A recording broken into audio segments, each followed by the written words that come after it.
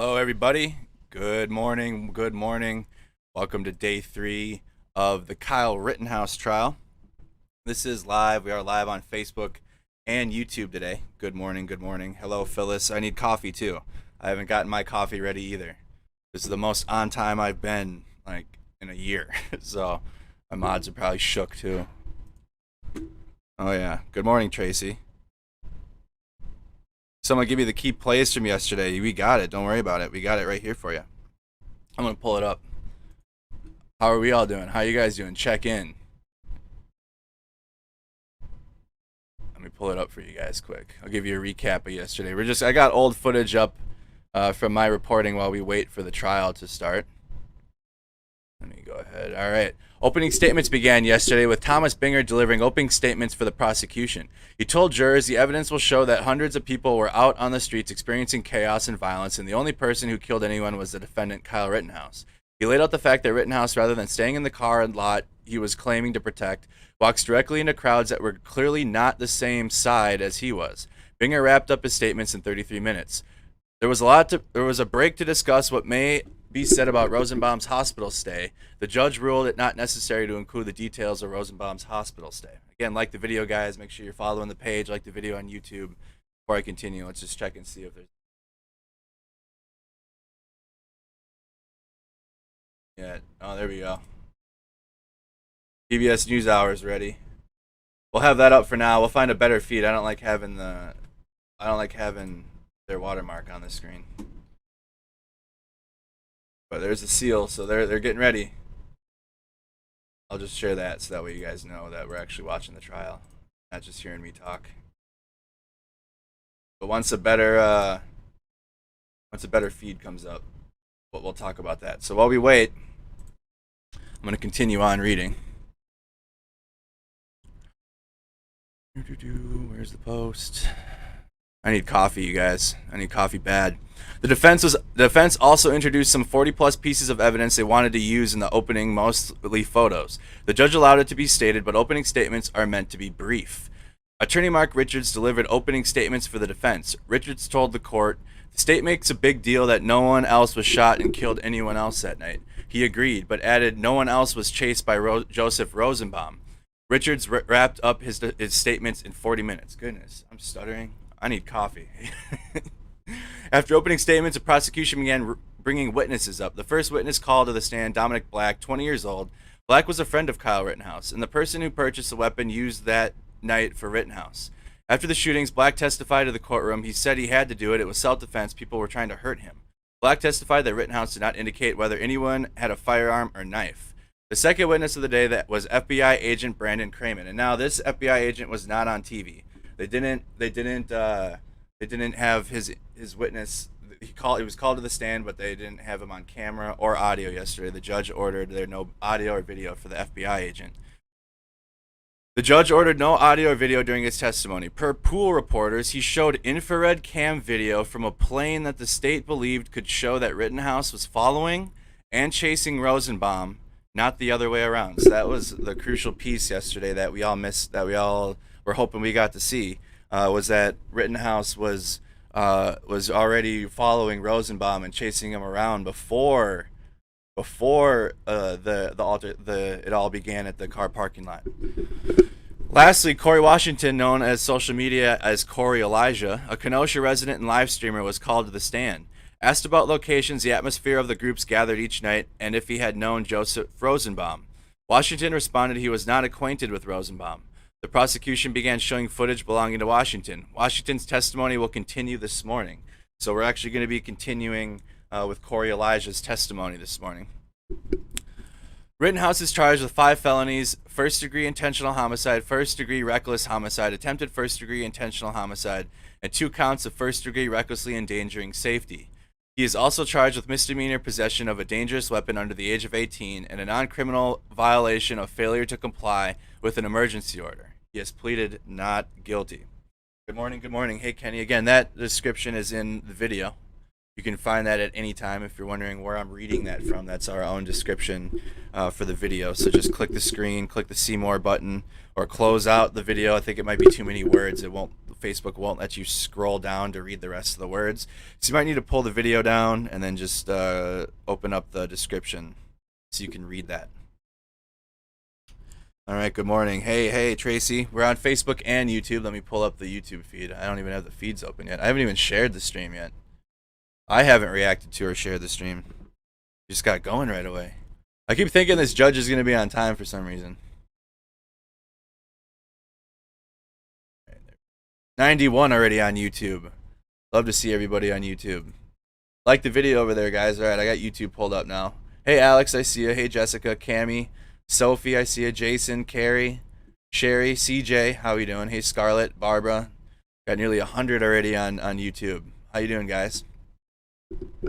Thank you, Ashley. Hey, Tracy. And go ahead and comment where you guys are tuning in from. What city and state you're watching from. Where in the world. We do have a worldwide audience. Mods, if you could find while we're wait, or I could too, I could help. Find a better video without the PBS NewsHour stamp. I gotta pin this and then share the stream out myself. Any questions you guys might have from yesterday? Pin to top. Thank God he got caught doing this, otherwise he would definitely be so reading some comments. From Illinois, we got Kenosha. Hey Steve, good morning. Debbie, good morning. Let's see if Facebook. Yeah, Facebook's being Facebook. Good morning. Anyone else lose the feed? Anybody lose the feed? Duluth, Minnesota, watching from Kenosha. Hey Eric. Spring Grove, Illinois, thank you again so much for doing this. No problem. Good morning. We're waiting for them to begin. Let's see if there's, I think I have the audio on. But it's still quiet. They got the mic muted. We're looking at the seal.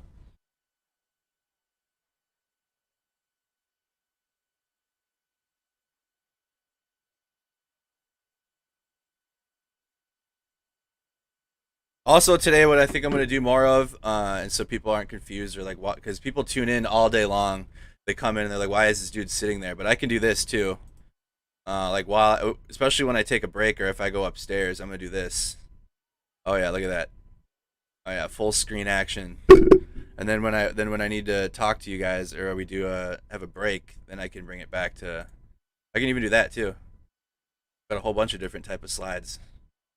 But I'm gonna have it full screen when I do take my breaks and walk upstairs, because it is 9 hours. 9 hours. Like I got a 9 to 5 job. Western Kenosha County saying hello. Hey Sam Yellow, how you doing? Welcome. We're just waiting for them to begin here. Mobile, Alabama.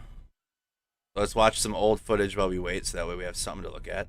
But I do have footage for the entire time in Kenosha, Wisconsin, from the start to finish. Oops, click the court feed. Habit.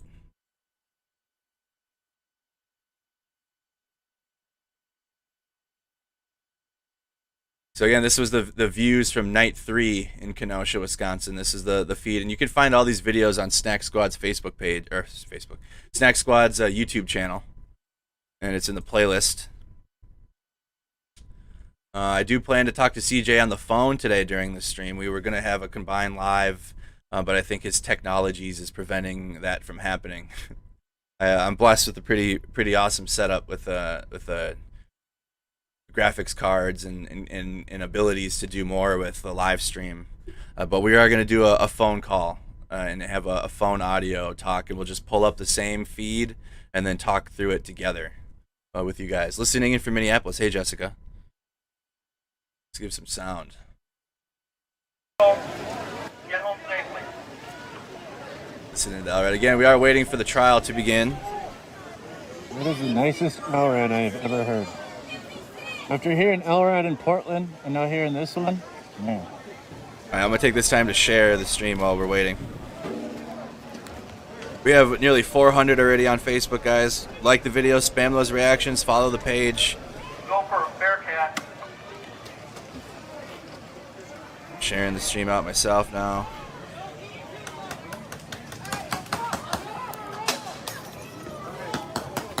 Yep, the final composition of the 20 jurors has been posted. Yep, I can go over that quick. Hey, fuck you! Facebook, stop it. I can go over that quick while we wait. The trial's beginning. Never mind. No, I can't. Nope.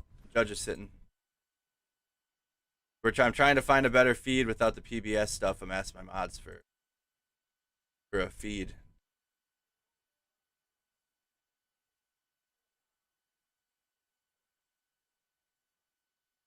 Still no audio. Oh, faked us out.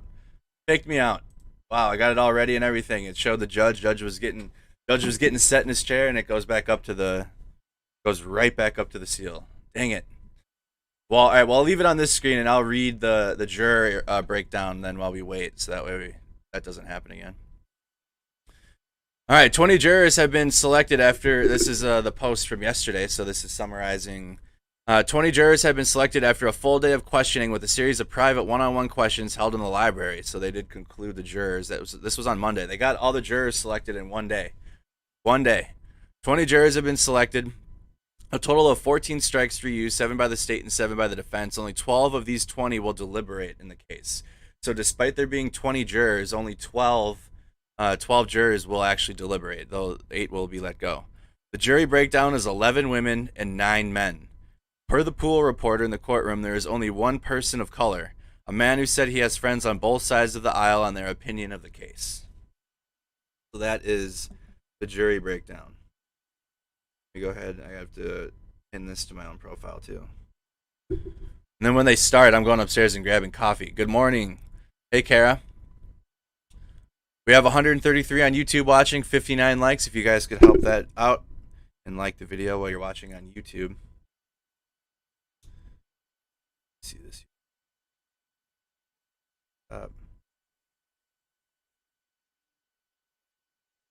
gotta enjoy this quiet while we can. It's like the last quiet we get until they take a break.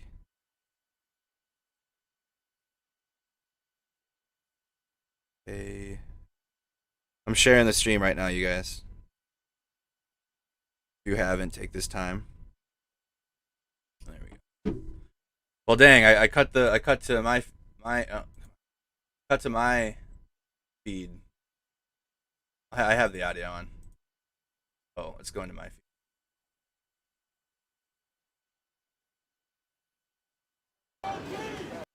Let's fast forward a little bit. Let's get to the gas station. Stop. Yep. We were in the gas station a few times that night.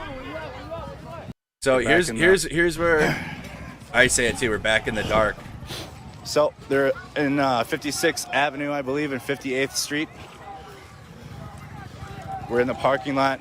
They are shooting into here, into this crowd. This crowd is being destroyed. Here's the church that you guys remember from a couple days ago. I will show that too. The church. Do you need water? Hey, do you need more water? Yeah. All right, I got you. Just open this. It's open there. It's in the bottom. In the big pocket. Big pocket. Where the bus is it? Yep. On the bottom, underneath. Oh, there you go. Take as much as you want.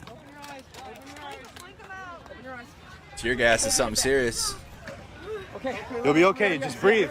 Hey, calm your breathing. You'll be okay. You will be okay. There you go. You'll be okay. You'll be okay. It won't hurt you. It won't kill you. Yep.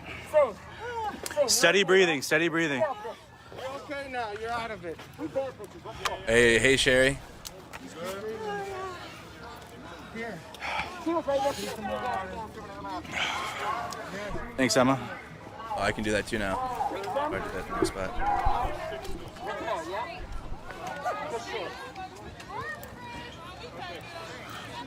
Hey, steady breathing. Just calm your breathing. That's what Oh, shit! Oh my Good fucking as- god, good. dude. What was that? Look at his umbrella. The same thing you did. Oh, I saw the we're same back. thing you did. Oh, I got it out. I Here, got the it on court. the stream. I'll look back. the courtroom. All right, guys. Calling the jury right now. Would you come down, please? Would you come down, please? You called the jury. We're So- back in the appearances as before, and the jury is coming down.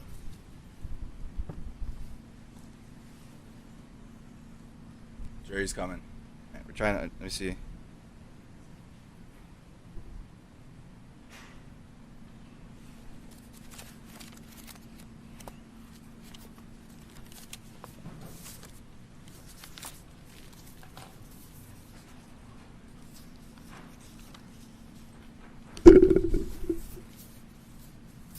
All right, guys, like the video if you haven't. Again, follow the page. Make sure your notifications are on for both Facebook and YouTube. They are?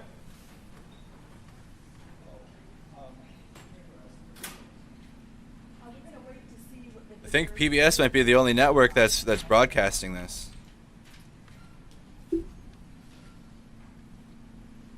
right now.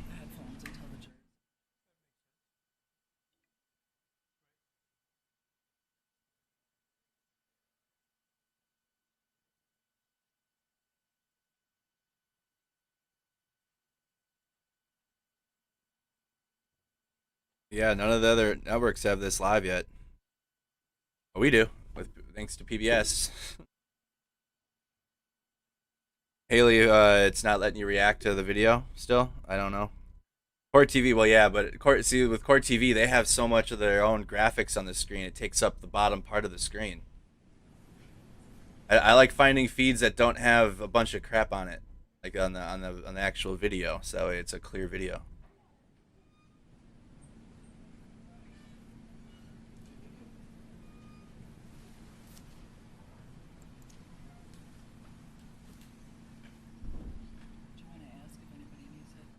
Yeah.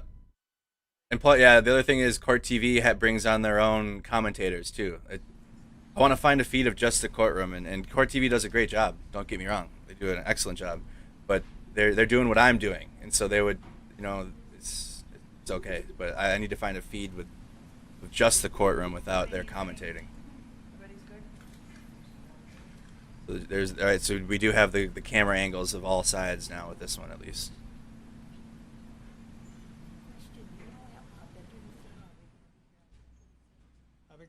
Again, to you guys, I do plan on giving you full screen. Are we going to be on Veterans Day? And the answer is yes. Yes, be here on Veterans Day. They will be here. It used to be a county holiday years ago, and the building was closed. Oh, the trial's going to be through Veterans Day? That's not... So they... Cammy, I know you're watching this. They're going to be the trials on Veterans Day, too. They just said it in the background. Dang. I'm supposed to have... There's a Veterans Day event planned in town here that I got a quilt made for me. That's going to be tough. I don't know. That's going to be tough to be at.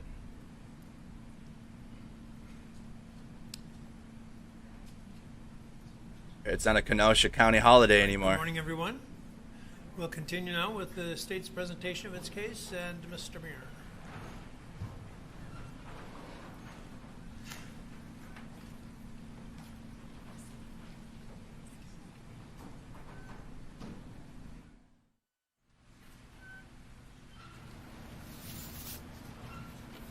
You're still on roll, sir.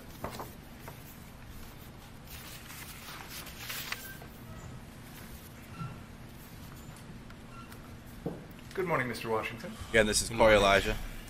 We're going to continue with your testimony this morning. Where we left off yesterday was we were watching portions of your Facebook live stream from the night of August 25th, 2020. I have the video now back up on the screen, and I am going to play a portion of the video that begins at the 45-minute and 55-second mark. So if we could continue at that mark, please. Thank you. Keep jumping on Rosenbaum.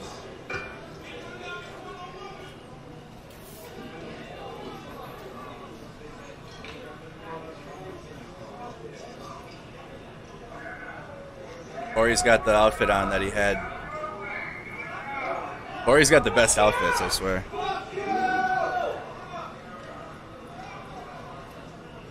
I'm standing next to Corey here. I think I'm going to talk to him here in this video. Yeah. Yo, what's going on, bro? That's me. Yeah, you shoot. Yeah, bro. Out here, yeah, I know, man. How you been, bro? You good out here? That's what's up, man. Water and everything, you need some water? Yeah, no, I'm good. I got some stuff in the bag. I'm going to pause for a second there. Who are you talking to, Corey Elijah? Mr. Washington, we just Mr. saw Washington. an individual walk through the video carrying a skateboard. Did you see that person? Could you repeat play it for me? Yeah, could we rewind about 10 seconds, please? Yeah, I got you guys. I want to do full They'll be screen, coming but in that from the PBS left. isn't. Yeah. Yo, what's going on, bro? Yeah. So shoot. Yeah, bro. Out here. Yeah, I know, man. How you been, bro? You good out here? That's what's up, man. Yeah, no, I'm good. I got some stuff in the back. There's an individual in the middle of the screen carrying a skateboard with blue jeans and a hoodie and a backpack. Do you see that individual? Yes. Do you have any idea who that is? No. Okay. I don't think there's going to be an objection. I'm going to represent that that's Anthony Huber. No objection. Okay. So just for the jury's edification, that is Anthony Huber. And while we're paused here for a second, Mr. Huber has a skateboard. On that particular night, did you have a skateboard? Yes. Do you routinely ride around on a skateboard? Yes. So on that night, were you using that as kind of your way to get around the downtown areas you're filming? Yes. Okay.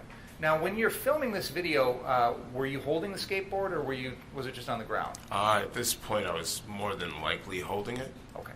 Thank you. Please continue.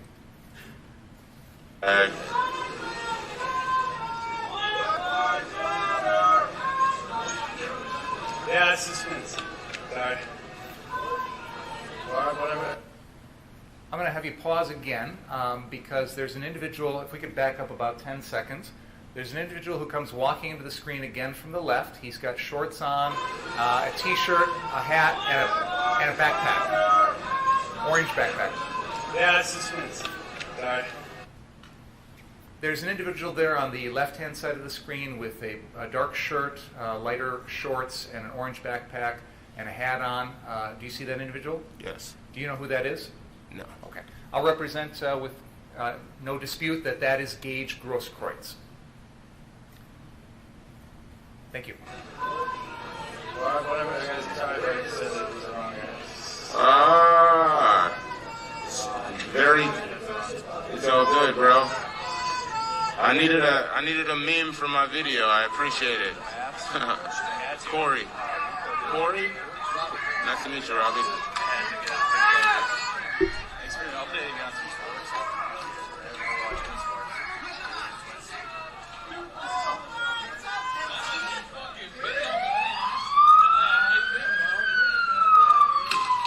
Oh, shit.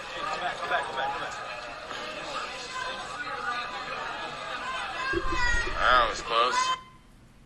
We just heard a couple of loud sounds of some sort, and then you clearly reacted to it. Can you tell the jury what that was, if you know?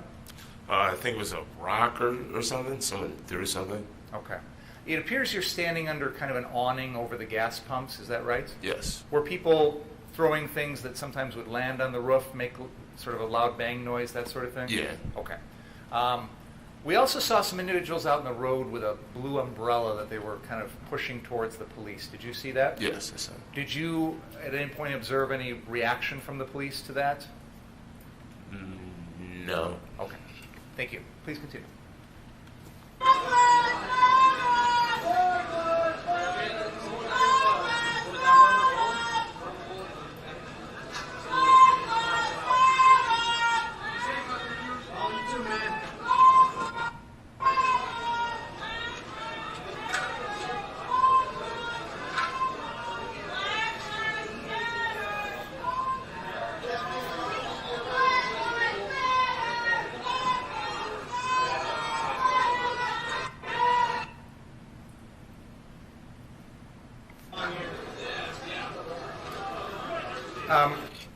Can we just, I don't know if we missed anything there. Can we just go back about 10 seconds to make sure, not that far. That's, right there is fine. Thank you. That was close.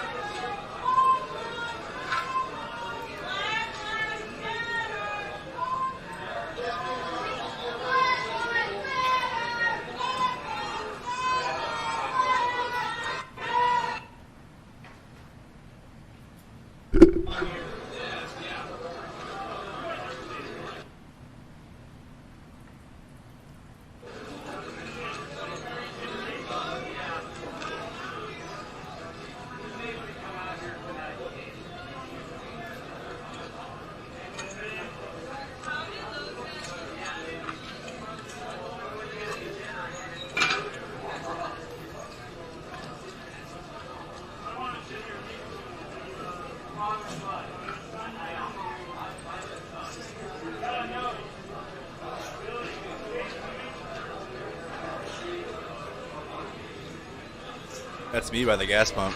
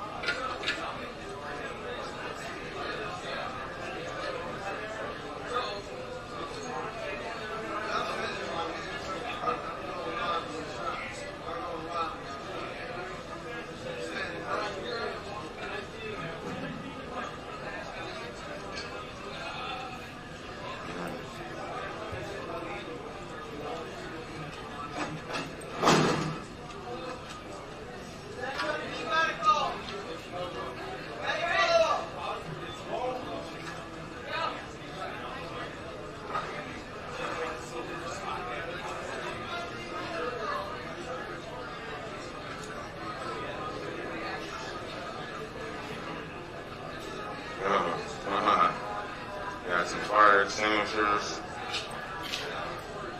Yo. I heard Pizza Hut is on fire on Roosevelt. Yeah.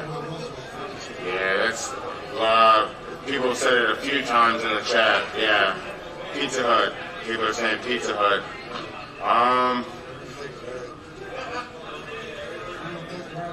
Yeah, you too, man. On Roosevelt. So kind of a little ways away. Not a far car drive, but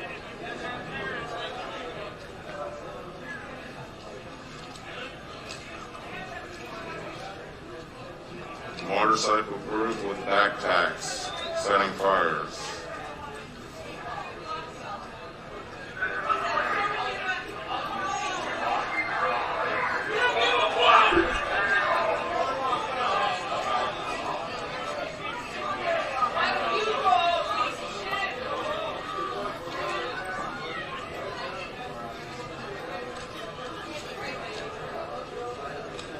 Kids on motorcycles with backpacks starting fires, people are saying.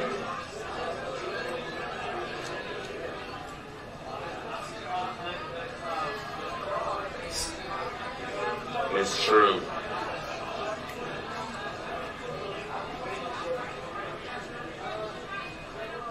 Well, the fastest route would probably be, I guess, 63rd.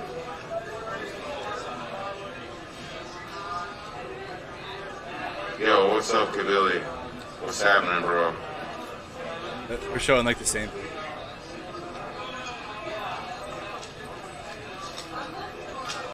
Give me 1 second, y'all. I found a better feed. Found a way better feed.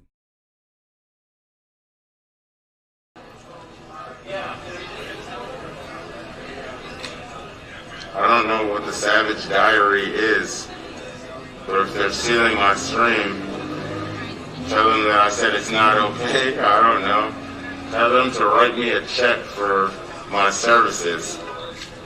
And like, I don't know, someone send me a link of their stuff too so I can verify this.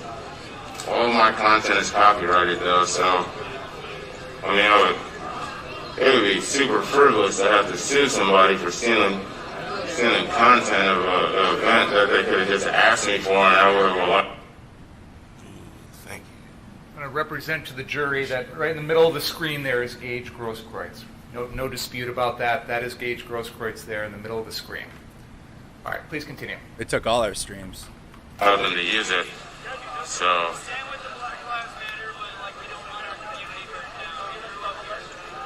we are in position now.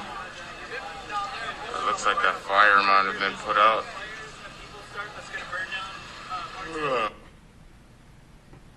Mr. Washington, you just made a reference to looks like a fire might have been put out. Can you tell us what you were talking about? Yeah, so earlier in the evening, after everyone was stationed at the Ultimate gas station there at the corner of Sheridan and 60th, randomly there appeared to be a fire just a few, like down the block, headed westward. So I skated down there with a buddy of mine, and there was a few other people that came, I believe, with fire extinguishers. We went to just check it out to see if maybe people were, sneaking off to go burn buildings and were getting away from, the big crowd or whatnot. When we get there, it appeared that, as soon as we got there, maybe moments after we arrived, the police arrived on the scene.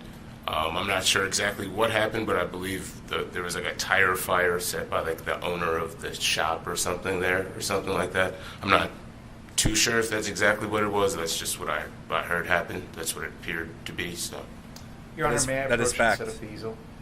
I'll show that. I showed it yesterday. It was a tire fire in the middle of a parking lot. So he thought it was a structure fire too. But I have that video too of the fire. I walked right after that gas station. We were sitting there, and you can hear me talking to Corey, and then I walked Washington, away. I have the map up again, and you've got the laser pointer in front of you. Could you, if you can point it out or not, I don't know, but you were describing some sort of fire at some location. Is that location shown on that map?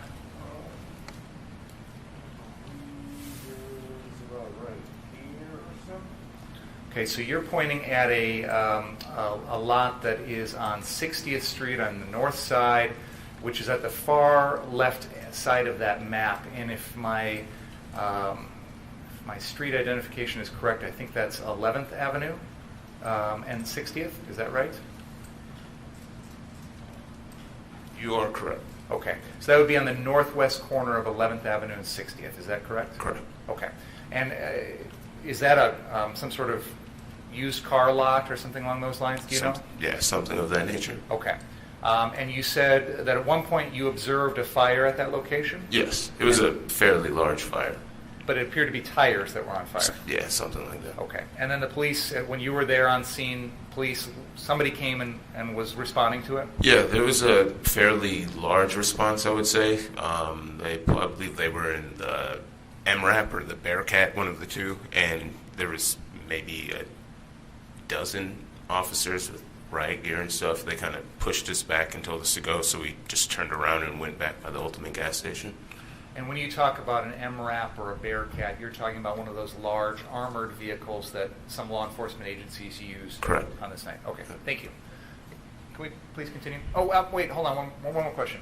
You mentioned that you were seeing some things in the comments about things going on in Kenosha. Can you help us explain what you're talking about there? Yeah, like I mentioned yesterday, I always kind of look to the chat to see if there's other things going on, to see if there's, if there's not a lot going on in an area and there's a bunch of other streamers and I get a tip or something, typically I'd go to another location to see what's going on over there, to see if there's, anything that needs to be covered or whatnot. So there was some reference you made to a Pizza Hut on Roosevelt that was on fire. Correct. Do you know anything more about that? I believe that was just a false rumor. Okay. Is it fair to say that on this particular night and in this time period that there were a lot of rumors going around, some true, some not, about what was going on in Kenosha? Yes, yeah, there's plenty of disinformation going around, especially, on the internet. So, It'll be the first time that's ever happened, right? right. All right. Please continue. Thank you.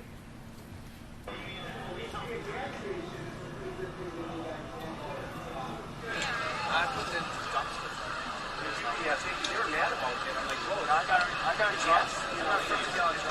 Put out a fire at Ruth.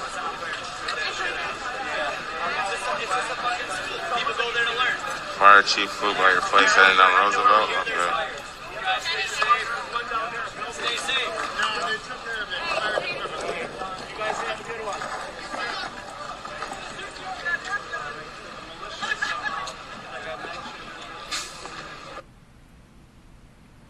There is a individual in the middle of this photograph that is holding a long rifle.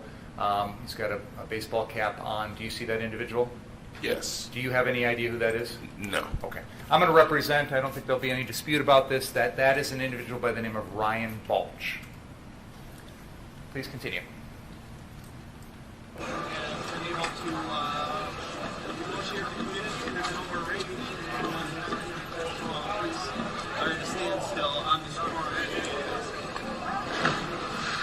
There's fireworks being lit down there.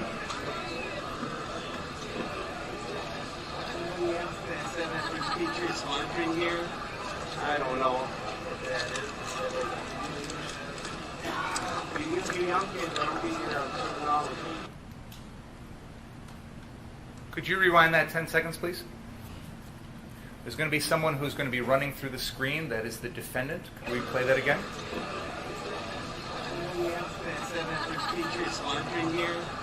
I don't know what that is.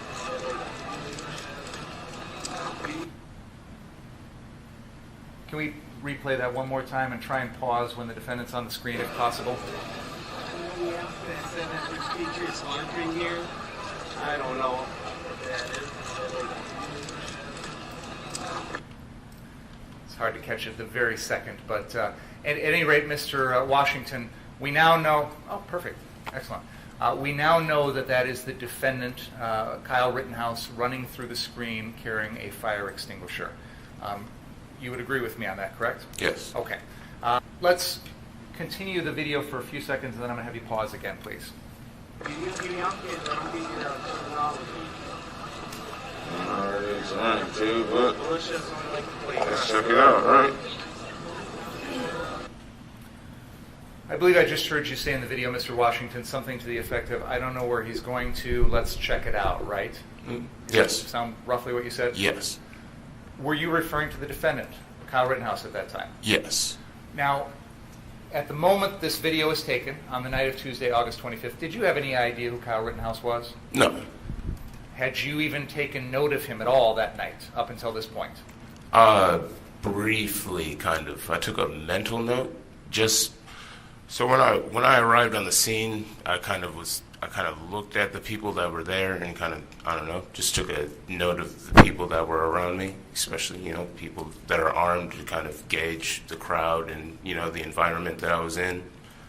I don't know, he just kind of looked young to me, and he had his gloves on and he was smoking cigarettes and stuff. So I kind of was like, he's kind of seemed like an interesting figure, so I just took a mental note of that. It wasn't anything, I wouldn't say malicious. I just, a young person in a situation. Honestly, I would say it was mainly the gloves. I didn't know why he had the gloves on. It kind of stood out. So I was like, all right, let me just kind of remember that, I suppose.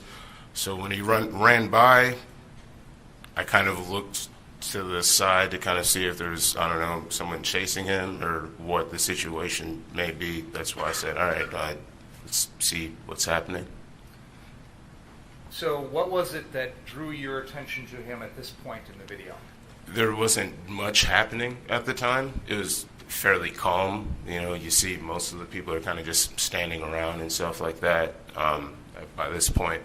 So to see someone running, I suppose it could have been anyone that ran by me. I would have been intrigued by it, but remembering kind of, in my head.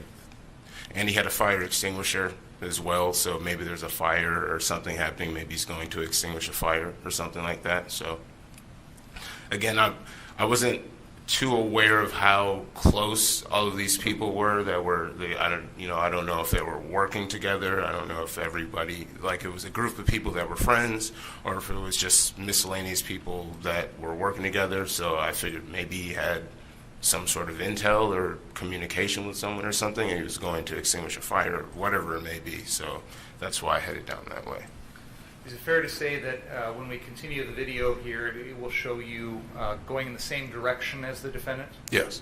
At any point when you were observing the defendant, when he ran past you and whatnot, did you see anyone else with him? No. He was alone? Not that I recall. Okay. And so in heading in the direction, it wasn't really to follow the defendant, it was to see what was happening in that direction. Okay. And just for the, so we can orient everything geographically, could you use your laser pointer and point out the ultimate gas station, please? And we've established that's at the southeast corner of 60th and Sheridan, and that's where you were during the portions of the video we've been watching this morning. Yes, yeah, probably about. And like then right when you here, followed the defendant, what direction did you go from there? Headed southbound. So this you went way. directly south on Sheridan. Correct. Okay, thank you. Please continue.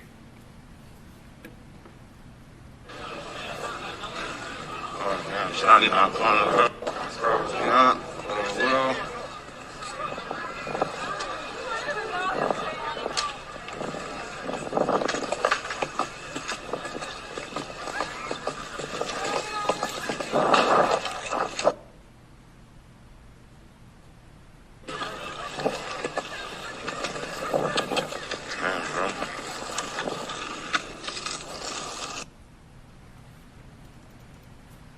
There is a figure on the other side of Sheridan Road there, which I believe would be the east side of, the west side of the road. Is that correct?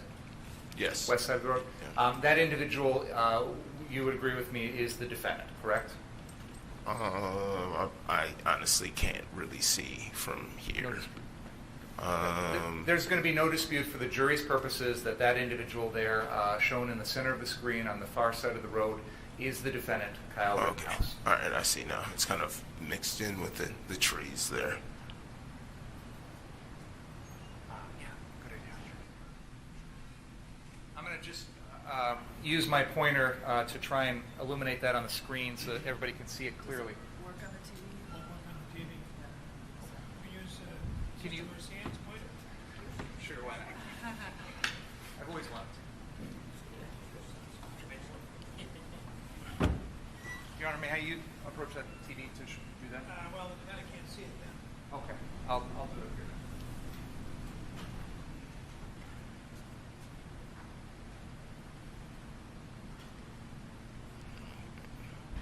Everybody able to see that? Could you rewind 10 seconds, please?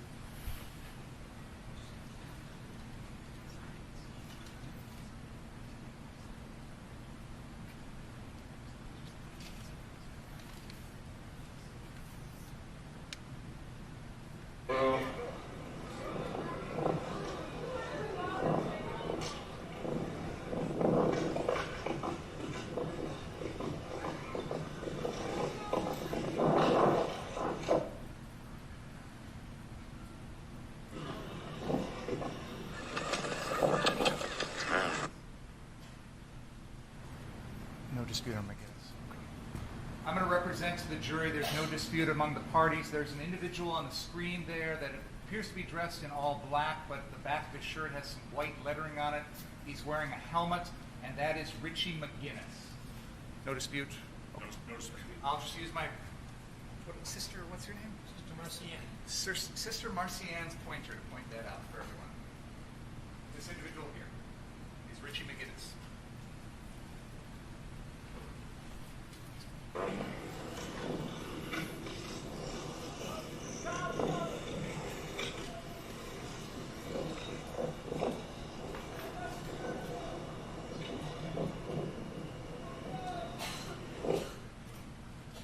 And again, just so everybody's clear, we are seeing the defendant here. I'm going to point him out again. This individual here is the defendant, Kyle Rittenhouse.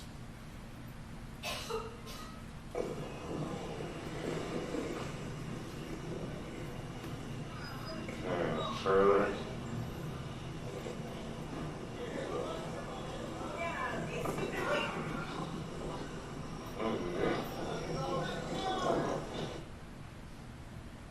Continue for like one more second, please. Keep going. I'm sorry. Keep going a little bit. I'll keep going. I'll tell you. Yeah, they definitely need it. I'm going to represent to the jury, and there's no dispute from the defense, that there's an individual in the center of the screen. He is not wearing his shirt. He's carrying a bag. He appears to have sort of long blue shorts on. That is Joseph Rosenbaum, and I'll use the pointer to point him out.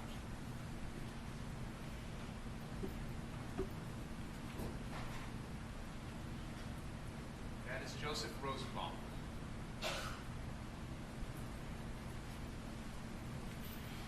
The trash can to put the garbage out. He's blocking the road. So now we're out by further.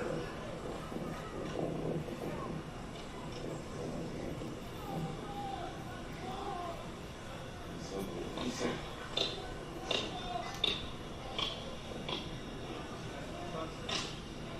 See a large crowd over there smashing the SUVs. I want to make sure the jury is able to know where we're at on the map here. So, Mr. Washington, you have traveled down, on this video, we see you skateboarding down Sheridan Road south from the Ultimate gas station at 60th and Sheridan. Is that correct? Correct. Where we're at in the video now, which is at timestamp 5636, we're seeing some bright lights there on the screen. Do you see those? Yes. What is that location? That's the car source. And where is that located specifically, do you know? Sheridan and what is that, 63rd? Okay. Could you please use your laser pointer to point out on the map where that car source is located? So what we've just seen in that portion of the video, you have skateboarded from the Ultimate Gas at 60th and Sheridan, south down Sheridan Road, and now are approaching the car source at 63rd and Sheridan on the northwest corner of that intersection. Is that fair to say? Yes. Okay. Just want to make sure we're all understanding the geography. Please continue.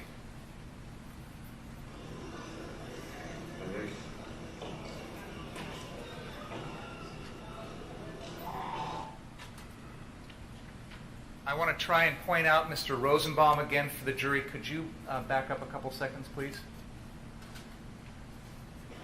Smashing the SUVs.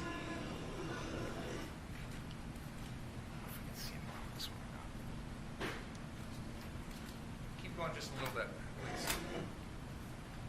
I'll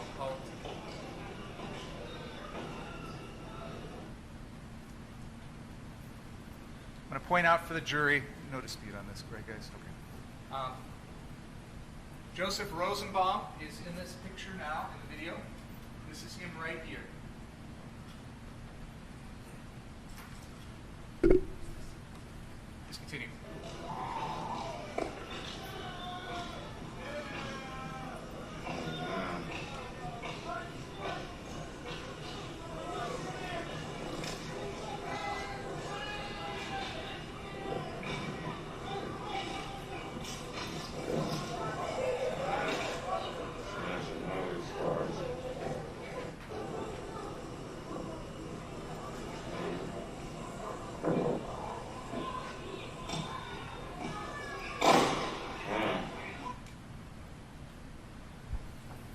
Could we rewind 10 seconds, please?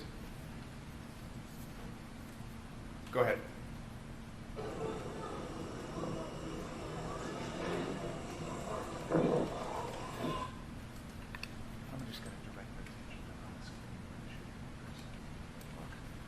I would like to, just so the jury knows where to be watching here, I'm going to ask the jurors to pay attention to the area in front of car source here, sort of, you'll see some figures running from right to left here on the screen. I just want to direct your attention to it so you know exactly where to look. Go ahead.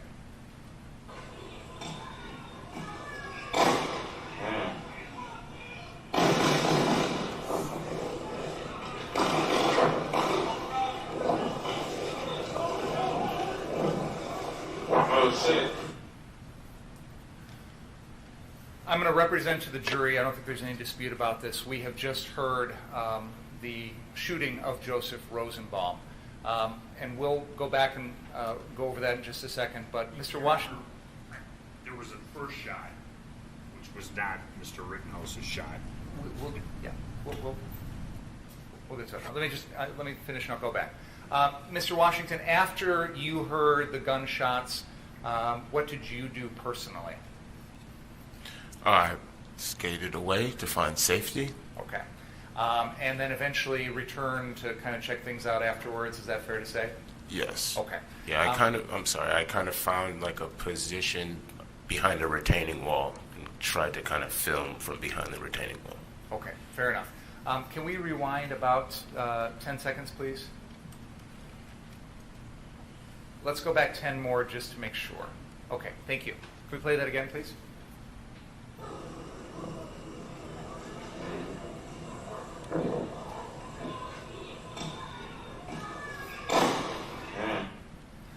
There's no dispute. We're all on the same page here. I'm going to let the jury know that the gunshot you just heard was fired by a man by the name of Joshua Zeminski.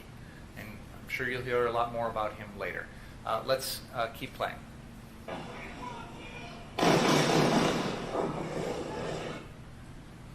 I'll represent to the jury again without dispute that the 4 shots that were just heard are the 4 shots that the defendant, Kyle Rittenhouse, fired at Joseph Rosenbaum.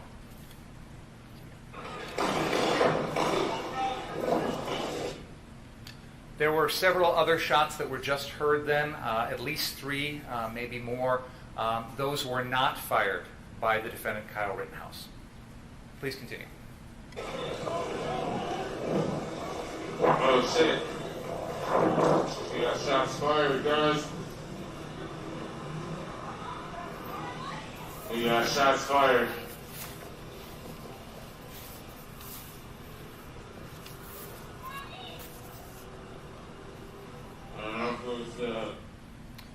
I'm going to stop the video there. Mr. Washington, you've already explained what you did afterwards. I just have one final question for you. When you arrived at the 63rd Street car source, and we've seen the video that you recorded, this was a video that you recorded with your phone, correct? Yes. Obviously, in addition to that, you're using your own eyes to look at what's going on. Yes. What I want to ask you is, did you see any fires at the 63rd Street car source when you were there personally? Fires? Yes. No. Okay, thank you. I have nothing further. I guess for the record, just to button this all up, I believe that was...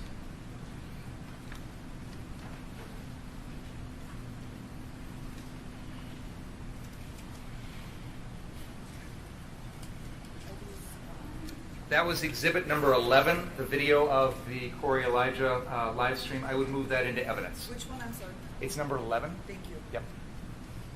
Objection? No. Received.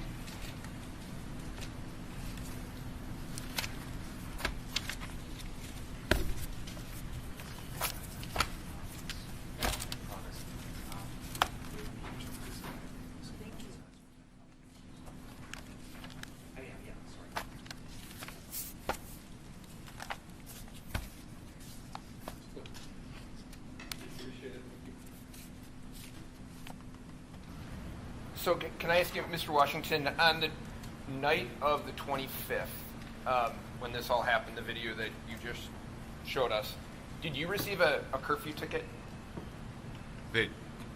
No. No? Okay. Were you aware there was a curfew in place?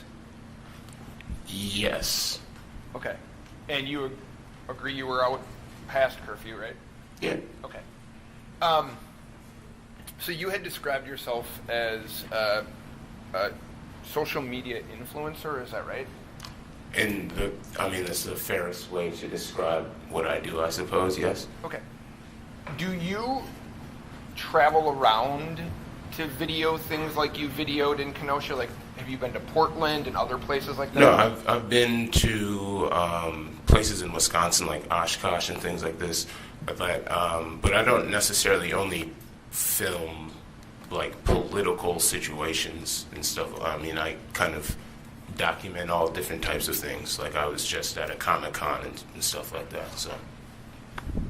And So I just want to make sure I have this right. So on the 23rd, I think you said you were taking a day off. Yeah, it's Sunday, you know. I was just trying to relax. And you get a call or a notification that things are going on downtown. Not downtown. That the shooting of Jacob Blake took place. Okay. And at some point then, on the evening of the 23rd, you come down, like, to the courthouse area? Yes, after, like I described, following the protesters down to the downtown location, yes, area of the courthouse and the public safety building. And you had, I'm going to show you a couple photographs. You can tell me if you recognize kind of what was going on. Okay. I'll just give you.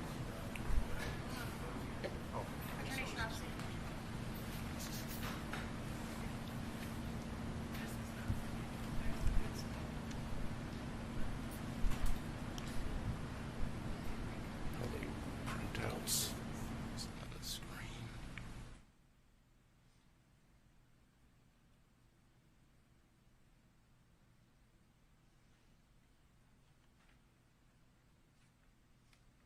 So, Mr. Washington, I'm going to show you what has been marked Defense Exhibit 31 and 32. Okay. All right. Oh, this is paper. We got to start with paper. All right. Can you just take a look at those and tell me if you recognize? Yeah, this is a burning garbage truck. These are the old garbage trucks. Those that live in Kenosha, most people are from Kenosha that are here.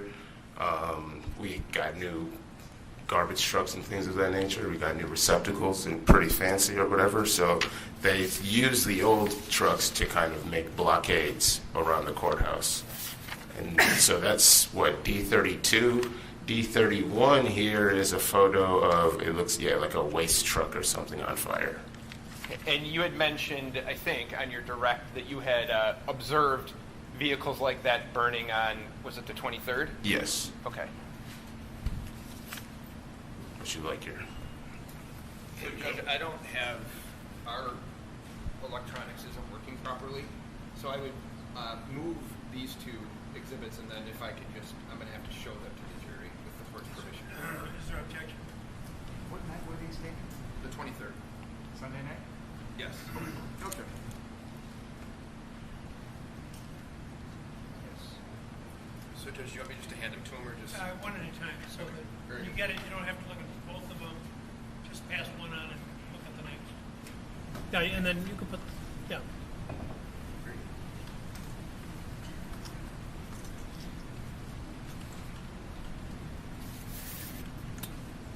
And I think that, tell me if this is right, you had mentioned that there had been a large kind of congregation of people out front of the courthouse and by the dinosaur museum. Mm.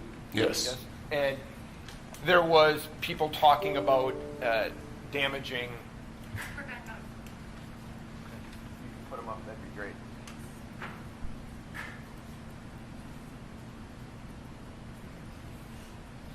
People were talking about damaging the dinosaur museum, and that kind of was a place that was close to your heart. Yeah, I mean, a place that I would say it's more of a staple in the community more than a place in my heart. It's not like I frequently visit the dinosaur museum. I just recognize the importance of it. Okay, and if you can just take a peek at the screen, those are the pictures that I had, 31 and 32 that I had showed you. Is that right? Yes.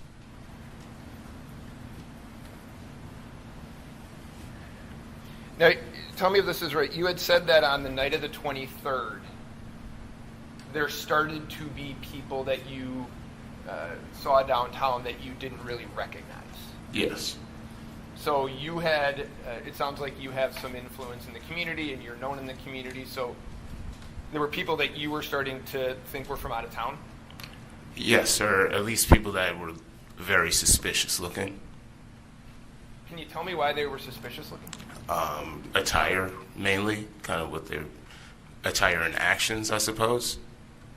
Like I mentioned, I believe yesterday, seeing someone that was in the back of I believe it may have even been the truck that you showed, in the back of the truck, finding debris that, I believe in the video, I may even have video, maybe you have the video of me asking the person what they're doing while they're in the back of the truck, and they said they're trying to find stuff to break stuff or whatever. So that was kind of one of the first moments, I suppose, were like a major red flag besides, all the fires that went off.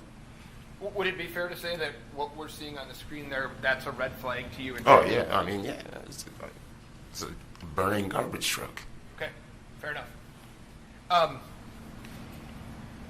So that's the 23rd.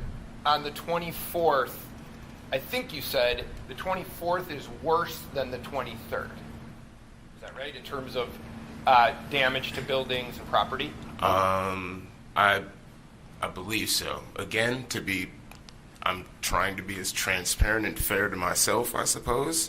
There was a lot that went on within like that week or two. I didn't get much sleep, and I'm trying to remember the best of my knowledge, but I haven't reviewed the video to study the video. So the best of my knowledge, yes. Were there people, if you remember, on the 23rd, were there people out protecting the businesses, or was it kind of a free-for-all?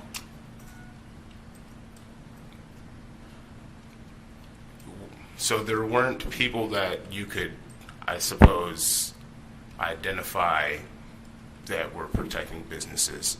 Possibly, I imagine there were once people noticed what was going on, but not that I could say that I verified there were. All right, so I'll ask it to you this way. Did you see a lot of people on the 23rd out protecting businesses? No.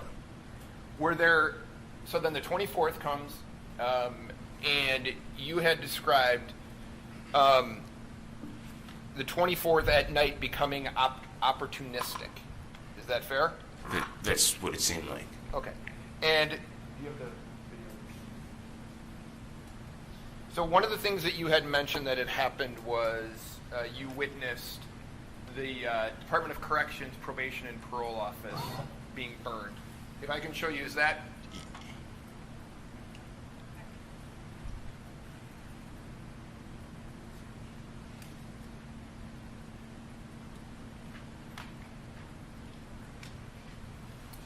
Is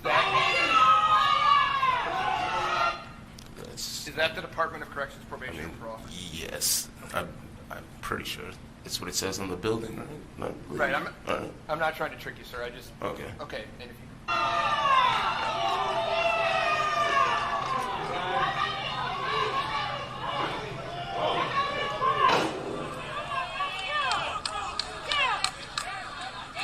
Now that building, if you know, burns to the ground, correct? Yeah.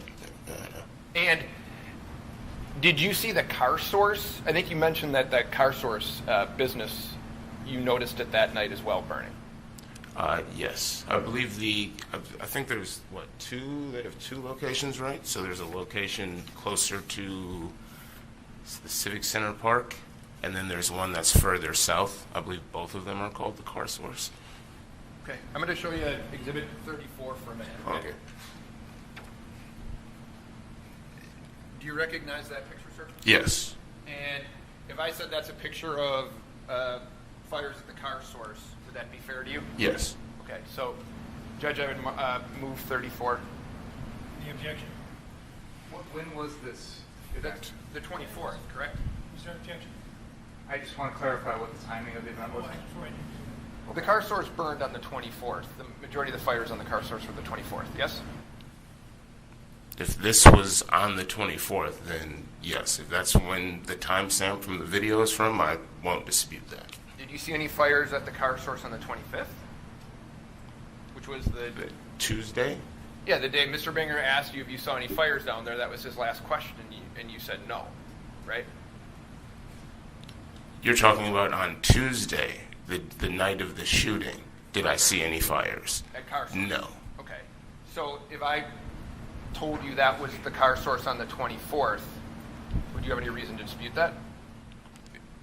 No. Okay. So I would move to 34, Judge. Any objection? No. Proceed. No, I think you guys. Is that the Car Source that we're talking about? So that is the Stella. Yeah, so yeah, that's the one across from Ruther. Okay. So my question to you is this. On the 24th, did you notice more or less people protecting their businesses than the 23rd? Or the same?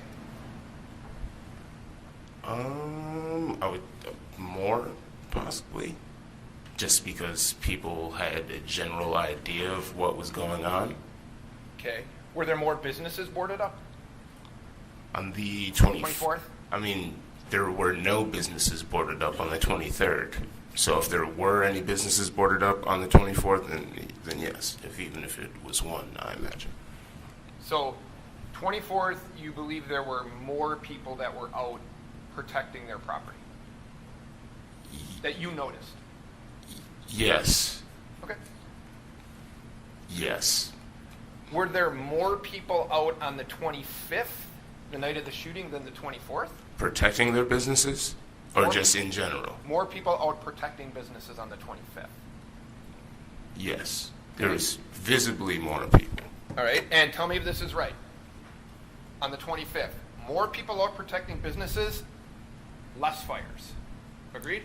On the 25th. Yes, if that's the only comparison that we're going to make, yes. Well, on the 24th, there were more fires. Yeah, right. And some people out, right? Right.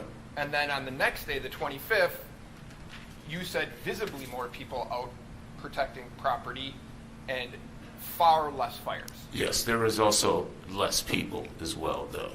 On the 25th? Yes. Okay.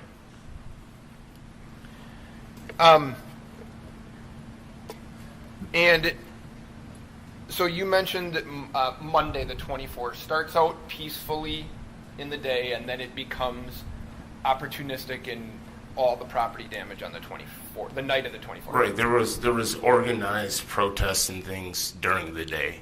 Anything that happened after nightfall was not an organized situation. Did it appear to you that people were out there having opportunities to just damage property if they could on the 24th? Yeah, after nightfall, yes. And so can I ask? I got a better feed, guys. Again, that one's getting glitchy and the audio is off with their mouth. Give me 5th, you're back out and you're videotaping or running your live stream once again. And can you bring up the video that Mr. Binger showed at 1822?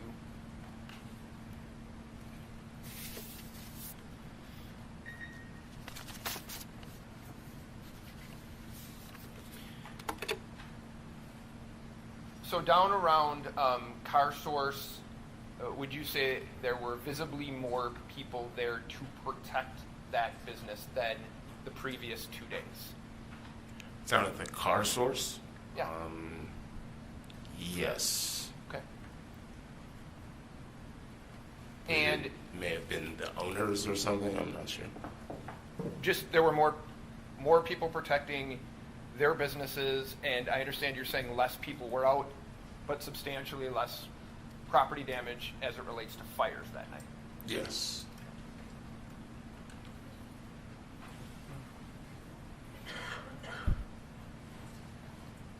So if I could just have you watch this for a second. This is the video, this is your live stream that Attorney Binger had you comment on, okay? Okay. So there's, if I can ask you this, so you notice right here that there's a fire that has been started or is going, correct? Yes, I see that, yes. See that? Okay. And can you just run it? So right downstairs.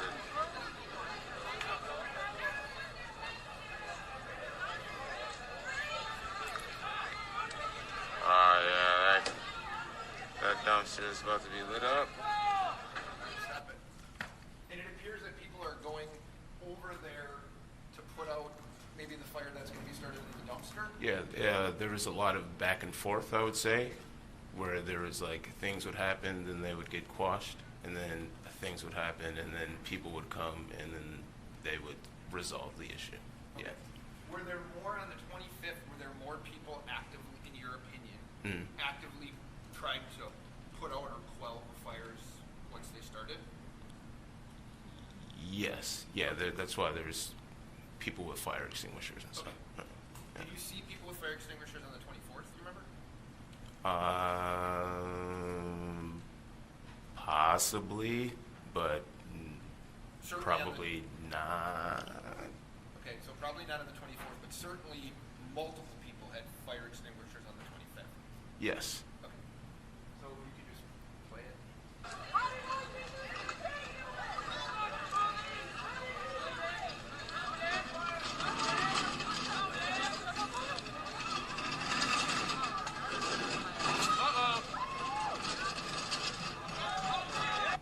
So people at that point are putting out the dumpster fire. Yes, that's what it appears to be. Were people getting angry when the fires were being put out? Were they voicing objections? So, there was, I would say yes, but there was pretty much objections to everything that everyone disagreed on. That's why I believe at one point in the video you hear me say people just need to agree to disagree on all of this stuff, because it's just going to continue to be back and forth. Okay, but to be fair, if we can be,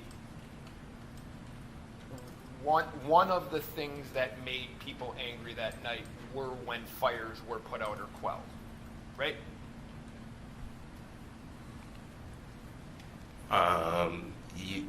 Possibly, yes, maybe. It's hard for me. You want me to explain for other people in a way, and I can't necessarily do that, but I imagine that's would make people upset. Just in terms of what you saw and heard, though, some of the reactions were, there were things like people said, "Why'd you do that? Why'd you put that out?" Right? You heard that. I mean, if it's played in the video, then I can hear it, yes. Okay. Yeah. Can you play the video?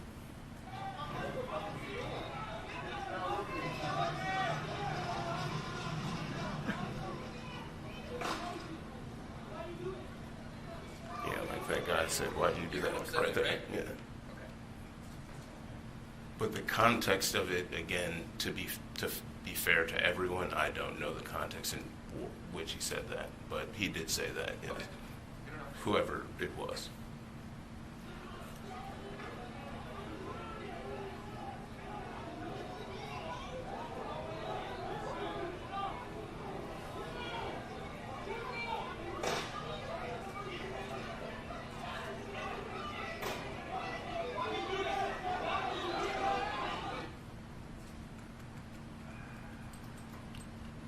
Back it up.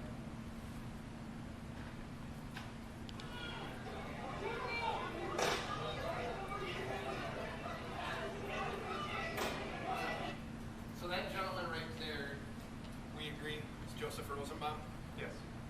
Did you see him becoming angry at that point, moving toward the other people at the Ultimate gas station? So to be fair, at that point, I wasn't focused on him, to be honest, but to be transparent, everything that I've ever seen of him that was kind of circulated on the internet, he seemed upset. So I'm not going to dispute that, but that's, again, outside influence of my knowledge of him, but it seems like it. Can I ask you this? Did you, at this gas station, did you hear him scream, "Shoot me, shoot me"? I've seen a video of him saying, "Shoot me," saying, The N-word? Yeah. Were you there at the time that he said that? Maybe, probably. I'm not sure. Do you have video of me being there? Because I don't recall, but I definitely saw a video of it. I'm not sure if it was mine or someone else's, but I've seen that. Okay. Now, you had mentioned that you didn't believe that the dumpsters were being pushed toward the gas station. Is that right? Yeah. maybe I'm wrong, but to me, I felt like they were trying to push them towards the police. That's what I kind of felt, and that's what it appeared to be to me. What that would do, you know. Fair to say, though, that there are dumpsters being pushed. At least one of them is pushed to kind of like where the driveway of the gas station is, right? Yeah, they got them from like the gas station parking lot. And it's reasonable. Well, let me ask you this: do you think it's reasonable that people put out fires that are near gas stations? Yeah, I think that's reasonable. Okay. And I mean, you had mentioned, or I'll ask you. Have you finished your answer? Yeah, it's reasonable. Okay. That's fine. Now, Mr. Binger had asked you at this location, did you see anybody fire a gun? Did you hear anybody fire a gun at anybody? Do you remember that yesterday? Right, during this scenario, like by the Ultimate gas station, no, I don't recall hearing.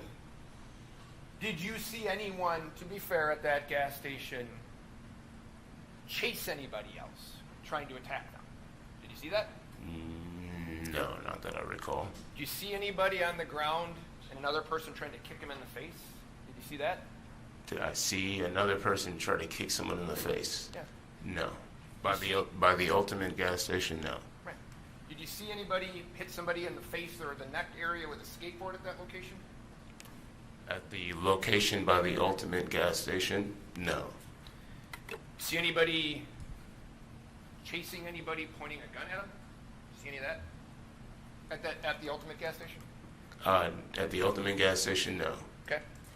And you had mentioned that people were throwing rocks, right? Yeah, you can hear throughout the video.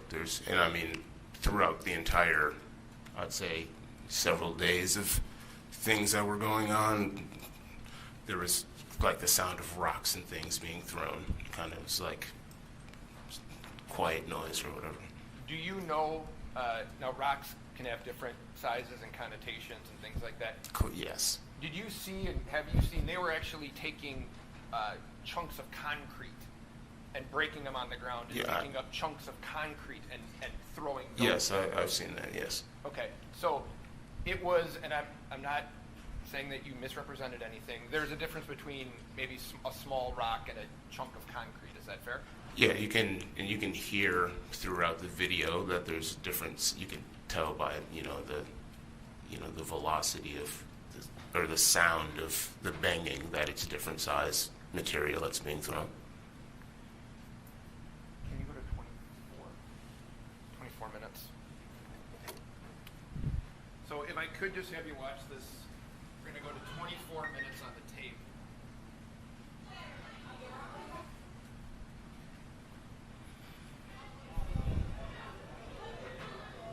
You recognize that person right there? Yeah, that's the defendant, correct?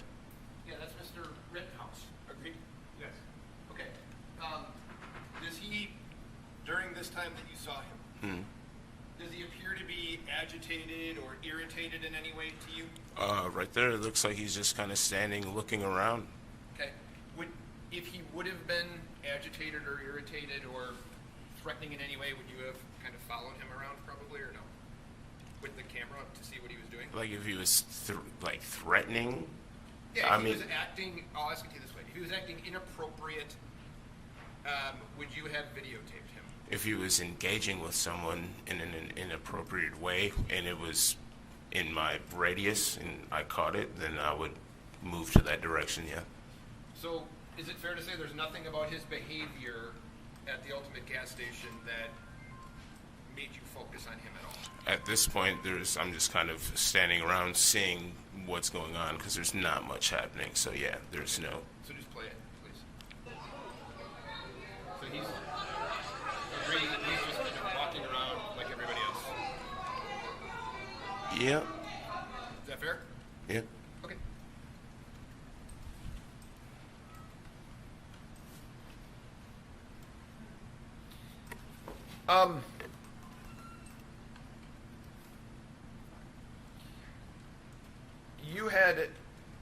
you were asked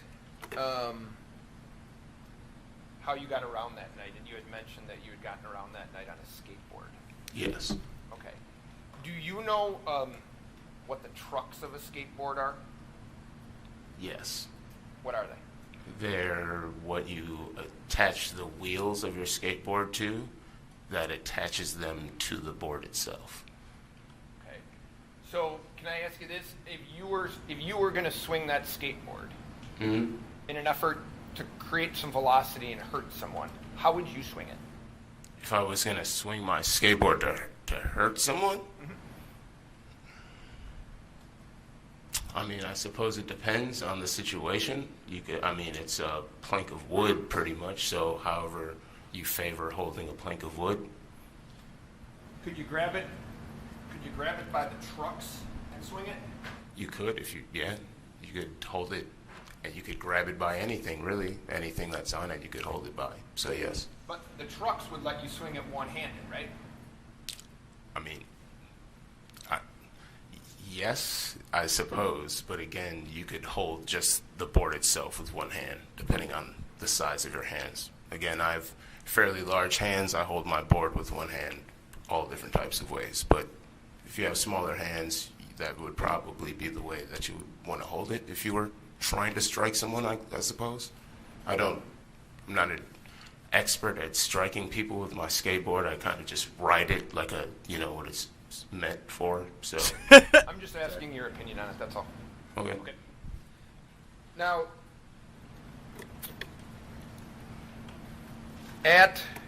can you go to 5547?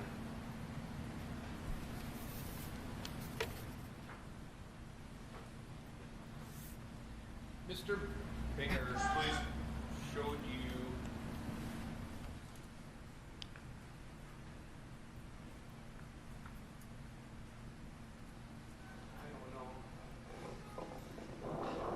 That's fine. Just leave it there.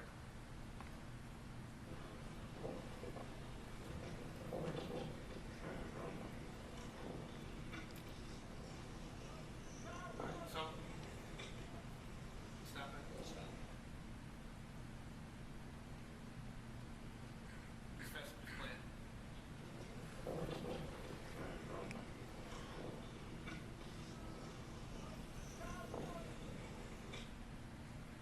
Play it, please. So that's Mr. Rittenhouse walking right there, right? Mm-hmm. Yes, that's, yep. So he's not, in your opinion on this, he's not chasing anyone, is he? No, it looks like he's headed in a direction. Okay, and he's, is it fair to say that when you observed him, he's walking like you or I would just be walking if we were going somewhere? That's what it appears to be. Okay, so he, in your opinion again, he doesn't appear to be hurried or he doesn't appear to be going after someone, correct? At this moment, it doesn't appear to be that he's rushing any longer, no. Okay. Can you play it, please? And he's got the fire extinguisher in his hand. Did you see that? It looked like he was still holding whatever he was holding when he was holding a fire extinguisher before, so I imagine he did not swap it out for something else. Okay. Can you just keep playing it?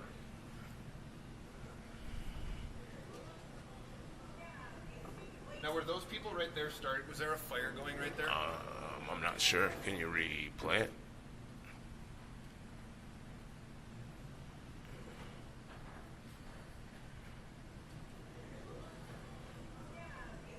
Yeah, it looks like there's a little garbage fire there, yes. Okay.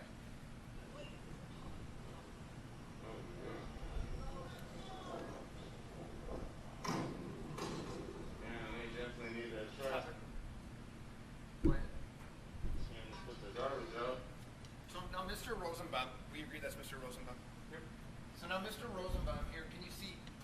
I don't know if you saw, if you remember when I asked you about at the ultimate gas station. No longer has his shirt on, correct? That's what it looks like. Okay. Does it appear to you, and it wasn't asked by Mr. Binger, but that his shirt's wrapped around his face now, or around his head? Does that appear to be? It could be around his head or around his neck area or something like that. agree you can't see that person's face. Is that fair? Not really. No. Yeah, that's fair.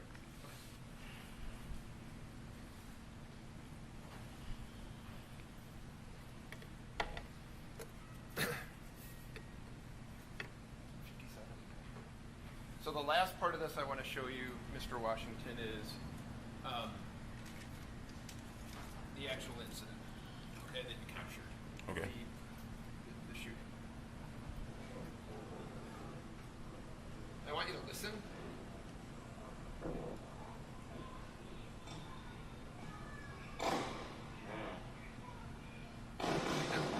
Did you hear? You heard a shot, correct? Yes. Yes. And then do you hear somebody yell, "Fuck you"? Yeah, I heard that. Yeah. Okay. Yes. Then, and do you know who said that? No. Okay. It sounds like a male. Okay, a male voice yells that. Yeah. You hear that. Mm. And we've established that Mr. Zeminski was the one who, you know who that is, who fired the first shot? I heard about that. I'm not sure. I wouldn't be able to point him out, but I heard about that happening, yeah. Okay.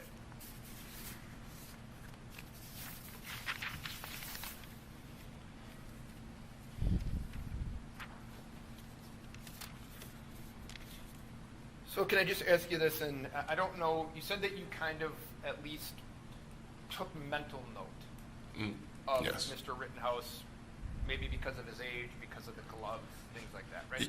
Yeah, I mean, I took a mental note of some of people that kind of stood out to me, in my opinion. There's a lot of chatter on the internet and stuff like that. People are saying that people are going to, like, randomly kill people.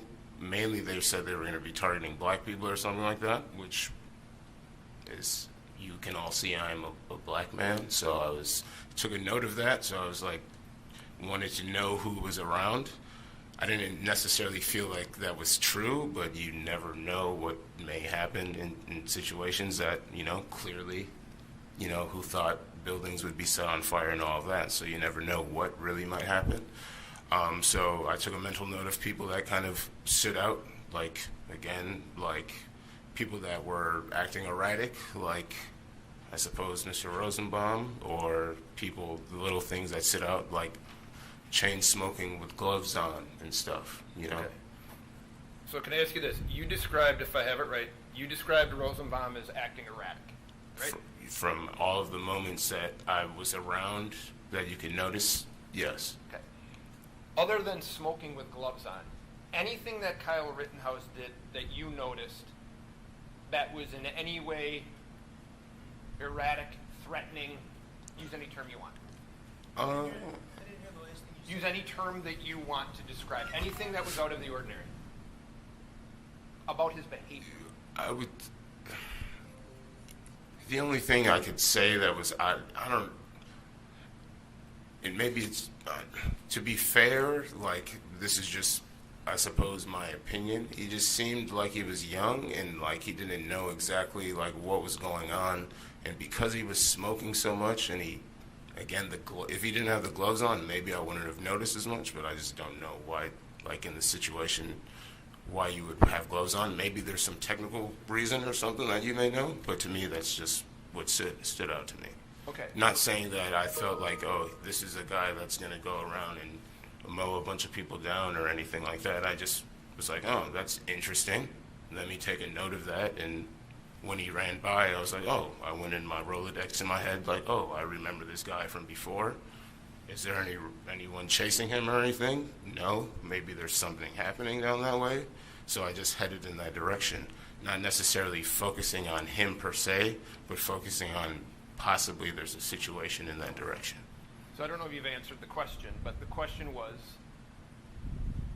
about his behavior in terms of what he did. He didn't act erratic to you. I mean, chain smoking cigarettes is kind of a behavioral thing. Okay. So it's not like you don't necessarily have to engage with people to have mannerisms and things like that. So the thing that stuck out to you, you described Rosenbaum as erratic, and if this is fair, and Rittenhouse as chain smoking. Yes? I suppose you could say nervous, I guess, would be a fairer way to say it. He seemed nervous in the situation.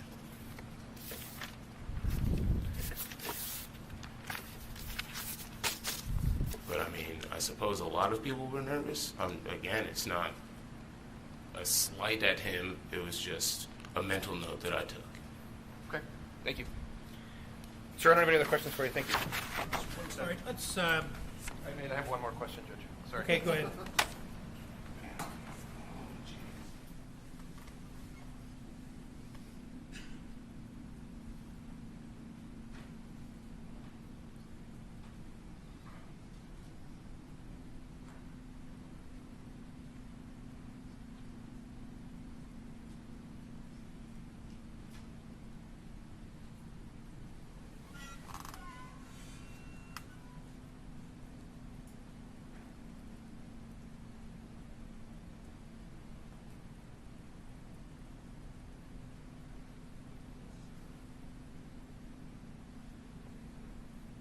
So I'm going to ask you, I think, one more question, if I could. Okay.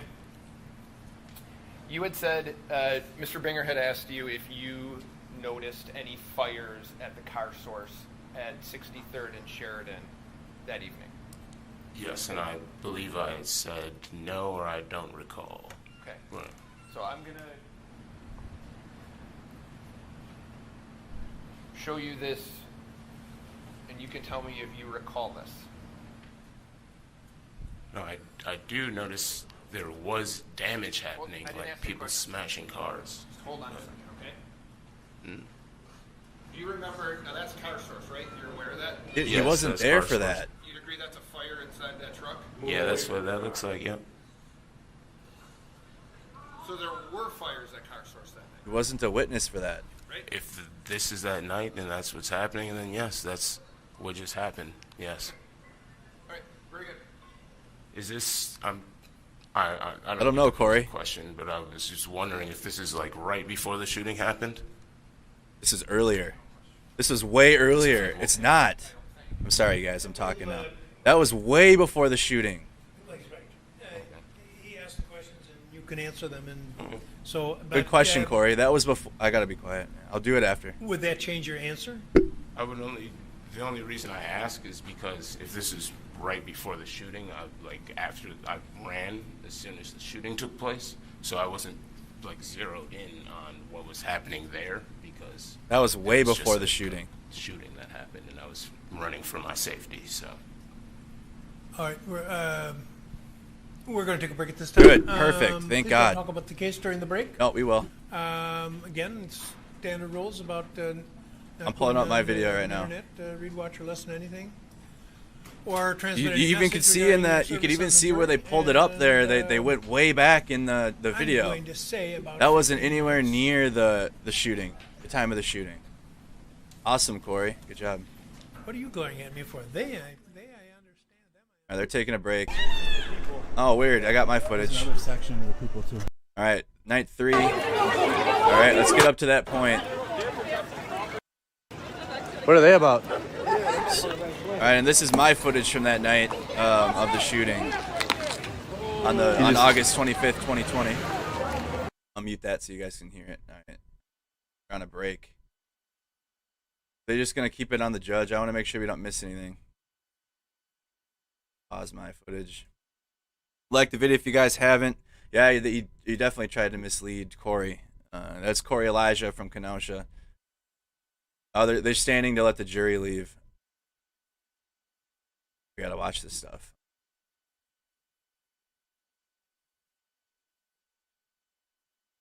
As soon as it goes to the seal, I'll put up my footage quick and we'll go through it.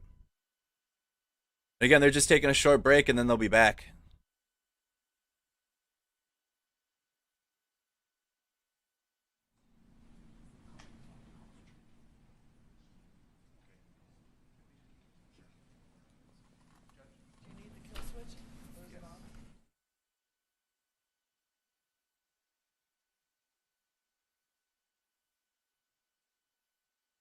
Kyle's 18 now.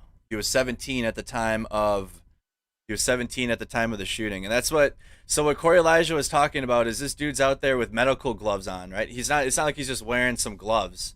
He's wearing medical gloves, and he had a medic bag on. So it looked odd to see like a medic, someone out there with medical gloves, chain smoking cigarettes, and he just had erratic behavior.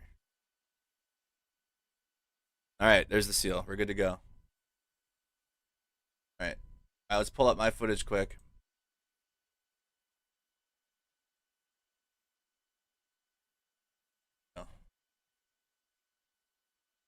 Are they protecting businesses or what? No. Let's go to that. Let's go to that scene that we just watched. Holy shit! Let's go to the scene that we just watched out in the courtroom. We'll start it from here.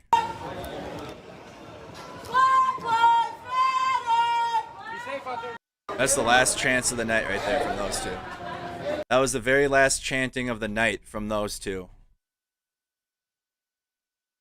Alright, so far guys, the only hold on, shit. The only casualty has been my phone. R.I.P. The big phone has been holding it down. You know, I've been helping out with some streams since Minneapolis. I didn't leave you. No, I'm here. I'm just getting some So this water. is my footage from underneath the gas station. I actually talked to Corey Elijah. Yeah, big phone gone. Big phone's done. If you guys are just watching, hold on. Again, this is the footage, and you're gonna see me walk up to Corey. But we're underneath the gas station. I'm just gonna play this part out for you guys. While we wait. Hold on. There we go. There you go.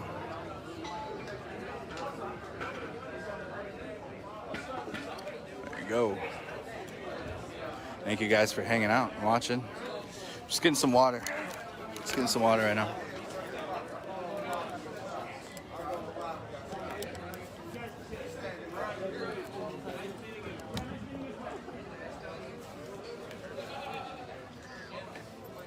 There wasn't, so what Corey was talking about is there wasn't a fire that caused this crowd to leave to go to the gas station. They pulled up that clip from, there's Rittenhouse right there asking if anybody needs medical. He's rocking right past. I didn't know Rittenhouse at the time, so I'm not paying attention to him. It's a group effort. This is Mercado Media. I'm going to mute this until it's time. But there wasn't a fire happening for the crowd to leave. We only left because Rittenhouse ran through the crowd. Corey was getting to that, I think, in his testimony, but that's the other reason why we left is because he ran through the crowd with his fire extinguisher and his hand on the trigger, and everybody mentions it. I know the part I need to get ready for. Corey's gonna be right over here. I'm not on mute.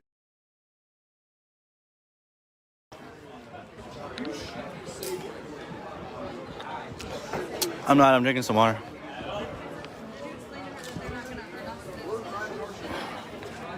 I gotta get rid of the witness box. Too bad.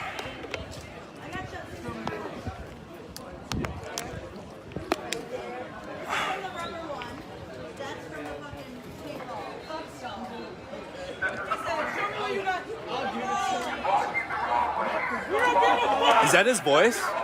Hey, Elrad needs some water. I think Elrad needs some water. No, if you came here thinking you're going to hear from me saying that Kyle is 100% innocent or a hero, you're definitely in the wrong spot. You're not in the right. You're not. I mean, he's been out here giving commands since I don't even know what time we got out here. Only a fool would believe somebody like Kyle Rittenhouse is a hero. Thank you, Then Tina. again, we've at this time in our country, we're elevating people as heroes just because it's asinine. After action report stealing my stream. After action report. Hey, guess what? I'm just gonna hold this on there now. There you go. Just like Corey was saying, they were stealing all of our feeds that night. So we had to. Oh, dude, need it. None of them were there, right? All these after action reports. Oh, I'm so sorry, dude. I'm so sorry. I didn't see you. Yeah, if you this is Mercado Media. We've got a lot of people taking the stream, restreaming it. Those of you that I know doing it, shout out Freight, shout out Woke. Anyone else? Avenger? Anyone of my friends doing it? Awesome, great. But if you haven't, you don't have a credit on there and you're sharing it, this is Mercado Media. Andrew Mercado stream, not the stream you're watching. The stream you're watching is Andrew Mercado. You are watching a restream of my live stream right now. So that's a PSA. I'm going to shut up now and get the mask set. And that's it for me for a little bit. All right, now, again, I look down into my bag, I put my mask in, and then pay attention from this point on. We're just going to watch it from here.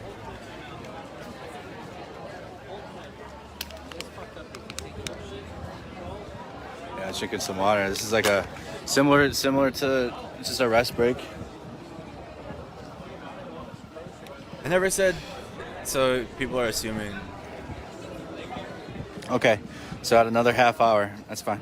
I specifically label who is a hero to me, like verbally. You can assume who I think people are, like, no.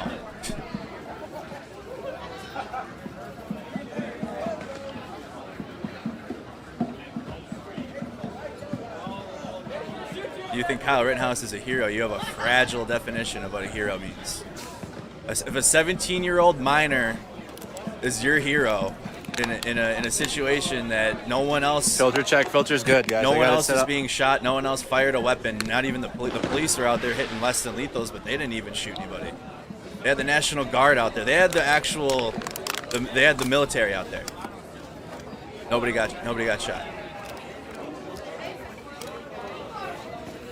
Alright. I don't want anything in my hands. Alright, here we go.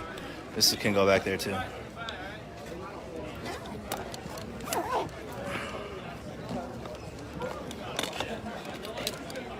There goes Corey. I'm gonna back away from this so I can get a safety meeting in. You ran through everyone? I feel like this is so crucial and they haven't talked about it yet. That's the only reason we left the gas station was because of Kyle Rittenhouse. Oh, they're seeing, man. 100%. We did not. We were gonna sit under there probably the rest of the night. Corey said himself. This reminds you of Lake Street significantly. Corey said himself in the testimony today that, again, he was watching, like he was taking mental notes of people that were acting suspicious, because that's all you can do when you're out there and you're filming. Like, you see everybody, right? You see them all, but then there's people that you'll keep mental notes in your head, like, okay, this person's acting off. Like, if I see them again, maybe pay attention closer. But we were all underneath that gas station, and we're gonna remain there. No, nobody was gonna leave until Rittenhouse ran through the crowd with his fire extinguisher and his gun in one hand. You have to bring up George Floyd right now during this trial. You're sad too, super sad human being. This is Kyle Rittenhouse's trial. More people to watch, I guess, but I know the ones that give credit, and there's obviously some that don't. Fragile. You're even typing George Floyd into the chat about any type of comparison. Fragile. All right, so I see some active. There's some shit. So now we're all walking down Sheridan Road because, again, Rittenhouse ran through the crowd with his fire extinguisher and his weapon. And I do not see that fire that, look at, all right, the other thing too that I wanted to pull up this specific feed for is because they brought up a fire in the street, and like there was a fire being made, and I do not see that fire that they were talking about. They said, "You see a fire in the road being started?" No.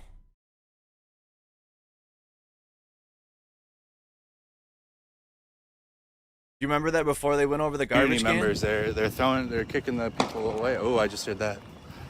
So we're gonna walk down from. There's the shots. Okay, there's the shots from my perspective. I don't see that fire in the street that they're trying to talk about, because they're trying to say that there was fires down the street. And the car that was on fire in that parking lot was on fire after the shots, and we went back to it. There's some shit. Someone lit it on fire after we had returned.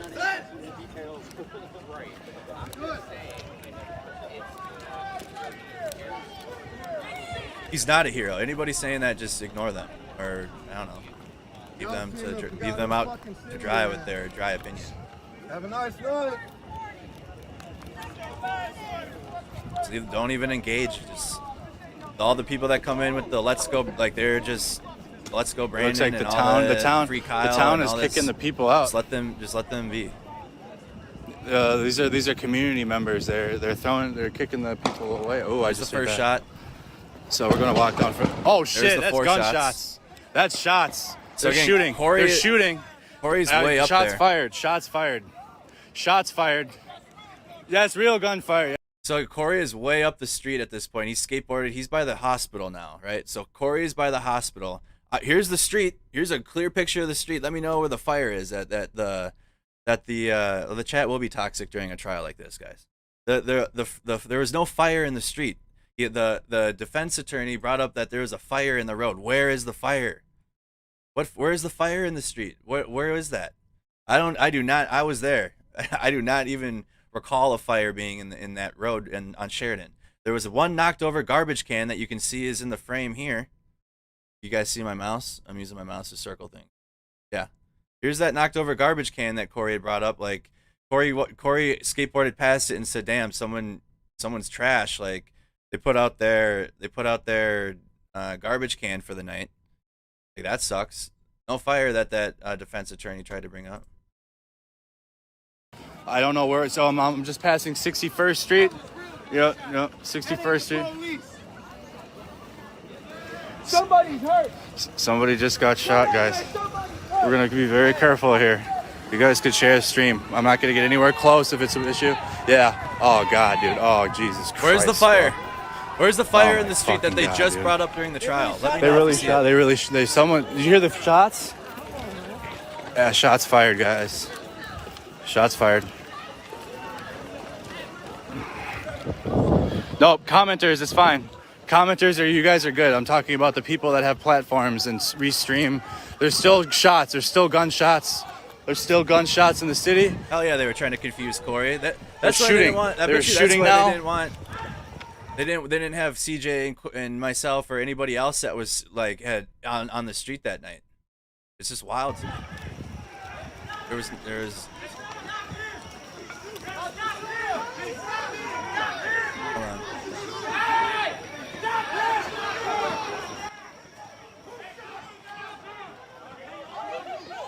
Oh, no, that's not the shooter. That's not the shooter. That's not the shooter. Fucking A, dude. This is how it happens, dude. This is how it happens, dude. Now he's on the ground. Oh, shit! Shit!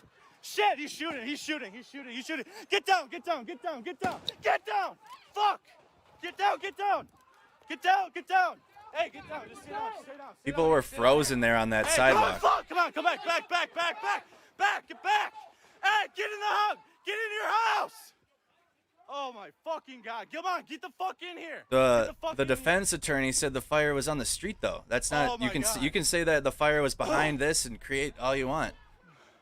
Thank you, Andrew, for everything you do and have done. I wish I could do more. Thank you so much, Sunshine. But there Oh was my fucking the Christ, fire in dude. even in the car No. parking lot happened Oh my afterwards. God. That part. I'll have the audio going. But you could see, I saw him right on his ass when he fell down and sat on his ass and shot Huber. I saw that with my own eyes, and then after that, I'm looking at people, and then I got one last look, and I saw Gage's arm get hit, and the spray of the blood coming out of his arm, and after that, it's like I said fuck, because I couldn't believe that it felt that part felt like it was like an hour long, that little section, but it was so fast because it just like kept going. The shots kept coming. So like me in that time, I'm grabbing people. I'm not reporting anymore. I'm grabbing people, because they were just like frozen in the middle of the road and like shots were being fired, and people in that situation, it's most people will freeze and sit there.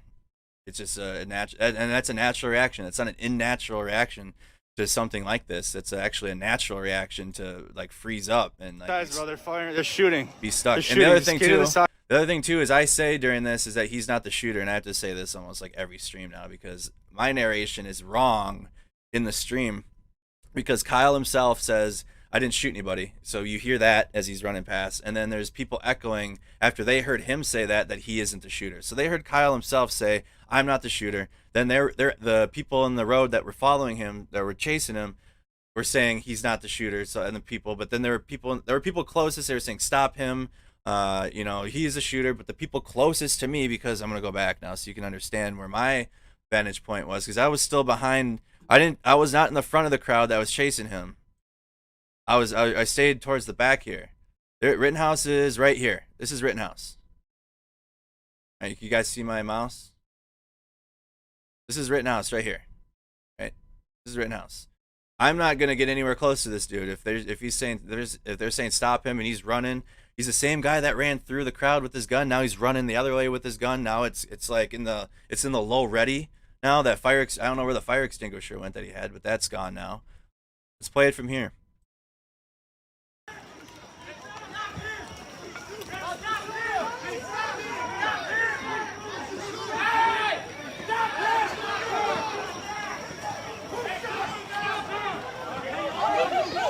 Oh, no, that's not the shooter. That's not the shooter. Okay, so right before you hear me saying he's not the shooter, you hear the no. People were saying and yelling in my Facebook feed. The audio is terrible.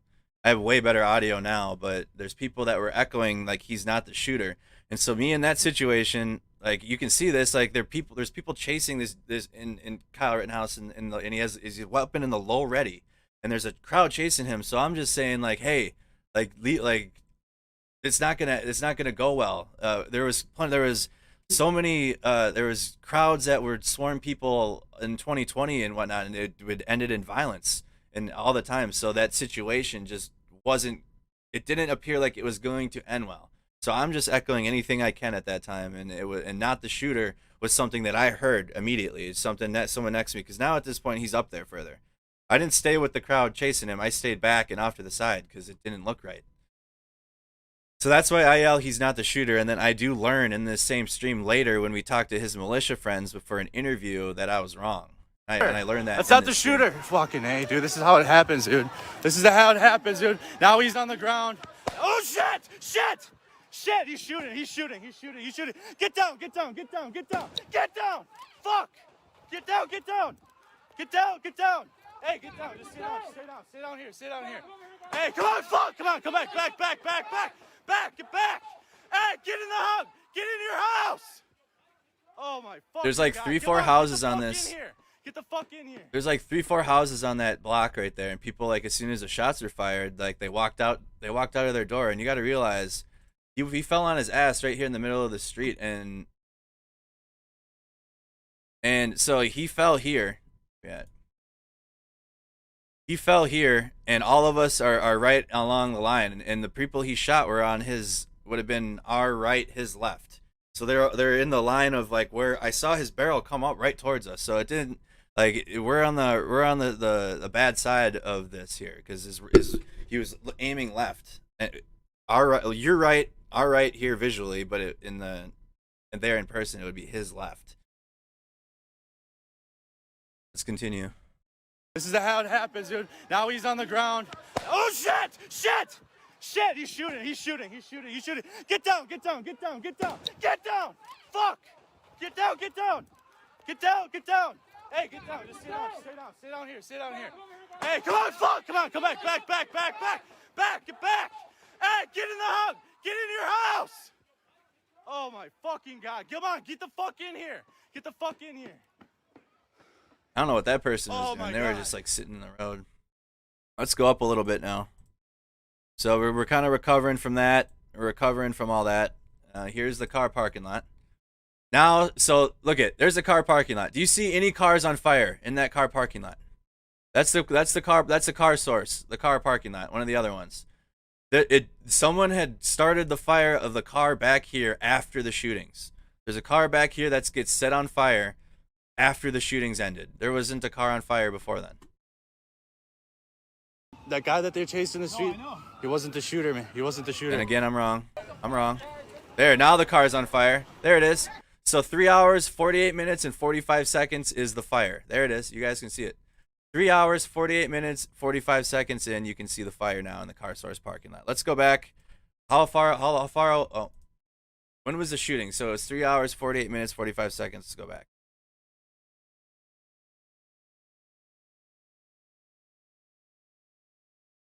Oh, we gotta go back. We're walking down Sheridan at 3 hours and 39 minutes. So how was he reacting to a fire that didn't happen until about 10 minutes afterwards? What fire is Rittenhouse running towards? That car was not on fire until after the shootings. Let's go through this again. No, they haven't subpoenaed any of our videos. None of them. Nope. None of them. Have a nice night. Otherwise, I wouldn't be able to do this with you guys. They haven't asked for any of it. Where's the fire in the street? It looks like the town is kicking the people out. These are community members. They're going for a while though. You don't physically see the fire until I show up. So we're gonna lock down for. Oh shit! That's gunshots. That's shots. They're shooting. They're shooting. How do you say that? How can you say that? It could have taken that long to grow into a full, but there was nothing. Yep. 61st Watch Street. for yourself. Somebody's hurt. Somebody just got shot, guys. We're gonna be very careful here. You guys could share the stream. I'm not gonna get anywhere close if it's an issue. Yeah. Oh God, dude. Oh Jesus Christ. There's no fire in the street. They said Oh they my specifically fucking God, paused dude. it on Corey and was They like, "Do really you see that shot- fire?" they And Corey was you hear like, the shots? "Yeah, I don't." Yeah, shots fired, guys. Because Corey was already fired. already at the hospital now. Corey is at the hospital right now with the skateboard. No, at this commenters time is right fine. now. Commenters you guys are good. I'm talking about the We're people walking that have towards it platforms still. and Now stream. Rittenhouse is walking There's the still other way shots. already. There's still gunshots. There's still gunshots in the city. They're shooting. They're shooting now. They're not back in the courtroom yet. I have the audio on. They're not. Live coverage. I have the audio on for the courtroom, so we'll be able to hear it when they're back. We'll be able to hear it.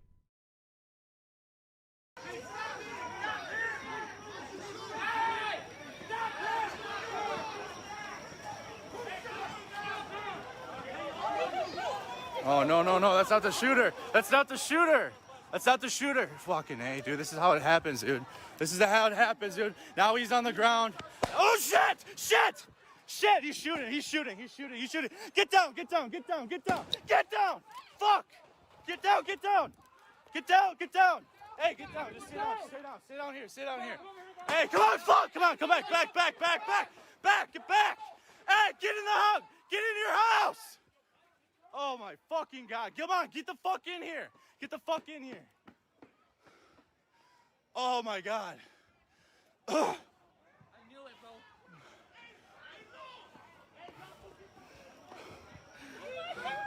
Oh my fucking Christ, dude. No. Oh my. Yeah, because we saw Huber's body down on the ground. So let's go. Let's speed up a little bit. There was more shots. There were shots throughout the whole night. Stay with me. Okay, we're still recovering from that. There's a car on fire. Even right here, you can see the smoke. The smoke's starting because they had started afterwards, but there is no visible fire. Even now, 10 minutes after, like nearly 10 minutes after the shooting. 10 minutes after the shooting, you're starting to see some smoke from the car. You can say all you want. There was no visible fire. Oh, they go. You can see it play out from multiple here. shots fired in the city. The police. I have a perfect view of the Car Source parking lot right now, 10 minutes after the shooting, and there's smoke just People starting. are running. Hey, CJ. Officers are running. CJ, this way. Stay with me. Officers are going that way. We were directing the police where to go so that they knew where the... CJ, fuck, dude. Come here, dude. I know, but just come on. I want to say I'm anti-police, but yet we help I have helped the police in like situations like this, so that way they know where to go. If there's like a trauma situation, Oh, fine. you don't need to suck up to law enforcement to like support them. You don't have to be a cop-loving like identity. You don't have to have that as your identity to be able to just. It's there. There's the fire now. Now you can see the fire. Now you can see a fire from the car.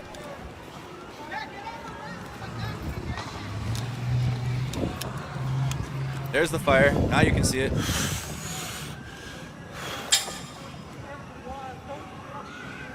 And that's not even the car. The other thing too, I want to point out, that's not even the car that Rittenhouse was going to.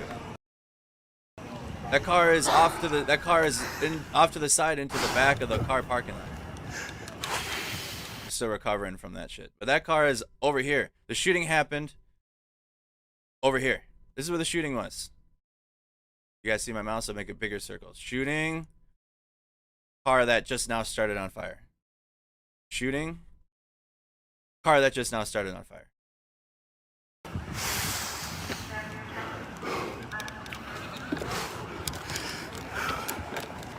I think we're unique because now, as you can see, we are in a studio atmosphere. You guys keep saying, stop capping to me. It's not, mods, just keep an eye on it. I'll stop reading comments. Now it came back. Perfect timing.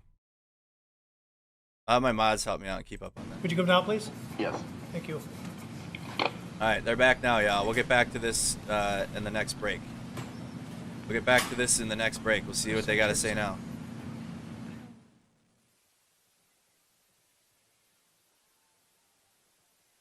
And I will be going full screen again, so I'll see you guys. I'll see you guys in the next break. Take care. Thank you so much. Like the video if you haven't. Follow the page. Subscribe to the YouTube channel. Oh, also, hey, real quick, while we're waiting, join our Discord. Mods, comment the Discord in the chat. We have a Discord server with nearly 300 members, but we have a sub-thread in there about the Kyle Rittenhouse case, so you can go in there and have discussions about it. But join our Discord. Thank you.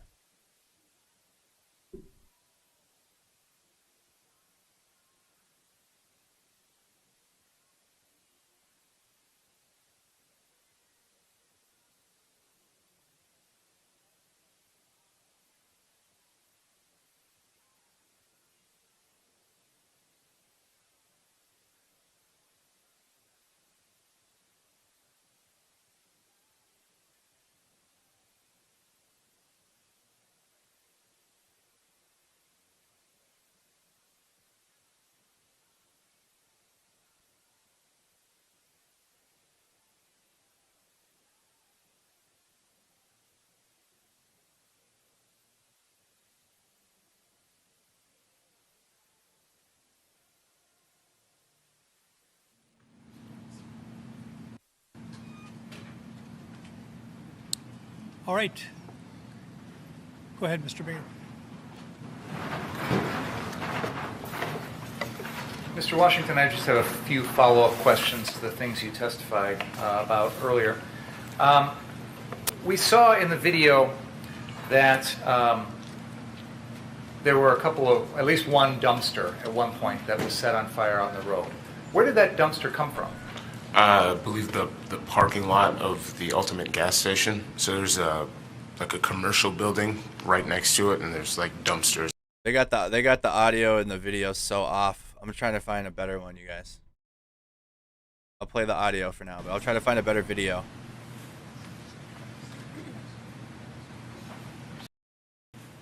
Here we go. Did you ask me a question? I was just asking if I could set this up again. Is that okay? Thank you. So Corey Elijah is still on the stand. Kenosha live streamer. The witness details will be in the bottom right of your screen. For all witnesses, we'll have the witness details Mr. box. Washington, do you have that laser pointer still? Okay. Could you point on this map to where you believe those dumpsters were originally located before they were pulled out in the street? So you are indicating the Ultimate gas station on the southeast corner of 60th and Sheridan, and you're pointing along what appears to be the south side of that parking lot next to the Boost Mobile and Check and Go building. Is that correct? Yes. Okay. So if someone wanted to start a fire in a dumpster and push it towards the gas station, they wouldn't need to pull the dumpster out into the road, would they? No. You indicated that you had a skateboard that night, correct? Yes, correct. Did you ever use it as a weapon? Never. In your video, it appears there are several other people that had skateboards as well. Is that right? Yeah. Did you see a lot of people using skateboards that night to Yes. get around? Yes. Did you see anyone else using it as a weapon? No. Is it fair to say that the folks there that night were primarily using their skateboards, like 8-year-old kids do to skate around on? Yep. Yes. You were also asked about Mr. Rosenbaum several times, and I want to clarify something because I think there was a little bit of confusion about your perception of Joseph Rosenbaum that night. So let me just ask you, okay? I think you've testified that since that night, you have seen other videos showing Mr. Rosenbaum at various times that night. Is that fair to say? Yes. And you would agree with me that in your video, he is seen at various times, including at Ultimate Gas. Yes. I know it's hard, but I want you to put yourself back in the mindset of that night when you're taking that video. Okay. At that time, did you take any notice of Joseph Rosenbaum? No. From the video that we have, the moments that I saw him, he appeared to be operating like everyone else, maybe. Could we go to that timestamp that I indicated? I think it was 56, something like that. Oh, I'm sorry. Let me turn on all the monitors again. I think they're so smart they turn themselves on.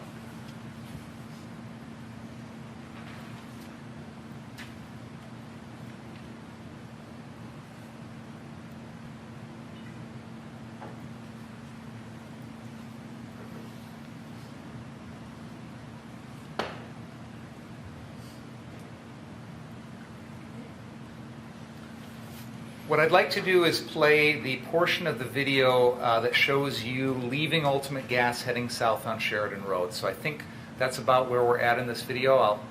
When we start it, if there's changes that need to be made, I'll let you know. So.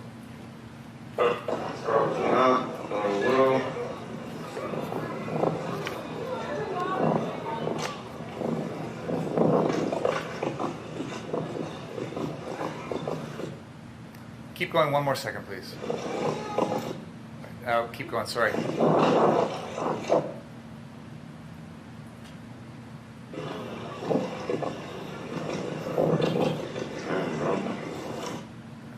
I'm sorry, keep going one more second. It's hard to predict.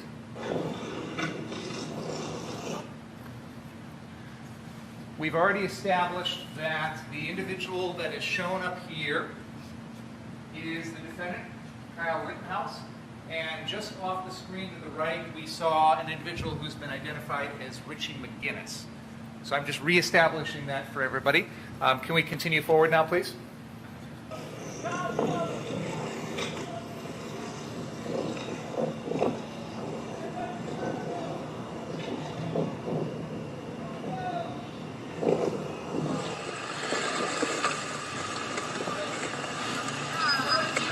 Trailer.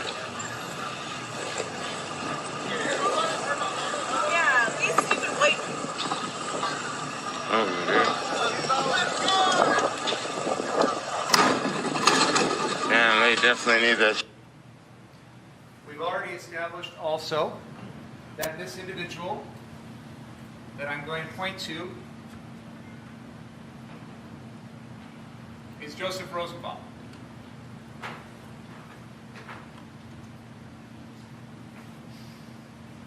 We'll stop there. Would you agree with me, Mr. Washington, that as you pass by the defendant and Joseph Rosenbaum heading south on Sheridan Road, that the sequence of individuals is Mr. Rosenbaum is further south ahead of the defendant, Mr. Rittenhouse? Correct. Yes.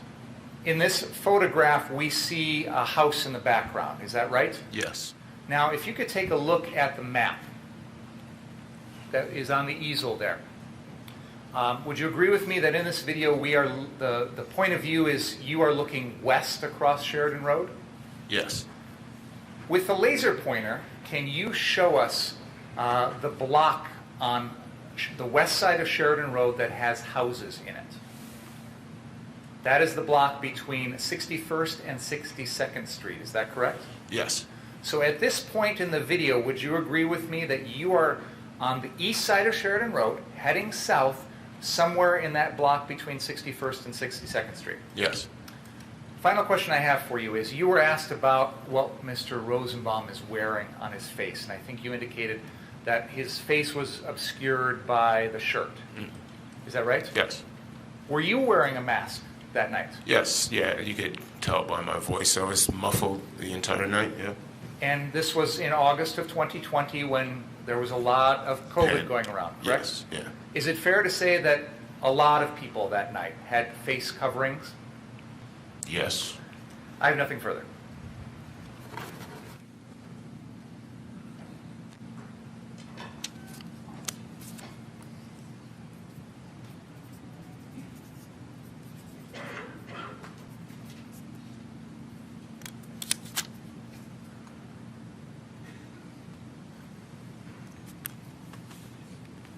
Any question?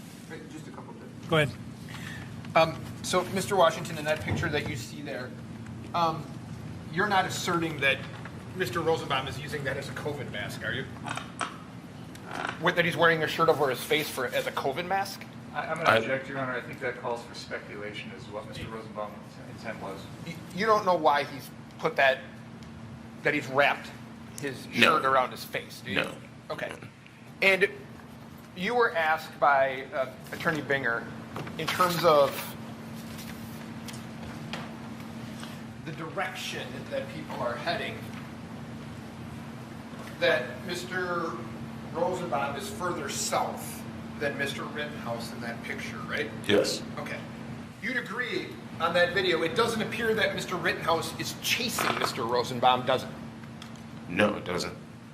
It appears they, like multiple other people, are simply walking south. Agreed? Yes. Okay. Now,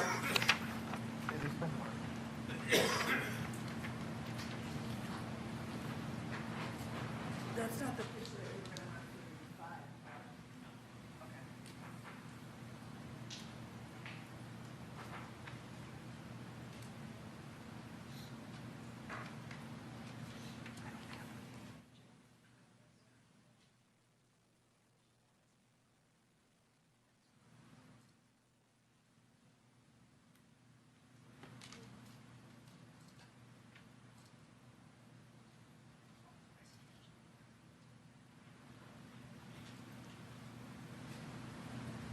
Judge, I'm approaching the witness with the court's permission. I'm going to ask if you can just identify that picture. That's D36, is that right? Yes, D36. Okay, and can you just tell the jury what that appears to be a picture of? This appears to be a picture of, what is this, a toppled vehicle? No, that's not. That's a fire by some wood, and there's a dumpster here and people around it. Okay. And if I could just direct your attention to, there's a person there wearing a blue, like a, would you say that's a bandana? Is that fair? Yeah, that's fair. Blue bandana, sure. No objection to the idea. So if I told you that we agree that that's Joseph Rosenbaum in that picture, okay? So Joseph Rosenbaum at that point is wearing you'd agree, a blue bandana over his face. Yes. Do you agree with that? Yep. Yeah. Judge, I would move 36. Any objection? No. So, Mr. Washington, so this is, that's Mr. Rosenbaum right there, right? Yes. Okay. So some people were covering their faces for protection from COVID using those type of bandanas that night, right? Yes. Did you see anybody using their shirt to do the same thing?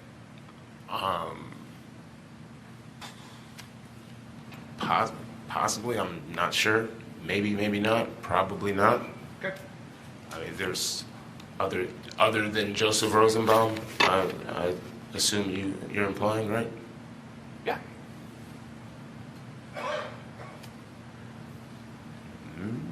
No, maybe, yes. Now that I recall. Okay. Mr. Washington, thank you for your time, sir. Any question, Mr.? No. You may step down, sir. All right, we're gonna find a better feed, guys. The state calls Detective Martin Howard. We have a much better feed that we found that's synced better. Thanks for bearing with us. Stand, please raise your right hand. Just solemnly swear the testimony you're about to give in this matter be the truth, the whole truth, and nothing but the truth, so help you God? Yes. You may be seated.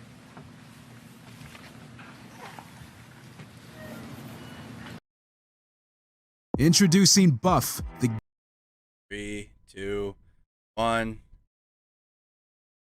Much better feed. Watching crowds and making reports on them in the radio. We also did things like go to gas stations and make sure all the pumps were shut off. Why did you do that? Because we were receiving reports that there were people filling up gas containers at local gas stations, and to prevent further arson, we made sure that gas stations were not distributing gas. Was there a certain time of day when you began that process? Approximately 6 p.m. I know the curfew was at 8 p.m., so we were trying to make sure it was done before that. When you were doing the activities you just described, were you operating in an unmarked squad car? Yes. Was anyone with you? Yes. Who was that? Detective Antaramian? And that's Detective Ben Antaramian, who's here at council table as well? Yes. And other than what you've just previously described, what other duties did you have that night initially? Another thing we did was take a post out on the interstate, and we had different detectives watching different exits just to provide a little bit of forward information on influx of crowds coming in and reporting that to command so they could make better decisions. Was that one of the things you personally did? Yes. Do you remember approximately where it was that you went out there to check on the interstate? I spent time at different exits on I-94. Did you see anything unusual? There were some cars coming. And were they ones that you felt necessary to report on? Yeah, there were several different times while this was going on that we would make a report of a larger group of cars coming in seemingly together. Why did that concern you? Well, if you saw an influx of cars with license plates removed, that was a telltale sign for us that they may not be coming to Kenosha to conduct regular business.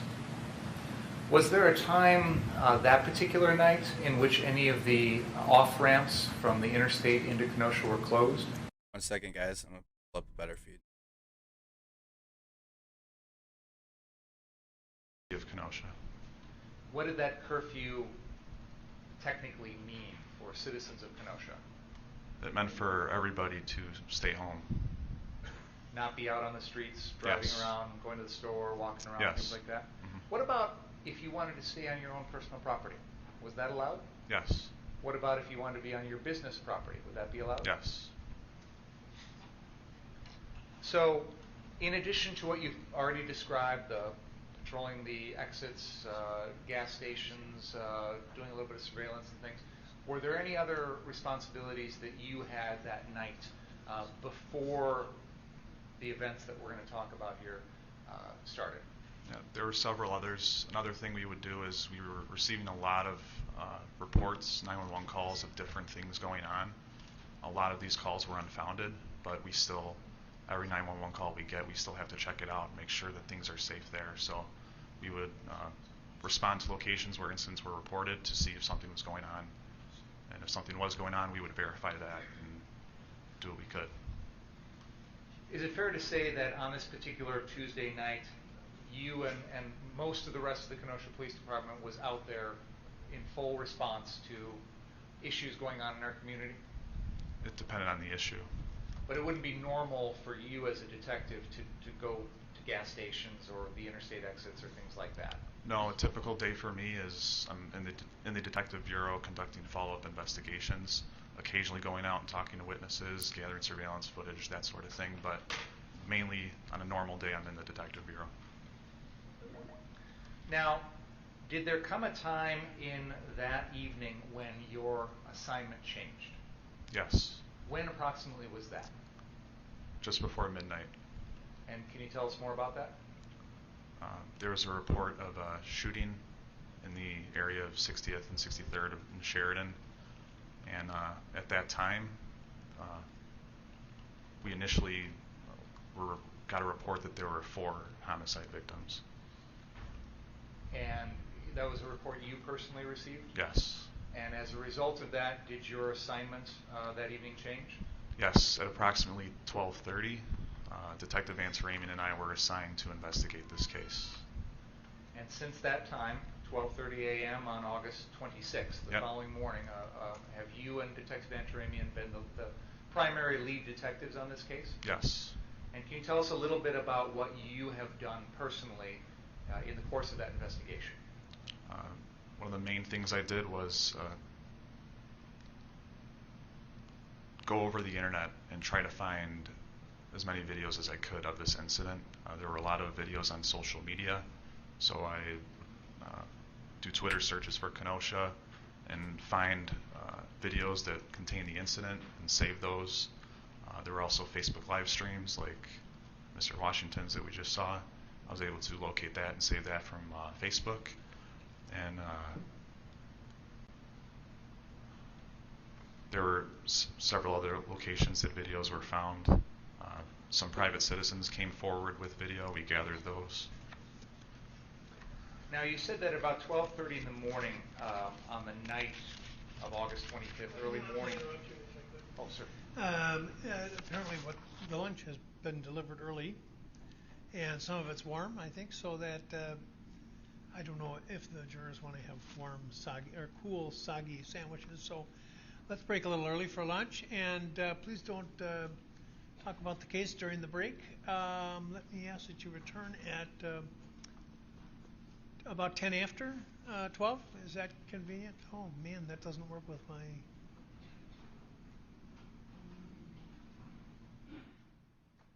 Well, I'll have to change my plans. So please don't talk about the case. Read, watch, or listen to any account of the trial. And okay. All right. Well, they're on a early lunch break. There we go. We're on an early lunch break. Courtroom. Like the video if you guys haven't. Join our Discord. We do have a Discord server for... Pause their... I pause their feed. All right, let's pull ours up. So they're talking to Detective Martin Howard of the Kenosha Police Department. Now he is the current witness on the stand. Let's go back to our footage then.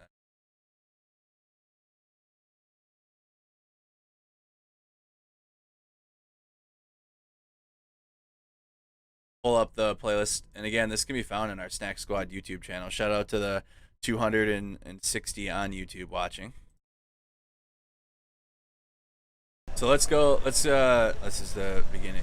Let's continue on in that what I was talking about.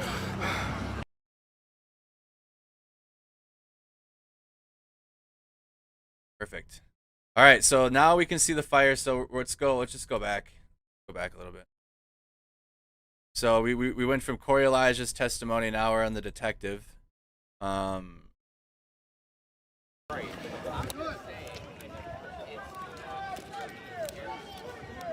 way, in case there's anybody that have just joined, that they can get what I'm about to talk about when I correct myself and I learn that I'm wrong from interviewing one of the militia members. Hey, David Moon, how you doing? Comment if you're watching. Comment where you're tuning in from. What city? What state? Where in the world? Looks like the town is kicking the people out. These are community members. They're kicking the people away. Oh, I just heard that. So we're gonna walk down. Oh shit! That's gunshots. That's shots. They're shooting. They're shooting. Shots fired. Shots fired. Shots fired. Yeah, it's real gunfire. Yeah. Shots fired. I don't know where. So I'm just passing 61st Street. Yep, 61st Street. Somebody's hurt. Somebody just got shot, guys. We're gonna be very careful. Somebody's hurt. All right, let's just look at this real quick. We got Isanti, Minnesota, Lexington, Kentucky, Seattle, Powell River, BC, Canada, Texas, Albany, New York, Moorhead, Minnesota, San Diego, California, Southeast Wisconsin. Hello, hello. Yeah, everyone's thinking that page. Ontario, Canada, Tucson, Arizona, Columbus, Ohio, watching from Kenosha, Duluth, Minnesota, Libby, Montana, Vancouver, Washington. Menasha, Wisconsin. Nebraska checking in. Dallas, Texas. Mississippi Coast. Stillwater, Minnesota. Tuscaloosa, Alabama. Roseville, Minnesota. Lincoln, Nebraska. Louisville, Kentucky. Bloomington, Indiana. Oregon. So Andrew, go after the shoot. Show. Yeah, I will. Show a clear shot of the gas station. You're thinking of the car parking lot. We left the gas station. The gas station's on the corner. We're walking away from the gas station. Detroit, Michigan, Laurel, Maryland, Kenosha, Rochester, New York, Seattle, Washington, Pittsburgh, Pennsylvania, Illinois, Kenosha, Albany, Bloomington, Indiana, Northwest, St. Paul, Minnesota, Princeton, Crown Point, Indiana, Oklahoma, Cairo, Georgia, Oswego, New York, Glasgow, Scotland. There we go. Wausau, Wisconsin, Maui, UK, United Kingdom, Houston, Phoenix, Arizona, Beach Park. We got watching from the Netherlands, Carson City, Nevada, England, Kenosha, Upper Michigan, Southeast Wisconsin, also Seattle. All right, guys. Bemidji. People from all over. Share a stream. I'm not going to get anywhere shots close were to this fired? issue. Yeah. Oh, there's something. It's There's some important to shit. remind people that the first shots were fired from, his name keeps, the first shots were not fired from Kyle. The first shot you hear is a handgun, and that is not Kyle's weapon. Y'all seem to forgot whose fucking city you're in. Have a nice night. I need more coffee.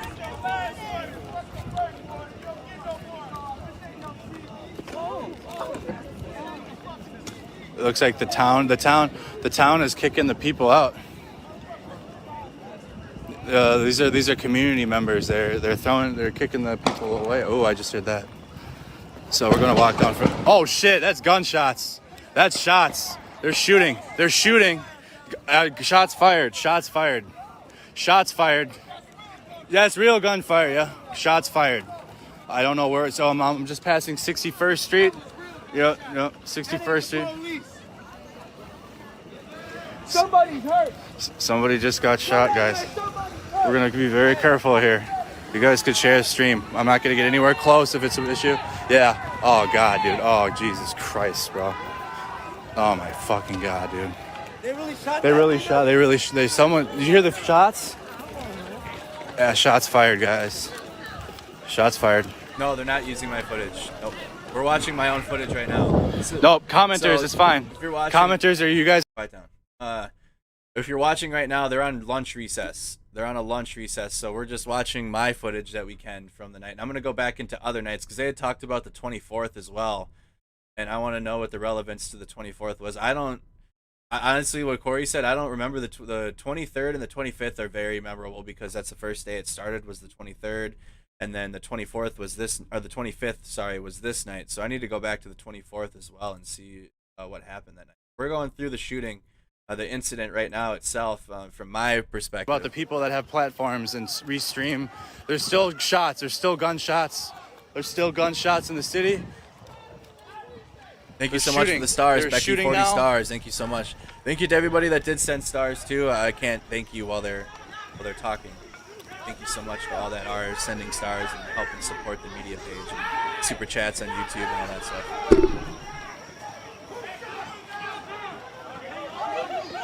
Oh no, that's not the shooter. That's not the shooter. Fucking A, dude. This is how it happens, dude. Now he's on the ground. Oh shit. He's shooting. Get down. Right into the bushes with you. Get down. Those two just went right into the bushes. Sit down here. Hey, come on, fuck. Come on, come back. Get back.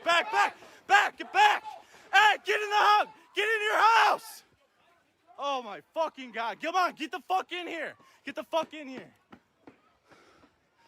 Oh my God. So in that exchange, I say he's not the shooter, and I'm wrong because in that situation, everything's happening as it goes. And so I learned that information later. So I'm walking through the hospital parking lot. I'm not tired. I'm having a panic attack.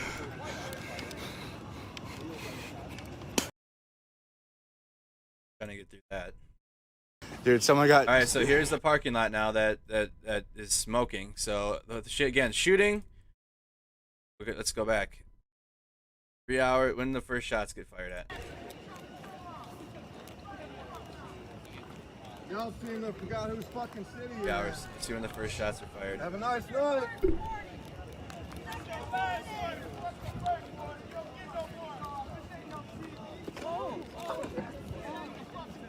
It looks like the town is kicking the people out. These are community members. They're kicking the people away.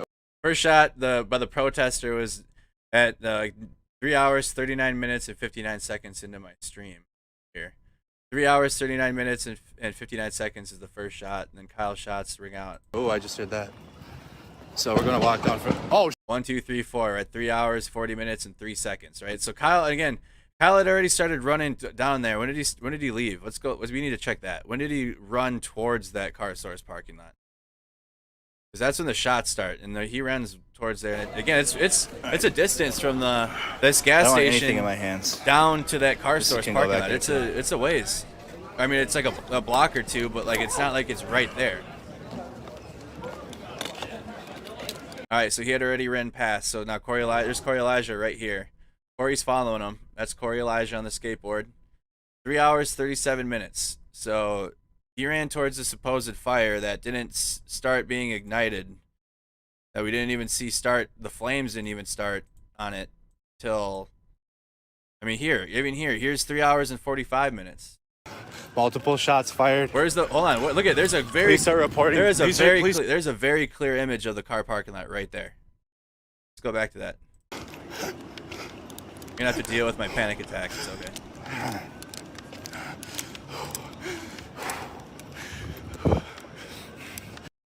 I'm fine. Let me know in any of this area where you see a visible fire.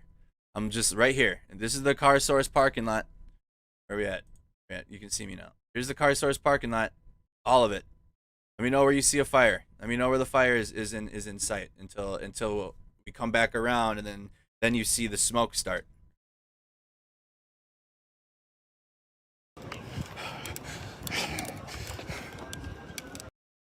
Oh, weird. Look at that car that's smoking isn't even smoking yet.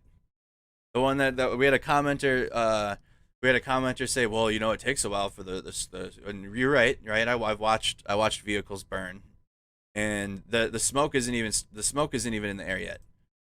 There's no fire here. There's no smoke even coming from the car that gets burned. And this is the car right here. This is the car right here. The court is on. They're on lunch break right now. Yep, they are on lunch break. Let's go from here. Multiple shots fired. Please start reporting. Police are coming to the scene.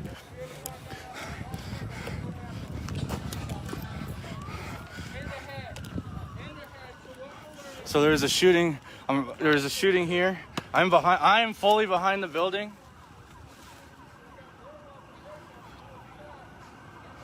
Look at right there. Hold on. Pause. Damn it. There's just things going on everywhere. But look at. There's a very clear. Look at that truck that was burning. So that you see soon. There's a shooting. There's no smoke coming. I am fully behind the building.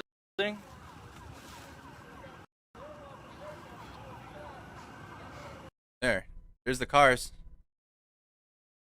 Hold on. Let's keep going.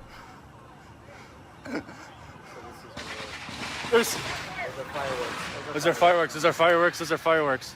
Yep. I'm fine. Come over here. Get on this side of the street. That's CJ running for me now. Now you can see his smoke. Now there's some CJ's smoke coming over to me now. Now you see the Get over smoke here. started. There's some smoke coming out of it. You can see it. Some smoke has now started to come out of that car. Dude, someone got.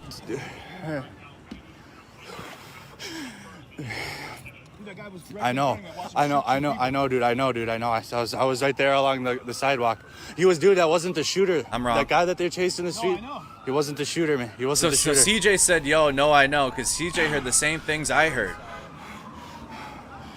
Was that Kyle was yelling, I'm not the shooter, and then people were yelling him that he didn't shoot anybody. Hey, they So call. CJ heard the same thing I did at that time. They're responding to multiple shots fired in the city. The police.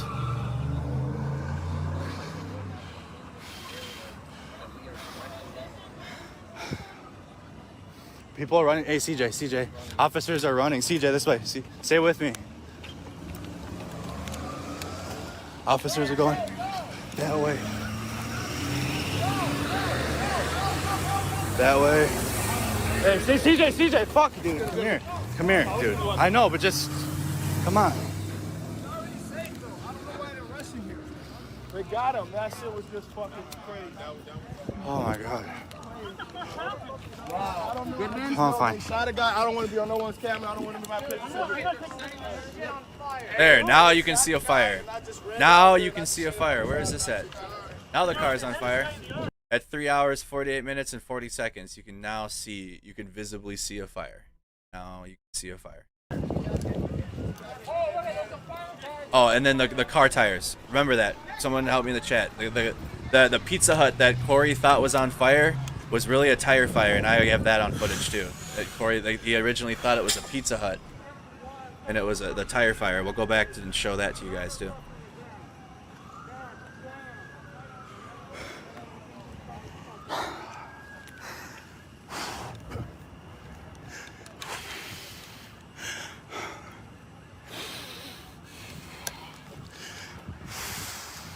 Cognitive dissonance to please others. What does that mean?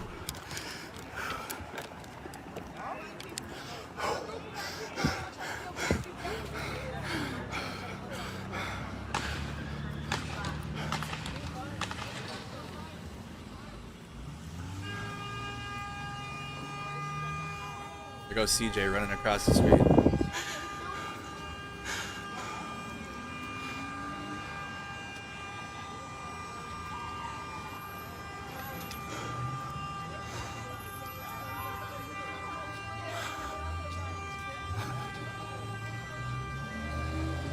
They got the best pictures in the world. I got pictures of the dude that shot him. That's Kenny. I thought that dude was just the medic. No.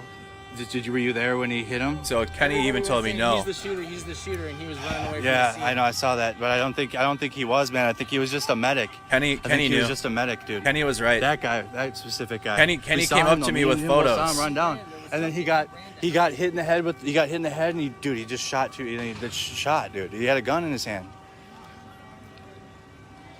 This is getting too much, man. It's bad, dude. This is not good. This is not good at all. Over here, it was probably him that shot. Maybe it could have been. It could have been. I don't know. I can't speak on it. I don't know. We didn't see. That got shot, and I busted ass against the guy that was running that way, and then another person got shot point blank right down the street. That's Kenny Erickson talking to me. I need to have him on here. I reached out to Kenny to bring him on. He's just busy working.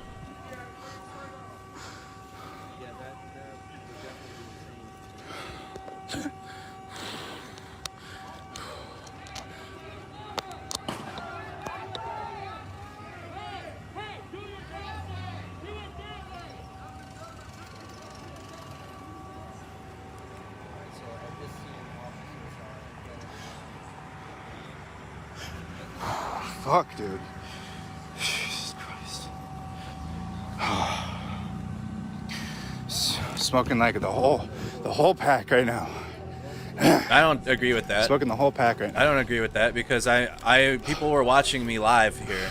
I had thousands and tens of thousands of people watching me, and I said something incorrect. Calm the breathing. It's not engaging in cognitive dissonance, correcting something that I said that was wrong. And then again, in time here, I learned that I'm wrong. Like right now, I'm about to learn that I'm wrong. Looks like we came out here initially to friggin' protect the property here, and 2 blocks to the north. Okay. During that period of time, things got a little rowdy. We were able to calm it down, and then we started running back and forth with our medic to provide medical aid to the protesters. Several people had severe injuries, broken pinkies, broken arms, rubber bullet shots. Gunshot to the arm. Gunshot to the arm. At some point, we don't know who, or what or why. Somebody approached somebody with a gun and shots were fired. And unfortunately, we got 2 people who were shot, possibly a third. We're still trying to sort of. Was the person with you guys the one that started the shooting up here? Because we saw him running down the street with a rifle, and he kept saying, "I didn't shoot anybody. I didn't shoot anybody." But then they attacked him as he was running away, saying that he shot somebody else. He had a medic bag on his back. Oh, He yeah. did. The guy in like the light. The guy that was running down the middle of the street. Yeah. I got it on video. You did? Hey, who are you affiliated with? Hey, We have him on video shooting 2 other people. Are you just private citizens? We don't know what started. He was being attacked. Private citizens? From what I gathered, the individual that was shot in the arm came up to him with a gun. No reason why I'm assuming that. I'm just assuming that. We saw the gun on the because ground. there was a gun on the ground. Yeah. He had it in his hand. Yeah. Hold on, guys. Can you bring that back? Run it back.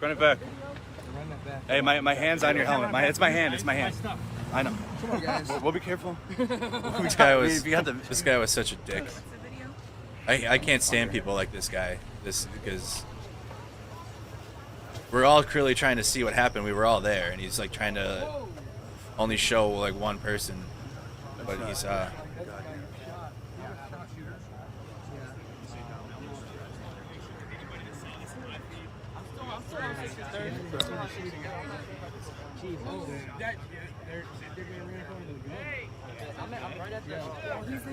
So he is the shooter then. So there's people that didn't know, just like I didn't know. Okay.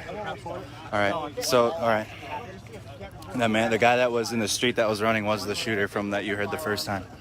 That's cognitive dissonance. This man has the video. You were there in a situation. There's shots being fired. People are getting shot and killed. What do you think? I have perfect understanding of the situation.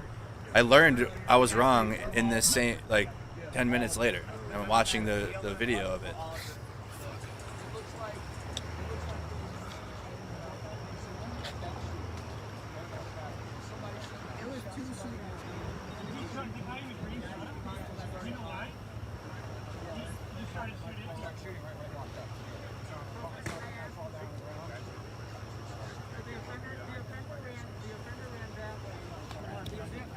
Wonder if they have his footage.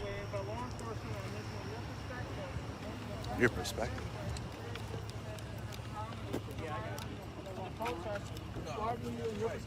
Again, we're watching the aftermath of the shooting now, and just the interviews that we had. I think from what it sounds like, from talking to everybody, it seems like somebody shot down here. And somebody shot down. And somebody so shot we're not down sure there. what But actually transpired. I know that You heard 2 different guns going on. Yep, there it goes. There it goes. Everybody get back. It's from what it sounds like from people who saw it, that people chased him up this way saying he shot somebody while he's screaming he didn't shoot anybody. And then he fell on the ground. We ran up there when he tried to stop him. Listen to this. I'm going to rewind that. I did not shoot anybody. I'm going to go back. Listen to try as best you can to hear everybody talking. I'm going to turn it up. And just listen. The offender ran that way, but law enforcement on this one, Your perspective. Why do you, in your perspective, why did law enforcement run this way and the male with the Caucasian ran that way? I think from what it sounds like from talking to everybody, it seems like somebody shot down here. And somebody shot down. And somebody so shot we're not down sure there. what But actually transpired. I know that You heard 2 different guns going on. Yep, there it goes. There it goes. Everybody get back. It's from what it sounds like from people who saw it, that people chased him up this way saying he shot somebody while he's screaming he didn't shoot anybody. And then he fell on the ground. We ran up there when he tried to stop him. Dude in the green shirt shot him. I did not shoot anybody. I saved somebody's life. I did not want to shoot anybody. All y'all got green shirts on? Sorry. I should probably take off my green shirt. No, I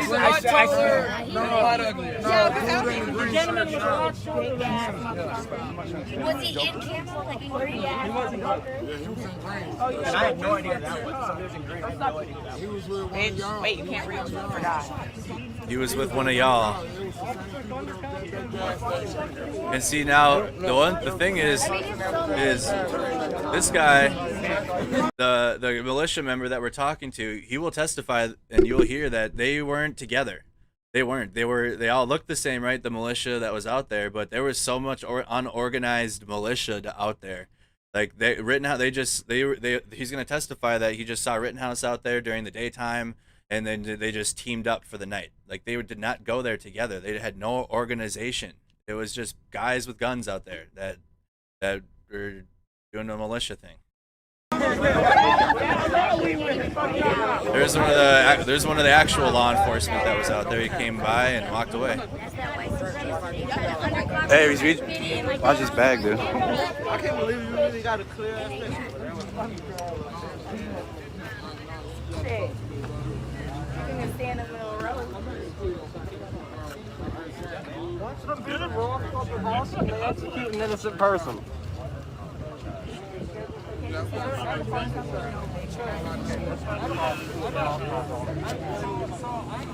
10-year veteran of media, and I've worked freelance for the past 10 years. I've witnessed a few on this happen. I've been around two protests, but in this situation, it seems like you know no more than what you're telling us. Right. All right, here's part 2. Right into part 2. That's fine. But you even hear that militia guy say that Kyle said that he wasn't the shooter. So Kyle himself said he didn't. I was hearing from the people in the crowd that he wasn't, and it just wasn't true. It just blatantly wasn't true. He wasn't the first shooter. He was not the first shooter, but he was a shooter. And in that situation, all we heard was he wasn't a shooter. He wasn't involved in a type of a shooting, but he was. So in that situation, so you gotta when I was on the street, and why I was repeating that, like again, he had a medic bag on and everything. So and I didn't see I was not there to see the shooting, the initial shot in the air, and then Rittenhouse shooting and killing Rosenbaum.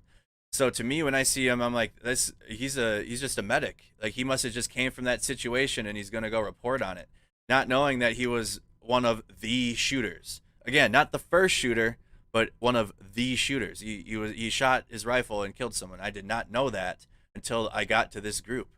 I wasn't there and I did not see it. I can only hear. And then react to the crowd afterwards.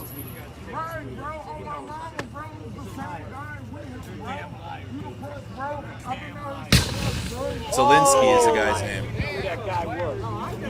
Right, bro, because you with him. I've been watching you the whole fucking time, bro. I've been watching you the whole time. Goddamn life. Right, but so many people had AR-15s though. Like there was that area was a militia area, so. And again, that OJ looks bomb. I didn't know who he was, but you'd seen him running around. Yeah, and that's the other thing too. Good point. Yes. Hold on, get back to that. That is not the vehicle the defense showed. There's Reg. Oh, I gotta hit Reg up. Reg. I gotta get some. Reg life. Wow, bro. Are you all right? Safety meeting.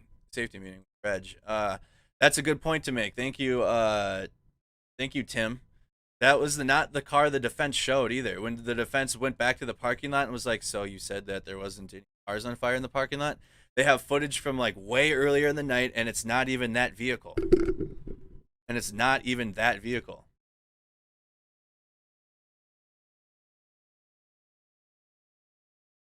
You good? That's a completely different vehicle on fire. Thank you for pointing that out. What happened to your arm? CJ donated $3. What did you use for a tourniquet? He had a tourniquet? Did you put it 2 inches above so you put 2 fingers on? I put it right in his armpit as best I could. High and tight? I know. Was it high and tight? As best I could. Okay. We got him into a med. Damn, dude. Fuck, dude.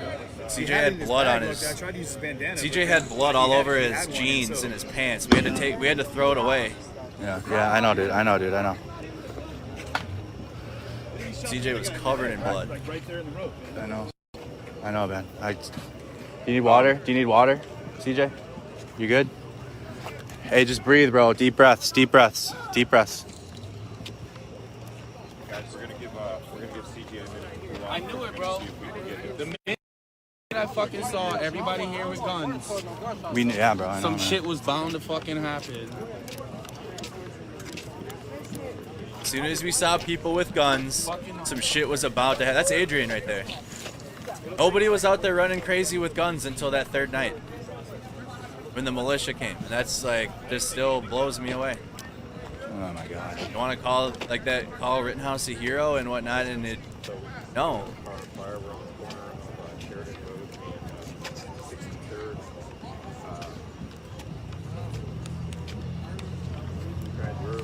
Okay, so so it's a car. It wasn't the minivan. So it was actually not the minivan. It was past the minivan. It's just this car that was lit on fire afterwards. You got to realize, you'll see it. You'll see it. You'll see it. Though the police are gonna roll through here. They're looking for someone else. They're looking for somebody, and that's why I'm showing this part. We're going further beyond the shooting now. Is that car was lit on fire after the shooting? I still do not understand, and I think Dominic Black testified that he sent Kyle down the street yesterday. Correct me if I'm wrong, but there was no fire for Kyle to run down there. This car was on fire after, and then the police came through, and you'll see them roll through into that apartment complex, drive over fencing, and try to find someone else. And I still don't know what happened with that, but there was like something else happening while this was happening. To be quite honest with you, I want to try to fast forward to that part where the Bearcats roll through. The shooting was a little bit down the road. There we go. And no, not yet. The gasoline. There's like another. Look, now the police show up to that spot. They hold that street down. Light up the car. CJ, they're gonna light up this car. That car kept messing around with them, They so just they lit up the car quick. They shot that car with less than lethals. I should mute myself. So that car just rolled up. They shot that car with less than lethals. They finally secured that area. Now that's law enforcement. That's not militia. Trying to find that. So they put the police tape up now. Almost a half hour into this stream. So now there's police tape up. Go on, keep going. I want to get to that part where they're looking for who did that. There's that car. There it is. There's the Bearcat in the apartments right there. I missed it. It already drove into it. I'll try to zoom in. See that? I don't want to get in your way. That's whatever, dude. Fuck it. Right. You guys do know that Shot. And he's using the selfie stick from Minneapolis, so it's the one from the picture you see me and with the duct tape. They looked for somebody. Cool. It's just a full I don't know circle if they were looking for like Rittenhouse or what, but they drove over the fencing back there. That the Bearcats already there. People screen recorded that whole thing. I just hope they don't post the street that we're still walking in the sidewalk. They wanted to ask us for. We stayed on that street for hours. Crediting. That's who's holding the camera right now. But I know the ones that do credit, so that if you credit, I'm not talking to you. This police is in a Humvee. Look at all that. Look at what they had, a small army down there, and you think that militia that were untrained, minus the few that were veterans, like the one guy that was talking, and little 17-year-old Kyle Rittenhouse is a hero. So there's a crime scene. You really think that? You honestly think that Kyle Rittenhouse is a hero? Slap it, motherfucker. It blows me away. There was a literal small army of law enforcement, and 17-year-old Kyle Rittenhouse that can't even shave yet is your hero. That's your hero. If they're not crediting and they're live with it right now, just go ahead and just go report the video. I know the people that do give credit and restream. So shout out Woke, shout out Freight, Steve, me and Steve. What's up? Are we just? No, not yet. Steve. He's gonna answer himself. He's gonna testify. They responded to a call asking for militia members in the Kenosha Guard. Watching on that stream. The Kenosha Guard is the militia. Of course, the viewers in the chat and the viewers that are watching now. Thank you so much. I'm still staying here, but that was an intense little deal. And thank you guys. So the shooter went right down the middle of the street. I was over on that side, and we saw him run with his weapon. We saw it, and he was hitting his head, and he went down. I saw his rifle raise, and then a couple shots were fired, and then I didn't look I didn't point the stream at it because that's no one needs to see that.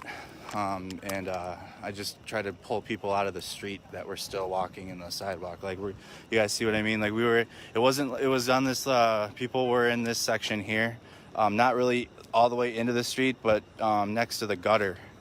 And all I could do was yank. I can't do anything else. And I'm not going to show somebody that has gets shot.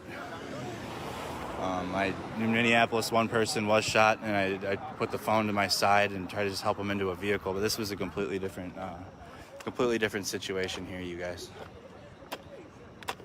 Completely different.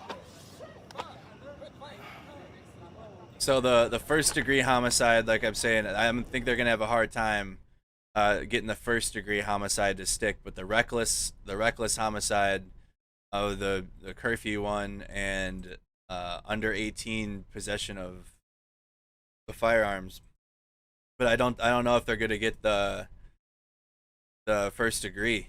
They're taking cues from what we're doing, but I think so. Again, people keep thinking it's a question of whether he's going to be charged or not charged, or like guilty or not guilty. There's multiple charges. I'm not kidding, dude. Again, multiple charges right here. What? It's not like he's got one charge, and I feel like people like think that. Why do people think that? Why do you? And I want to maybe in the chat understand. Why do people think that he's only either guilty or innocent? There's a list of charges, and he will either be guilty or innocent on each one of those charges. It's not like he's just, oh, he's innocent, oh, he's guilty. There's multiple charges, so that's for everybody.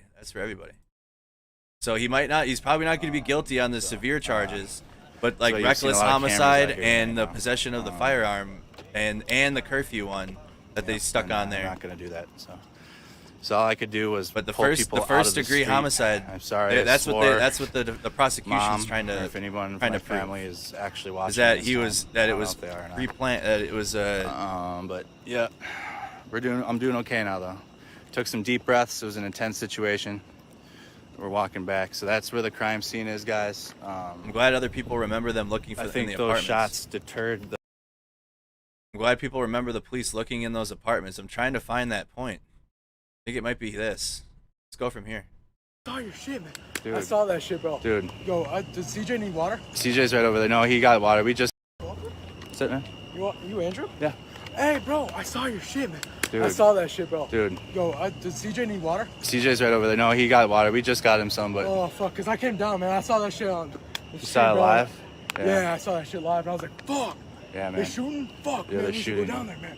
Because we had medical supplies and everything. You had medical supplies? Okay, yeah. Yeah, it was needed. Look, but most of the people that were... Yeah. They all had IFACs. You know what IFAC Yeah, is? So yeah. they all had medical supplies. But yeah, man, dude. You okay? There it is, okay? right there. Yeah, I'm fine. All right, there it I was is. at my house, I just I came do down. have it. Okay. I was waiting. That's what I was waiting for. No, but I heard CJ was... All right, so look over here. Though you can see the Bearcat rolling into that apartment building right here. They're looking for. And again, we're gonna have to I don't know if they're gonna even ask these questions about what the police did afterwards. Before, and I'm assuming that's why there's so many police on the trial, because I don't know if they're gonna have to explain the before and the after, because the after here, and then we haven't really gone into the after until now. But they're searching for something. They're searching for someone. They had a light in the apartments, like going through all the windows. They drove over the apartment fence. They drove over it. Take it from here, but pay attention. You can see the Bearcat driving into the apartment right here. Shooting? Fuck, Yeah, man. they're We should shooting. go down there, man. Because we had medical supplies and everything. You had medical supplies? Okay, yeah. Yeah, it was needed. Look, but most of the people that were... Yeah. They all had IFACs. You know what IFAC Yeah, is? So yeah. they all had medical supplies. But yeah, man, dude. You okay? Are you okay? Yeah, I'm fine. Okay. I was at my house. I just came down here. Okay. No, but I heard CJ was stricken up because he had that thing. So Okay. I was just wondering if you wanted some water or something. Okay, yeah, but if you want to check on him and talk to him, he's right there in the middle. He's right there in the street. That's him standing right there. Go check on him. Thanks. Yep. Shout out to all the Kenosha residents. You guys were amazing, supporting us with the live stream and the coverage out there. Thank you so much. So many residents came out after watching our feeds and just provided water or whatever we needed.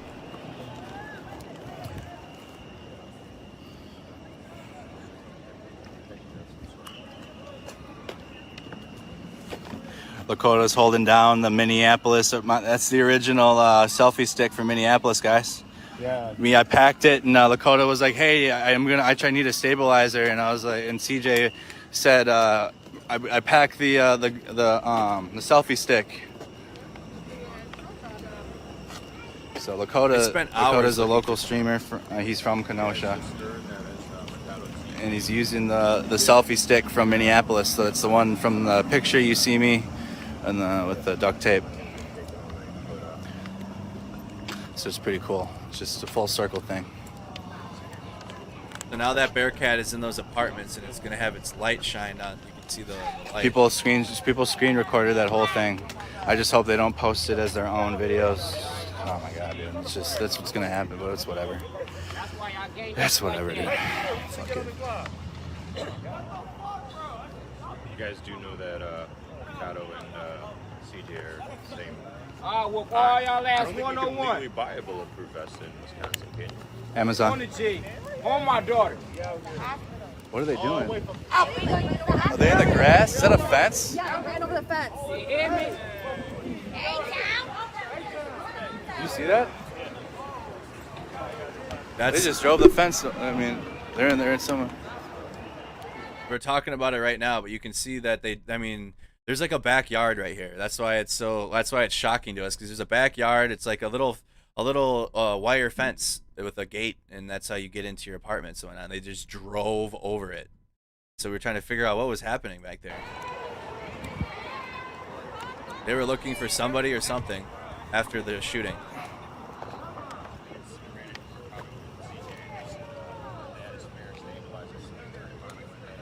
Focus your attention on.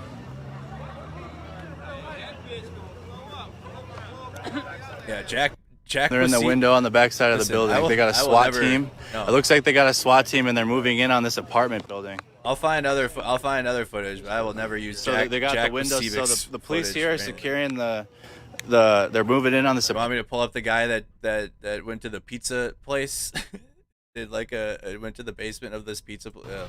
That's how he got it famous. But no, we'll pull. They showed the FBI footage in the feed yesterday. Stephanie, I see that. We'll head back there in a minute. We have what looks like a standoff with the SWAT team at this house right here. I'm not sure Had what. been something what serious, prompted it, right? what's going on. They're looking through the window. CJ, see the lights on that window? Yeah. They had I'll a try to shield. zoom in.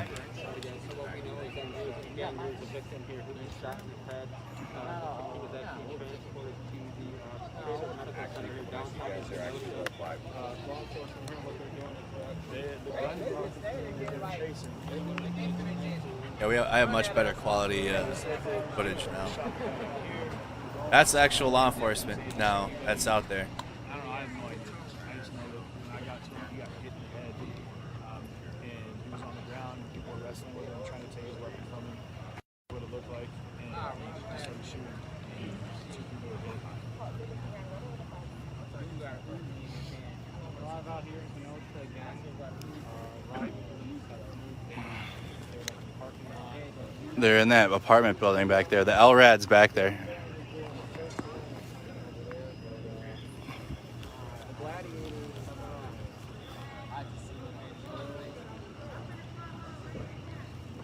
I'll try to zoom in. Let me know if the quality drops though when I zoom in.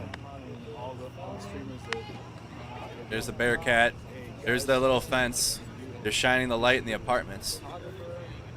I'm wondering if this is going to be brought up in the trial. Like, were they looking for Rittenhouse at this time, or what were they looking for? Good. How about yourself? Okay. This all happened afterwards. It's for like an hour or two. They were looking for something, looking for someone.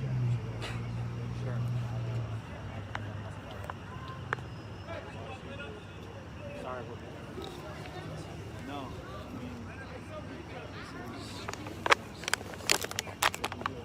Hey, he's with us. He's with us.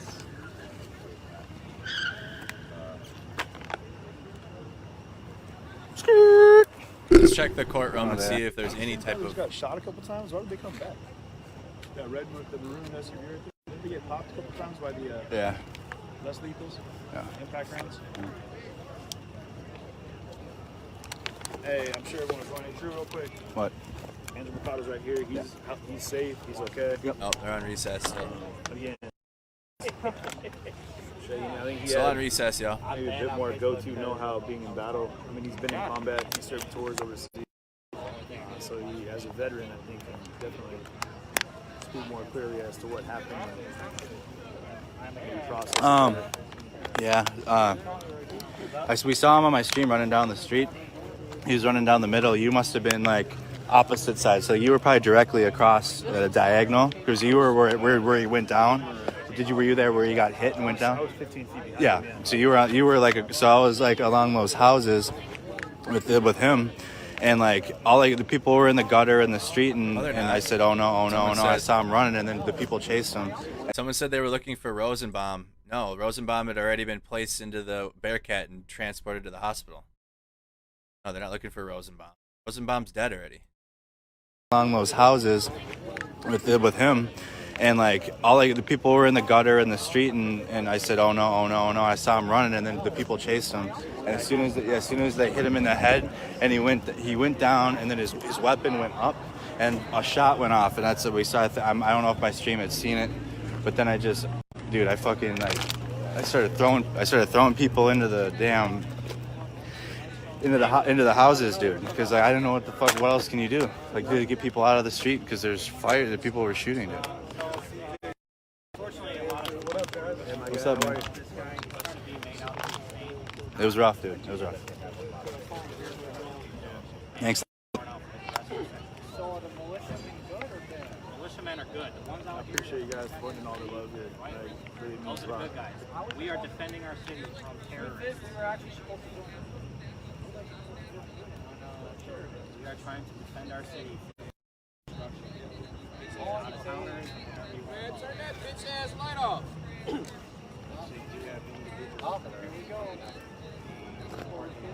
They're bringing fire extinguishers to put out the car fires. They brought fire extinguishers to put out a fire, and they said, get out of here.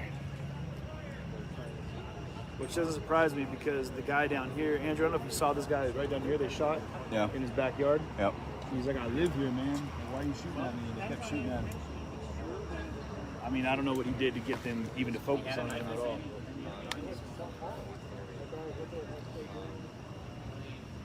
Seriously, hey, if you guys are religious and you pray, we asked for it in the beginning, prayers for Kenosha. Like, 'cause now there's people that are hurt, there's people that have been killed. There's still chaos. If you guys would just collectively put your prayers together, send them to Kenosha.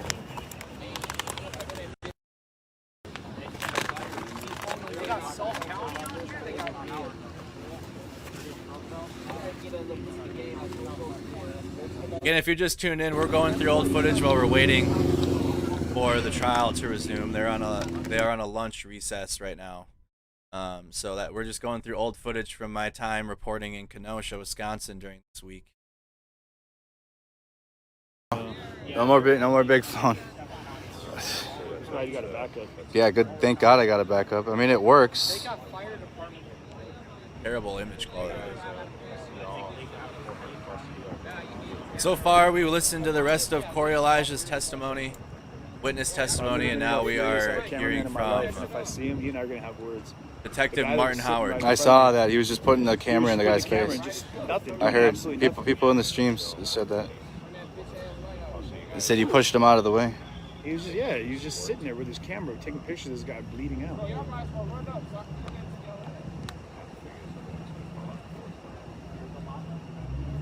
Hey, Mary, thank you so much. I appreciate you. So we were just in this parking lot not too long ago, and we got shot at and pepper sprayed and all this stuff, and now all these other people are able to sit in the parking lot, and it's not an issue. What is happening in the parking lot? Nothing. We were just sitting here, and they came around the corner and they asked us to back up, so everybody backed up, and then they just started shooting us with stuff, and they didn't ask like, hey, could you guys get out of the parking lot?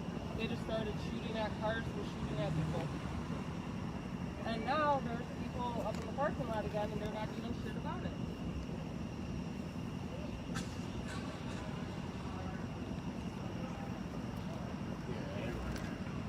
You want to head down to the police line down there? Yeah, we can go down there. What? The cops are all trying to kill me. Oh, they are? Down the road, that way they're shooting. Well, we can't go to the courthouse then. Shit, man, after the way this has been going, dude. Shit, man. Press guys are Russian, whatever they are. I mean, I'm not saying that like arrogantly they're not going to shoot us. I would just imagine that if we maintain a distance, they would as well. Nothing's going to surprise me tonight. I don't know what side of the street you're on. He was on the opposite side that I was. I had dogs running all around me. Yeah, hold on. I just. Okay, I should have. Guys are on this side of the street lighting up, shooting straight across. Let's check and see if they're back. But again, you guys, they've been late every day.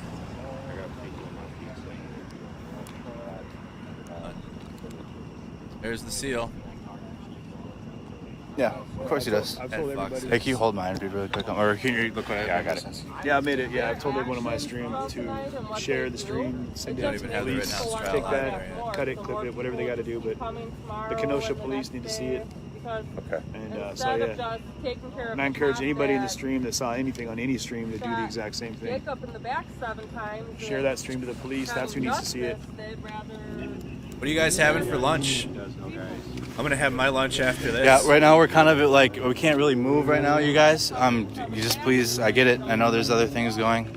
Just be patient, please. We're in a situation right now. Make it down to the courthouse. We'd have to go down. We have to cut back that way and back, dude. But service is shitty around here. Besides, Very shitty. So let's go back now to the 24th, the day prior. I don't even remember what happened on the. So that's the aftermath. Let's go night 2. Night 2, part 2. Night 2.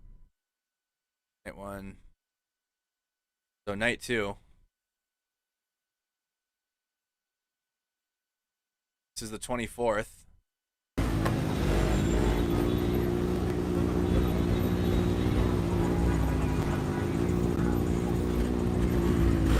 This is the evening of the 24th. So this is the day prior.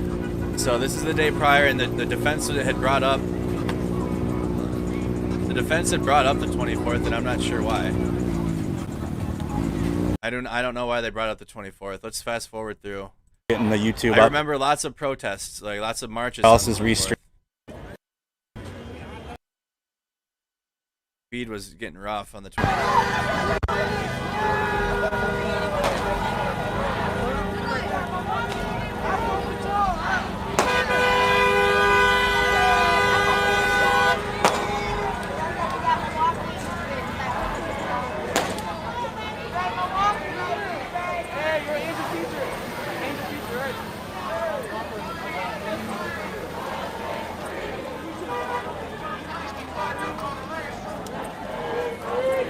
This is the day prior to the 25th.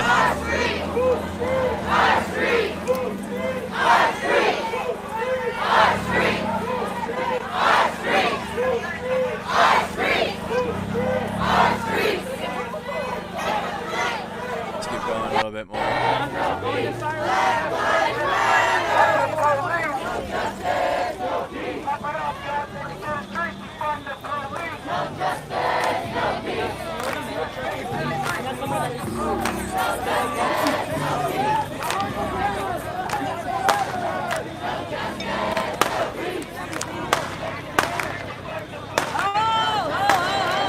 Go up a little bit. Everybody had those fireworks. Fireworks are everywhere. Yes, another thing too is you can put YouTube on your TV. So please go. This looks like it's all a march.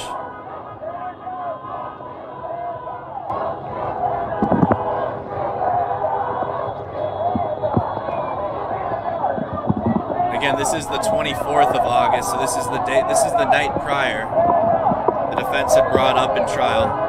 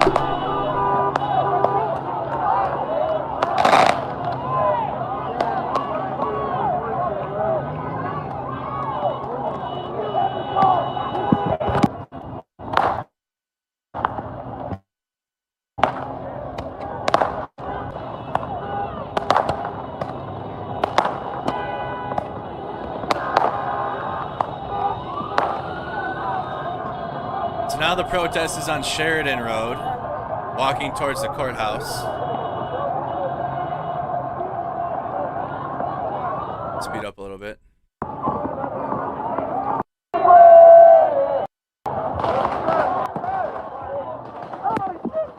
Now it's in front of the courthouse.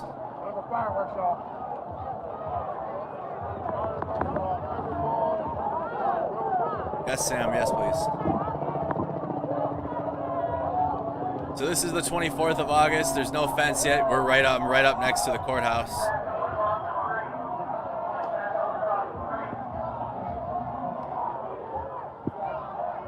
Real good video quality, isn't it?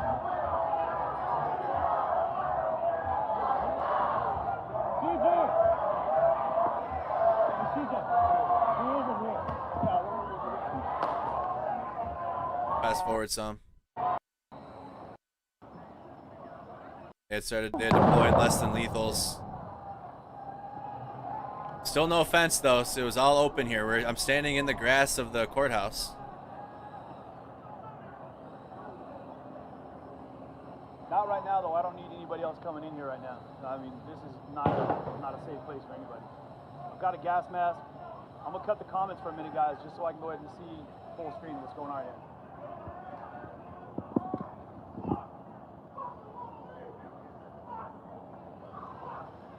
So far, they've talked to Corey Elijah and a detective, and we've started the detective of testimony. But we saw the ending of Corey Elijah's testimony this morning. He started it yesterday and finished it this morning. So now we're going into the second witness, technically the third witness, but the second of the day. 1,600 plus protesters. I got some PPE here, and I've got. So all right, here we go. Be able to operate.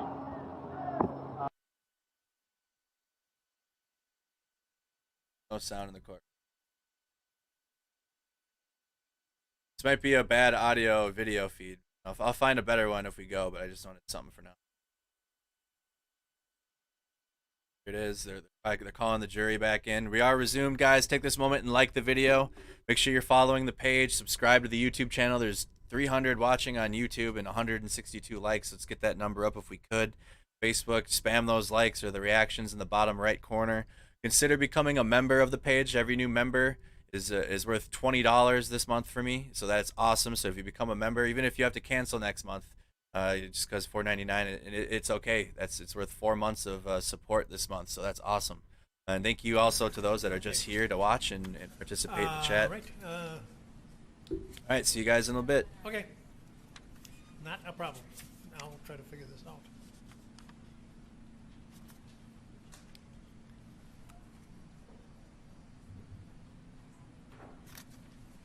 It'll come to me.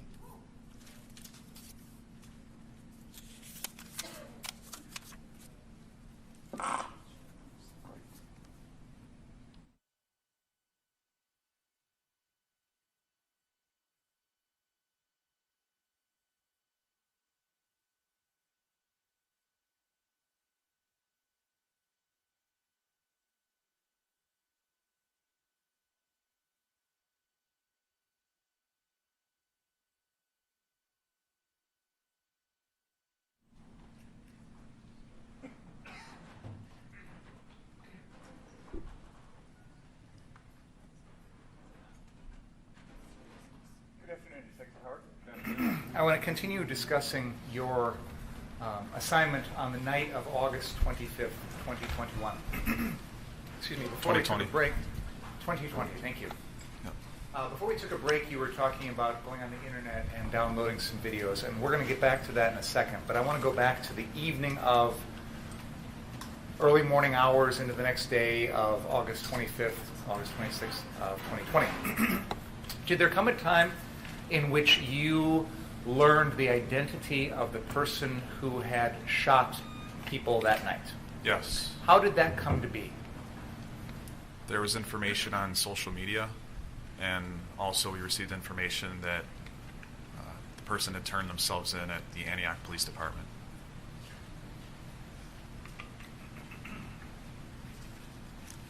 Prior to the defendant turning himself in at the Antioch Police Department, did you have information identifying him as the individual who shot and killed 2 people that night? There were pictures circulating on social media.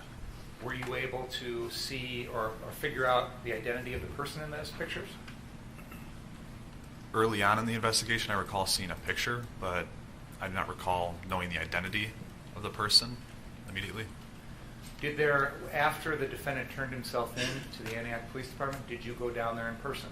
Yes. And did you have face-to-face contact with the defendant? Yes. Did the defendant indicate to you that he had suffered some injuries that night? Yes. Did you take photographs and document those injuries? Yes. Can you tell the jury about those injuries? He had an approximately half-inch scratch above his left eyebrow. He had a small cut on the inside of his lower lip, slightly offset to the right. There is a approximately 2-inch scratch below his left collarbone. There was some redness to the right side of his belly button, just above his waistline. There was an approximate 2-inch scratch on his left forearm. There was some redness on his right forearm. There was some redness on the tip of his right thumb. And on his back, there was a scratch somewhere on his left side, about the where the left shoulder blade would be, in that approximate area. And also there were 2 bumps on the back of his head that was approximately here, so above the left ear. Both of those injuries on his head I could not get to turn up in the photograph because Mr. Rittenhouse has very thick hair. But with the gloved hand, I was able to feel it. And both of these bumps I would approximate to be the size of a penny. And the skin was slightly raised, and I was able to feel that with my hands. Was that the extent of the injuries that the defendant reported to you? Yes. Now, I know you talked about getting some videos off the internet. Was there a time in which you also collected some physical evidence from the scene of the shootings? Yes, at 63rd Street and Sheridan Road, yes. And can you tell us about that? That was on August 29th. We had a citizen by the name of James Pawarczyk. I might have gotten his last name a little bit off, but I think there were 2 W's in there. I think it was Pawarczyk. We got a report that the citizen came to check out the area of where this had happened, and he located 2 shell casings underneath a silver Chevy Cruze in the Car Source parking lot. Karen, that last name is Piwowczyk.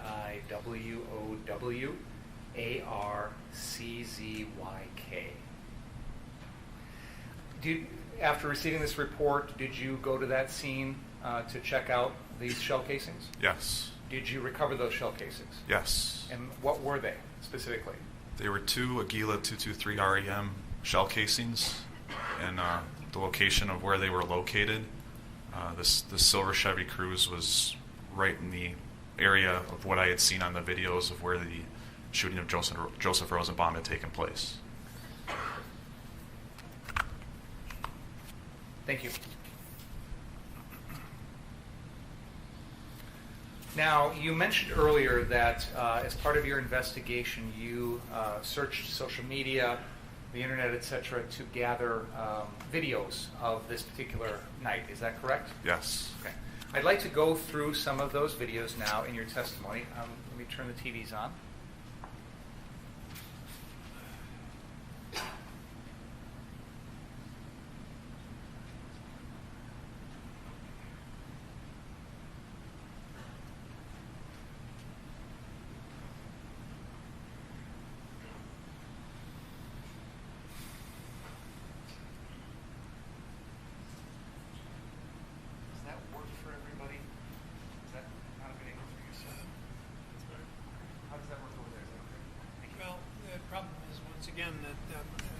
I have to ensure that the defendant can see it. He'll have it on his TV. Oh, fair enough. Thank you.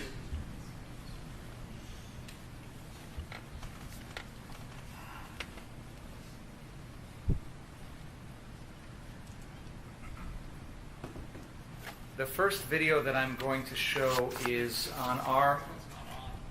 Oh, I hit the button. I apologize.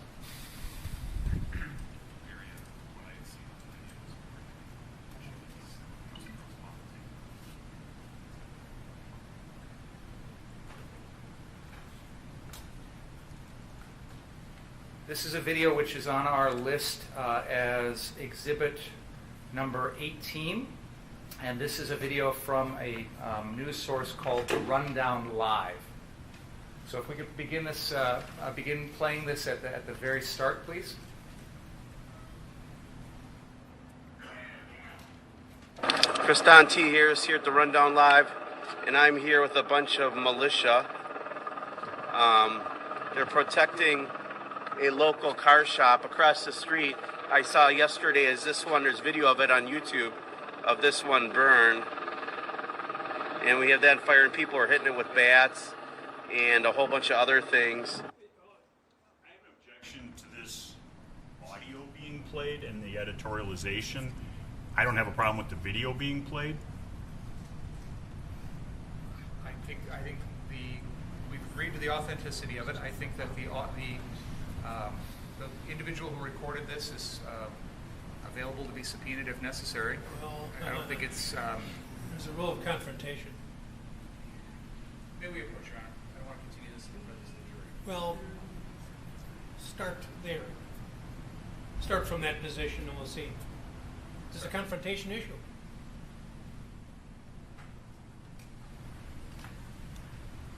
May we approach, Your Honor? I'm sorry.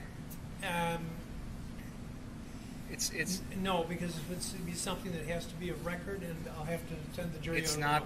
I don't believe it's a confrontation issue, Your Honor, because we're going to be here. We've already heard audio from other witnesses, and we're going to hear more. There was not an objection. I can tell you.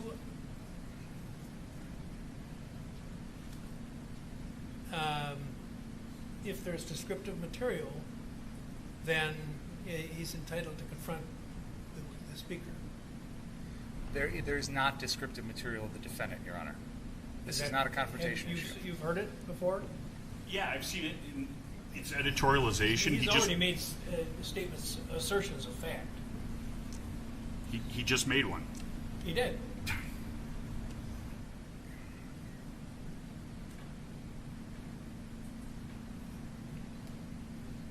Okay, we can play it without the audio. There will be times in which we will have audio of interactions with the defendant, where he makes statements. Defendant's statements are invisible.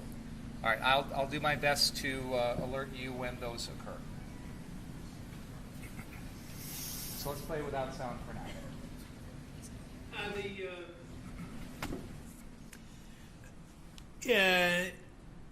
When I studied evidence last century, the evidence textbook, which was probably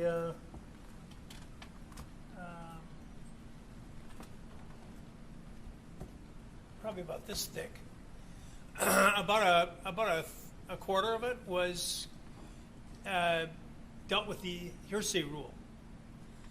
You hear the word hearsay all the time, and the section on the hearsay rule began, there is nothing murkier in the law of evidence than the hearsay rule. And I can tell you from 50 years of experience that that is accurate. It is a rule that has many, many exclusions, and it has many, many exceptions. So some things that may seem to the untrained ear to be hearsay are not, and some things that don't seem like it are.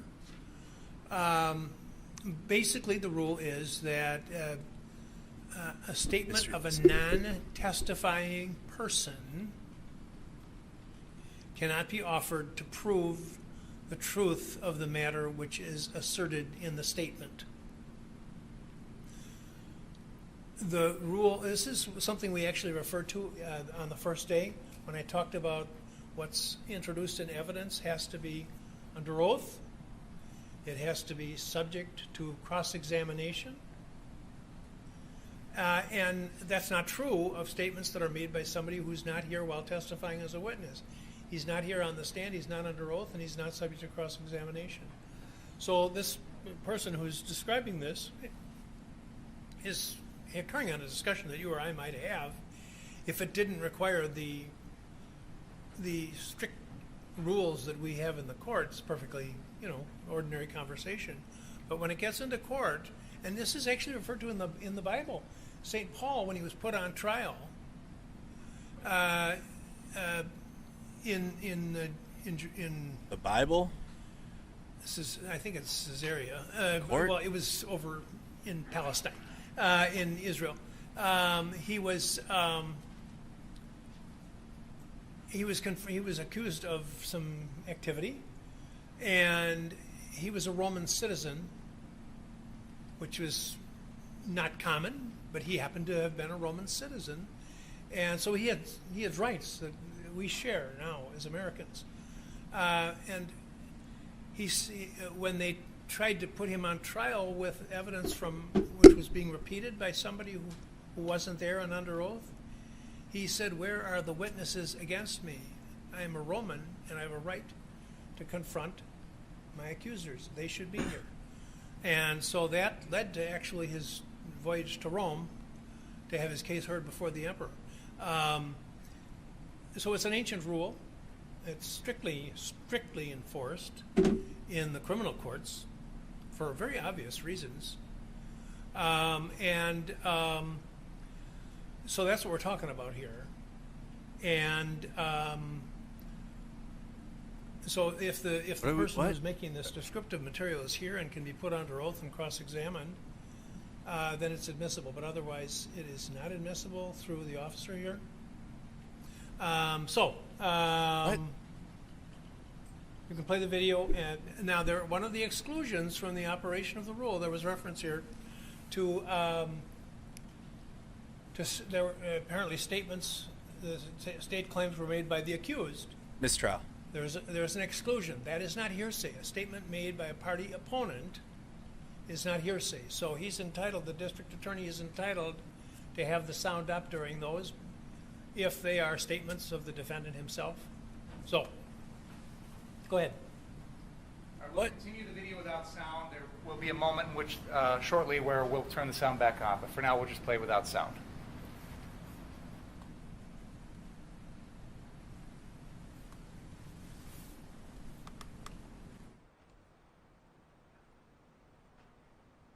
Hey mods, can you send me this video, find the rundowns video? We can watch it with audio ourselves. Thank you.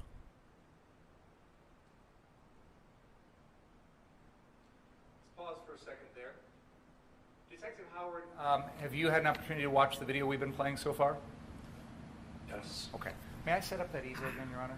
Sure. Thank you.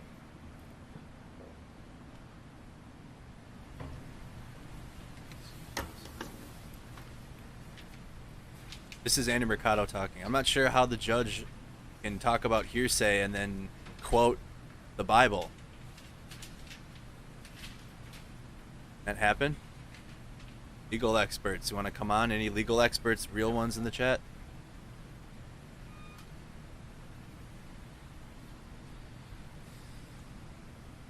Detective Howard, based on what you've seen in the video thus far, are you able to identify the location of where this video is being taken? Yes, the videographer at this point in time is on the southwest corner of Sheridan Road and 59th Street. It looks like he's in the Car Source parking lot. I'd say about there. The viewpoint of the video is pointing north towards St. James Church. And we've already heard some testimony about the fact that St. James Church on our map looks like it's got a structure there, but in the video it's changed. Are you familiar with that? Yeah, St. James Church at this time, and a little bit prior to these incidents, was going through a demolition. Okay, thank you. Please. Well, the former school building. Yeah, the school building. Not the church. Correct. Let's continue the video, please.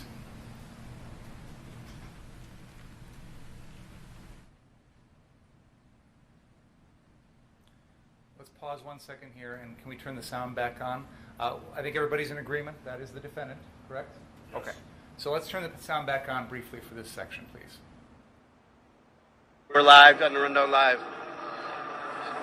And as you can see, they're Do you have a good angle? Yeah, very cool. And you guys local or no? Yeah. Yeah. Okay. Cool. I'm Kyle, by the way. I don't know if you want to shake No, we'll do this. Coronavirus. Oh, dude, I'm not afraid of no coronavirus. In fact, my shirt underneath it says I survived the coronavirus. There you go. Yeah, it's very possible. Was that? Oh, bro. Believe it or not, I've been doing this for about 12 years, so 41. And, you know, if you guys see me get hit with something, I'm knocked out, that's when I need help. Yep. Or if it looks like somebody's going to beat me at the club, then I need help. Other than that, I can... We'll be there to help. Non-aggression principle. You know, I don't want anyone hurt.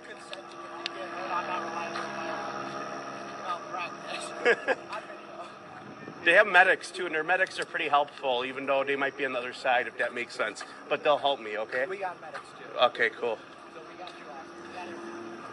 So, are you guys? Do you guys mind? We'll turn the sound off now, but continue the video. Thank you.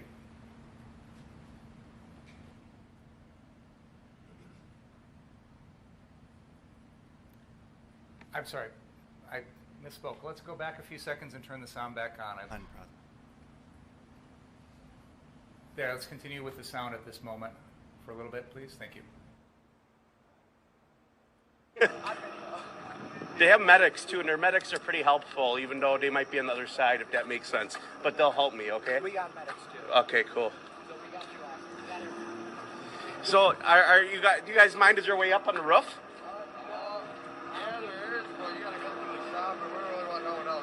Okay, no, that's fair. I thought I'd ask and make for some cool footage. But we got militia members. Let's turn the sound off now, please. Thank you.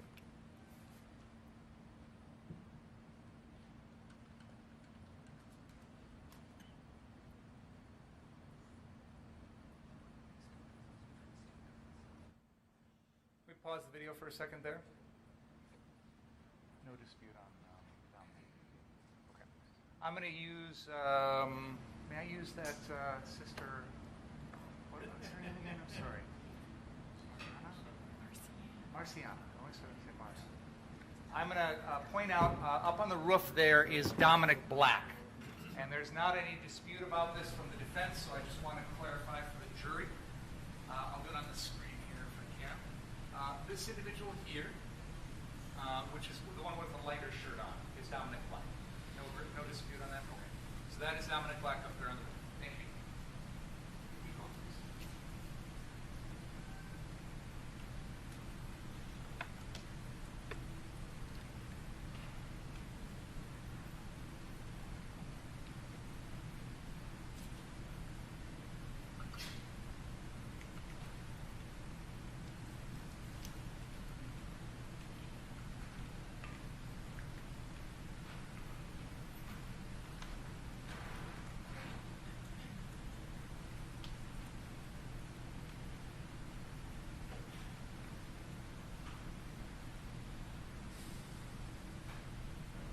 There.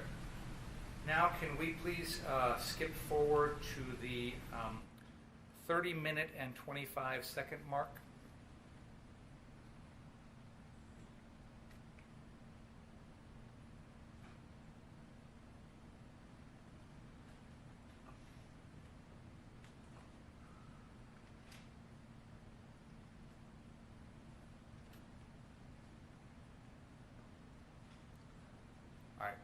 Let's continue. All right, thank you.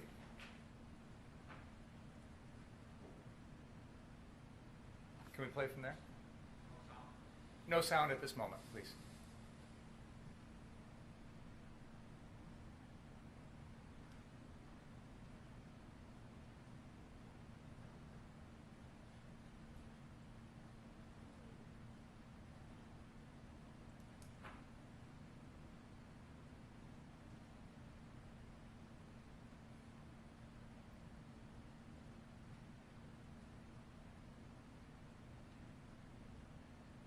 And again, we're finding that this is Andy Mercado talking. We're watching this live, Mercado Media and Snack Squad's YouTube channel.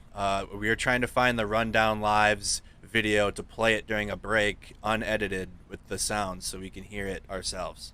So I know it's muted right now for the trial in the courtroom. We're trying to find this footage so we can play it unedited for you guys during the break. Thank you so much.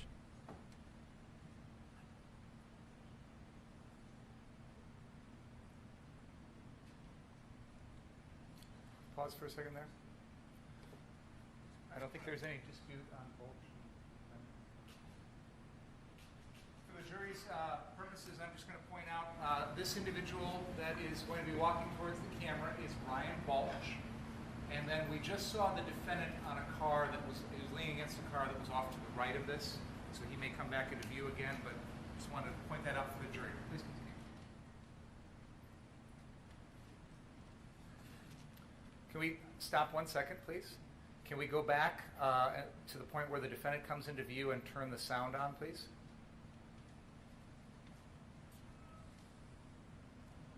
Right there, please. Pause and let's turn the sound on, please. All right. He's a fast runner. Oh. Run down Yeah, don't instigate. Don't just stand there. They're not going to cause any problems. So we got the militia here. Stop. Sorry. Turn the sound off, please. Thank you. All right, let's go to the 48-minute and 45-second mark, please.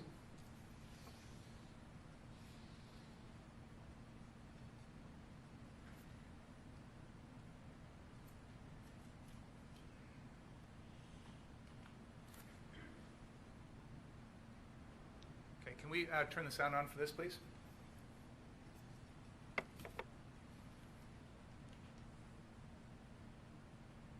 We talked to them a little earlier, and they've been pretty nice to me.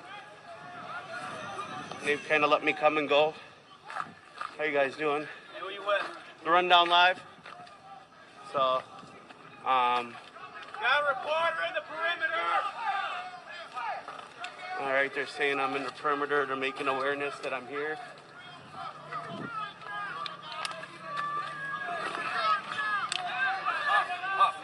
All right, they're asking me to leave.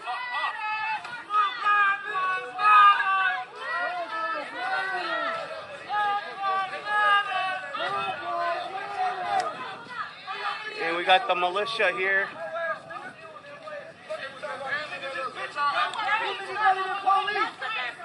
They're trying to protect private property. They're trying to protect their property. Everyone got that right. Yeah, no shit. I don't disagree. That's Hey, the they care aiming property. at us when we down there. Oh, were they? With the green laser. Oh, I didn't know Yeah, that. with the green laser. That's bullshit. Yeah. No, that's not cool. But I think a lot of them just are scared. So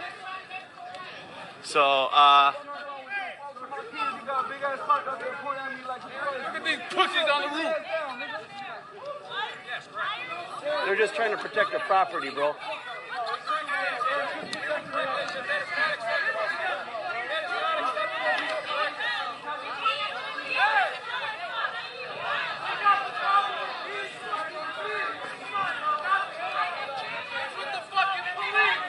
I agree with this guy. These guys just trying to protect their property up there. Yeah, they're just trying to protect their property. Oh, yeah, I know, but they... Like if that was my house and I didn't know what was going on, I'd be, Yeah. Well, that's the fucked up part. I just assumed they were like some old riders. no, I think one of them they clicked the laser pointer, and they're probably somebody's trying to be a copy They got dick. the right to do that. Yeah, I know, but it's still being a copy dick, though. You know. That's true. Because those things are loaded. That's not for fun. That's not for fun. That's not painful. But they got, yeah. Back to my point, not all militia should have guns, because if they're pointing lasers at people from the roof, that's not cool either. So that's what caused it. So allegedly, the reason why they were upset is somebody pointed a green laser at them from the roof. So they, those are loaded guns, so people will take that. De-escalation. That isn't de-escalation, you know. It's the same as the earlier objection. If he wants to play my client, that's fine, but this is editorialing. I understand the objection. The problem is there are portions of this that don't have anything to do with the defendant that describe the scene, and I'm trying to give the jury That's a sense of the hearsay. scene. It's hearsay.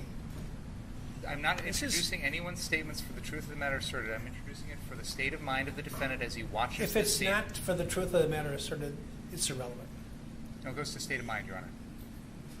State of mind of Of the defendant. When he sees... someone else's... would you do me a favor and step into the library for a minute?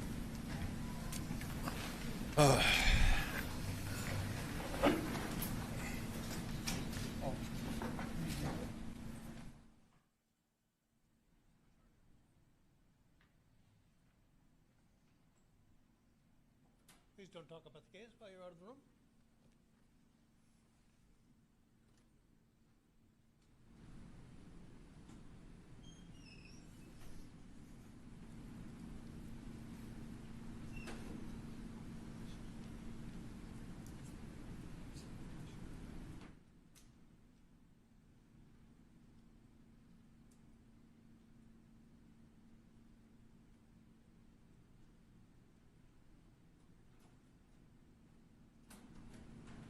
Okay. First off, the Court of Appeals very strongly condemns sidebars, and we've used them for a number of purposes in this case, which I think everyone would agree have not touched anything which is an essential part of the case, and mainly have been management issues. But the Court of Appeals rightly wants to have a full record made, which cannot be made when we're having a little sidebar. So, and when you state your objections, then I've stated you have to state the objection here, or else I'll have to excuse the jury. And I think that was, we're going to get into this a little more deeply now. So I think we did the right thing to do that. And we'll try to keep it so that they're not inconvenienced too much just being in the library here.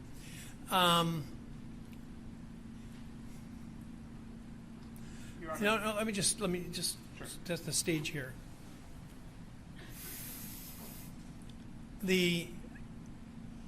I've talked about inaccurate things out on the media, and one of the things that I've read over and over and over again is about how I messed up the State against Jensen case, which is now pending downstairs.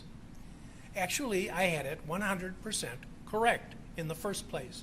I ruled that the disputed matter was testimonial evidence that had to be confronted, and your office appealed. This is 20 years ago, and it was fine. It was a big issue. It was a big case, and the state Supreme Court reversed and said, no, we're going to adopt a new rule that is to be applied in this case about waiver and forfeiture. And so it came back, and I said right in the record, this is going to get reversed again because it was an unsound ruling, unanimous. I hate to say that about the Supreme Court, but it's true. And of course, that has proved positive. So I tried the case according to the way the Supreme Court told me to try it. And that was 20 years ago. The man is still in prison. And the case has again been reversed because of the evidence that the Supreme Court told me to admit. I don't want to mess around with confrontation issues. I can't let you present evidence into this record, which is barred by the confrontation rule. And you're asking me to let this just run while this man is making descriptive materials to prove the state of mind of the accused? That doesn't make any sense to me at all.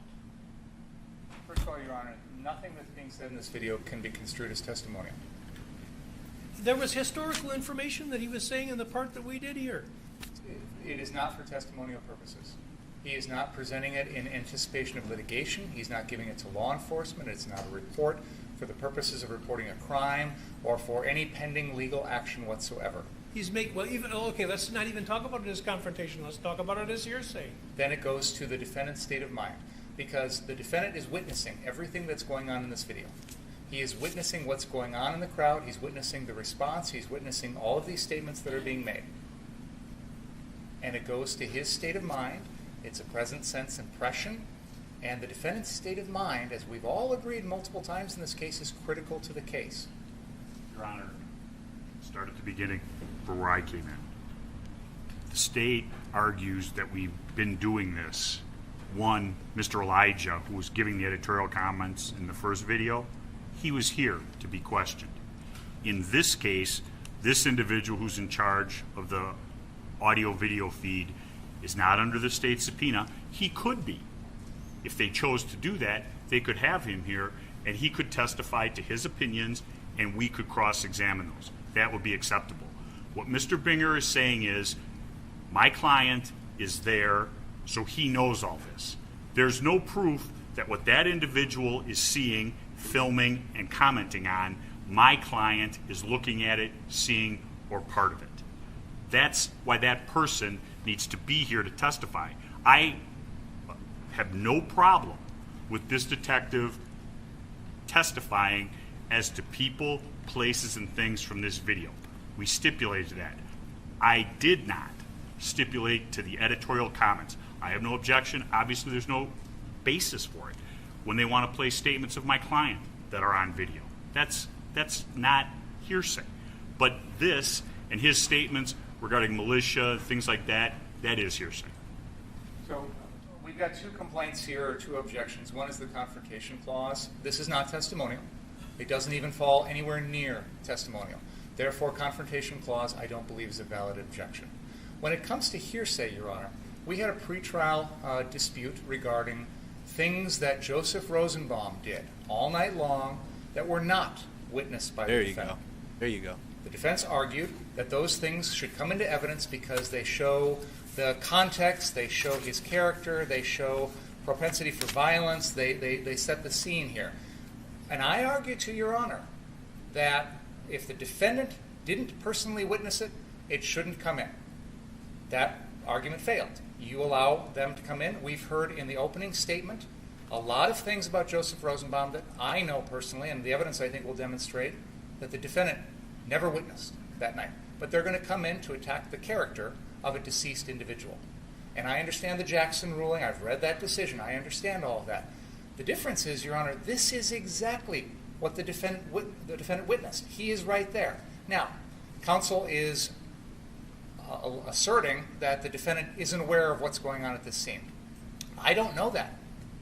The defendant knows that. Well, he has the right to testify. I'm going to. Wait a minute.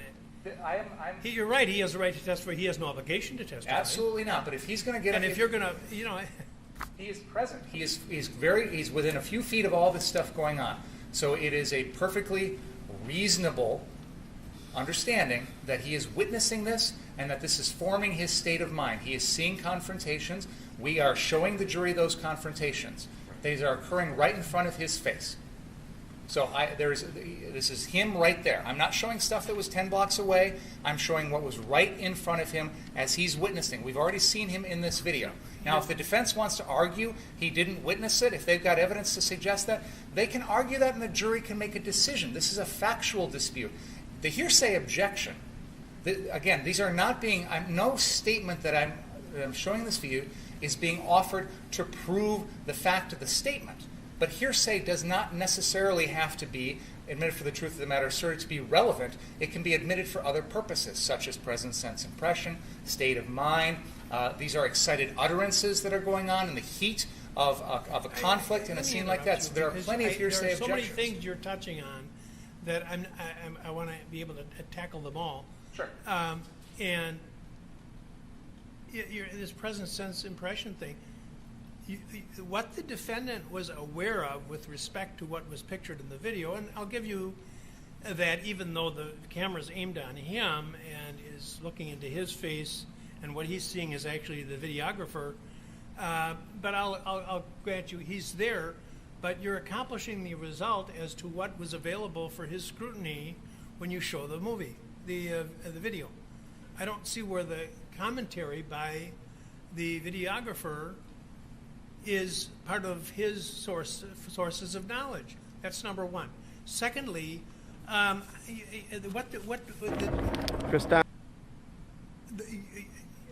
getting back to the Jackson case and the ruling the other day, and I'm going to comment about the media again, because there was a gentleman on TV night before last who said this is the most divisive case in the country today. So anything that undermines public confidence in what happens here is very important. It's important for this town. It's important for this country to have people have confidence in the result of this trial, whatever it is. And I don't care what it is. But people have to be confident. There are people on the media, on reputable sites, that are saying things that are totally bizarre. And I'm going to cite one only because it is exemplary, and it stems from the conversation we had the other day about the uncommunicated threat rule. You talk about things that occurred with respect to Mr. Rosenbaum that were unknown to the defendant at the time that the crime allegedly was committed. And you're right, under one subsection of that statute, the defendant has to have been aware of the incident in order to be an operative fact. But there's another one, the uncommunicated threat rule, which is an ancient rule of our law, which I talked about at the time of the ruling. And the Jackson case discussed it somewhat. It's also discussed here at Judge Weinstein's commentaries. And it's section 7.01, subsection 3, subsection C. And it says, if the defendant offers evidence of the alleged victim's character, it must be in the form of opinion or reputation testimony. And that was, I think, one of the things that you were advancing. It may not be in the form of evidence concerning other acts. When a defendant offers evidence of the alleged victim's character, then the prosecutor, well, I won't read that because it's not relevant. But then the next paragraph, and this is the critical one. When the defendant offers evidence of a homicide victim's violent character, but does not show that the defendant was aware of that character trait at the time of the incident resulting in the victim's death, the defendant is offering the evidence as circumstantial proof of the alleged victim's violent behavior at the time of the incident in question, and the offer falls squarely within Rule 404, subsection A, subsection 2, subsection B. On the other hand, if there is evidence that the defendant was aware of the alleged victim's violent nature at the time of the incident in question, evidence of the alleged victim's violent character is admissible in support of the accused's claim of self-defense, but solely under 404A 2B. Under those circumstances, the evidence of the alleged victim's violent character is admissible independently of Rule 404A 2B because it is relevant to the accused's apprehension of the imminent danger and the reasonableness of his or her defensive measures. So there's two different parts of the rule. One of them is the defendant has to have been aware of the decedent's violent acts or turbulent behavior. In the other one, it's circumstantial evidence of the victim's violent behavior at the time of the incident. That's what I admitted it on. Now, one of these, this was on CNN, Jeffrey Toobin and another attorney there, and the comment was made that the ruling was incomprehensible. And I think they obviously are not familiar with this rule. That's our law. That's the law in the Jackson case. It's the law in the case of the United States against Craig A. Smith, which is 230 Federal 2nd 300, 7th Circuit case from 2000. This is admissible evidence. But it applies under the statute to the decedent. It does not apply to the defendant.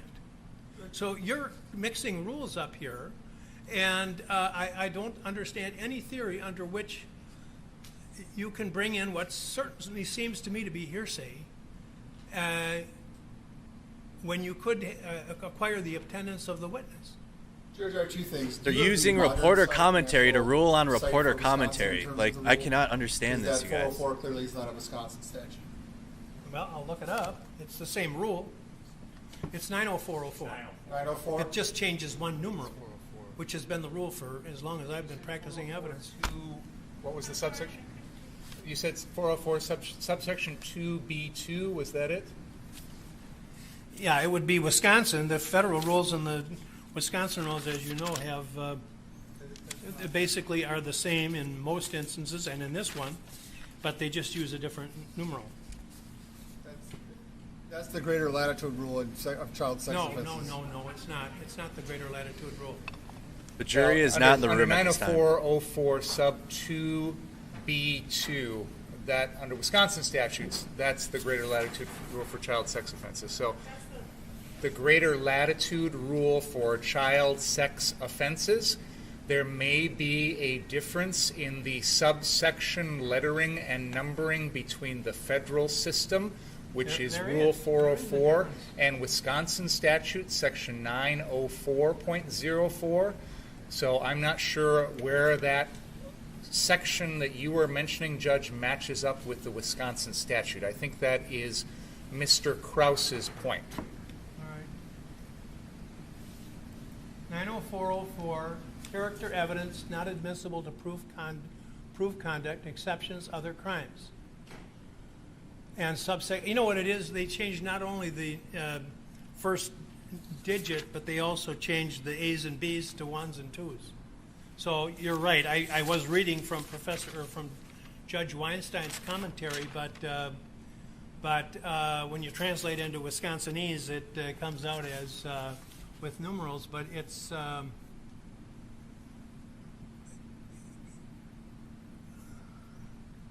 it's 90404 subsection 1 subsection B, and evidence of a pertinent trait of character of the victim of the crime offered by an accused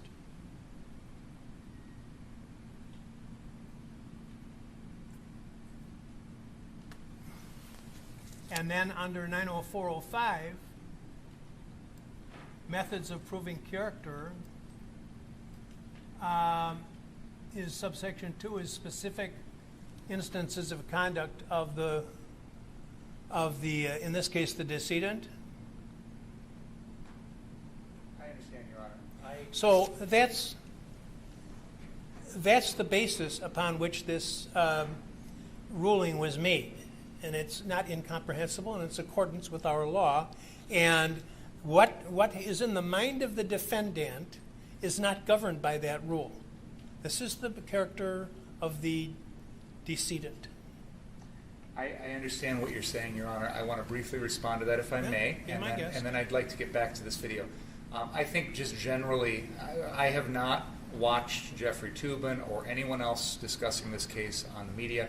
It is of no concern to me, so I'm not in a position to respond to what any of those talking heads have said. I don't expect you to. My point is that I want the case to be fairly tried, and I wanted people to understand that we want to go forward from this case, whatever the outcome is, and not have all kinds of people making inaccurate statements about what the law is.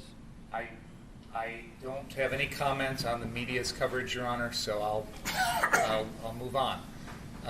This video contains statements from the videographer and other people at that scene. The confrontation clause issue, I don't believe is applicable. Skip from confrontation to hearsay. So let's go to hearsay. I am not introducing these statements for the truth of the matter asserted. Then why are they relevant? Because they go to the defendant's state of mind. They are present. I'm going to invite you to respond. Your Honor, I'll hear you more, but I do want to hear his response. Unless this unsubpoenaed individual can read minds, that is a ridiculous argument. This narrator is going to prove my client's state of mind? That's absurd. I don't know how to respond to that. And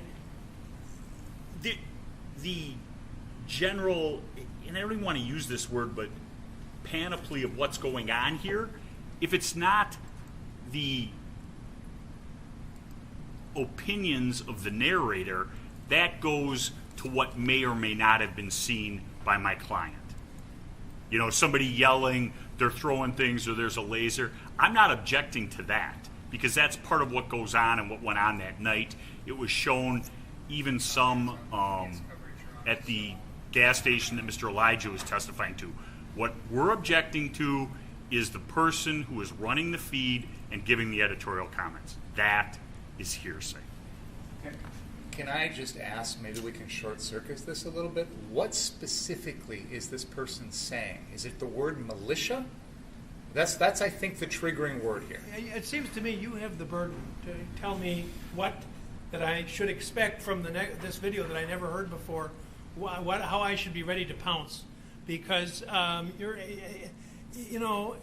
you're offering a running commentary from a person who is not here under oath to. He asked Corey Elijah how to use a skateboard as a weapon. Oh my gosh, dude.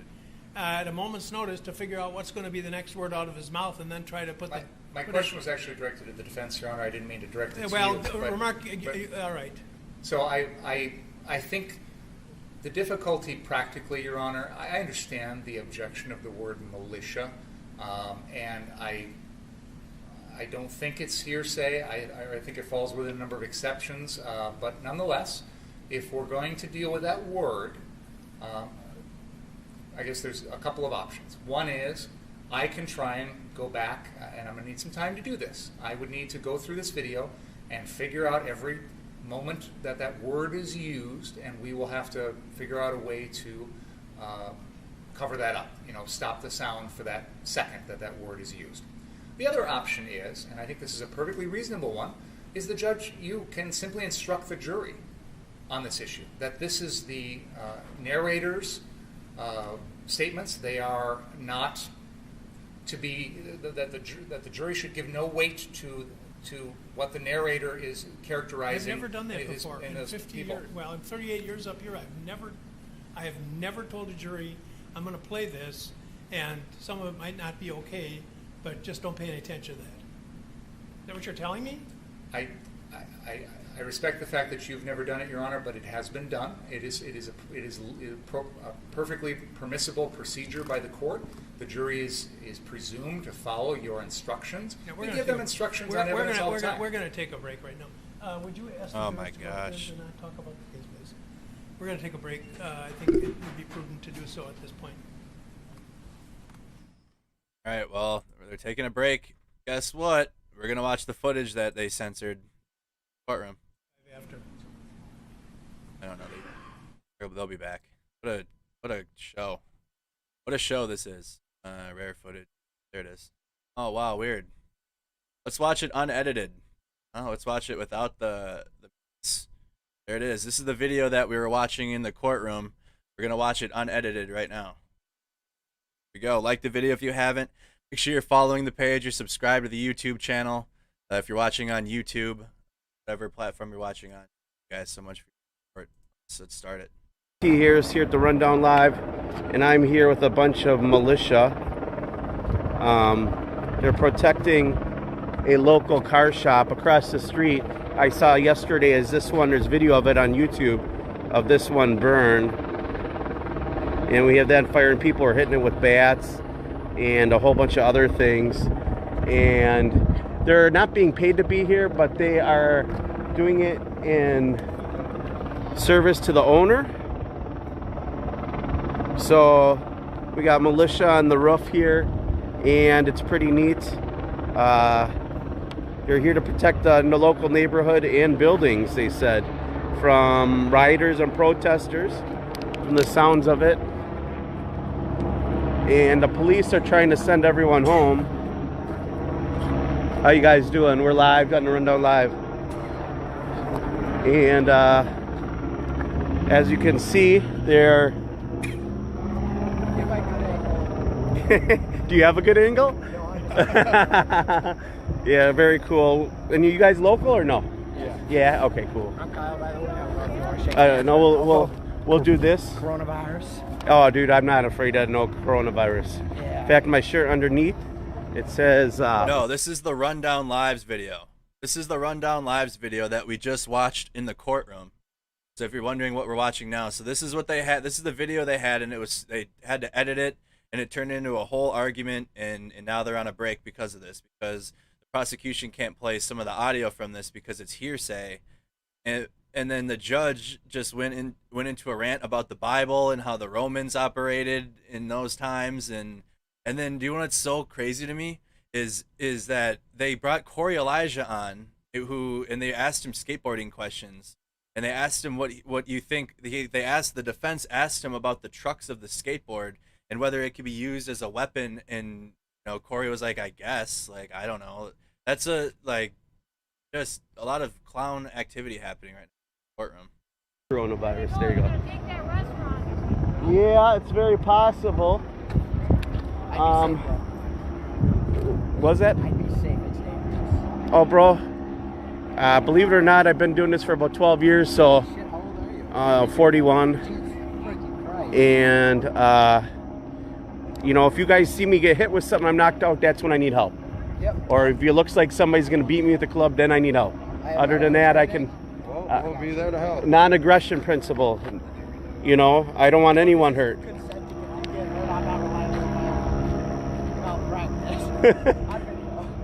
They have medics too, and their medics are pretty helpful, even though they might be on the other side, if that makes sense. But they'll help me, okay? We got medics too. Okay, cool. So we got you off. So, do you guys mind? Is there a way up on the roof? Yeah, there is, but you gotta go through the shop, and we really want no one else going through. Okay, no, that's fair. I thought I'd ask and make for some cool footage. But we got militia members on the roof.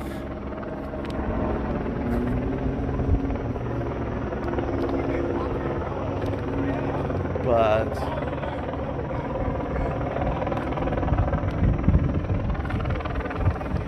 hey, do you guys know if there's any other militia in the area? I heard that there's a bunch of you guys out here. Is there any more militia in the area? I hear there's a bunch of you guys. All right, cool. Black. I'm with the Rundown Live. I'm here just to cover the news. That's Dominic Just Black so you in the guys middle. know who I am. I will. Thanks, guys. Appreciate you. So the rundown's clearly in support of the militia, but that's Dominic Black. I don't know anything about the rundown. I don't know anything about him. He's 41 years old apparently. Super sympathetic to the militia group Hey, do you here in guys know town. if there's any other militia in the area? But I heard that's Dominic Black up there hitting his vape pen in the middle. There's a bunch of you guys out here. Is there any more militia in the area? I hear there's a bunch of you guys. That's Dominic Black. All right, cool. I'm with the Rundown Live. I'm here just to cover the news. Just so you guys know who I am. I will. Thanks, guys. Appreciate you. So we're gonna go check out the Sounds like it. local gas station. This is the Rundown Lives. This is the video that they edited in the courtroom and said they couldn't play audio for. Let's watch it again. Let's watch it again from the beginning part where he's talking to Kyle. Let's watch it from here, unedited. Here at the Rundown Live, and I'm here with a bunch of militia. They're protecting a local car shop across the street. I saw yesterday there's video of it on YouTube of this one burn. And we have that fire and people are hitting it with bats and a whole bunch of other things. And they're not being paid to be here, but they are doing it in service to the owner. So We got militia on the roof here, and it's pretty neat. They're here to protect the local neighborhood and buildings, they said, from rioters and protesters, from the sounds of it. And the police are trying to send everyone home. How you guys doing? We're live, got the rundown live. And as you can see, they're... Do you have a good angle? Yeah, very cool. And you guys local or no? Yeah. Yeah. Okay. Cool. I'm Kyle, by the way. I don't know if you want to shake No, we'll do this. Coronavirus. Oh, dude, I'm not afraid of no coronavirus. Yeah. In fact, my shirt underneath it says I survived the coronavirus. There you go.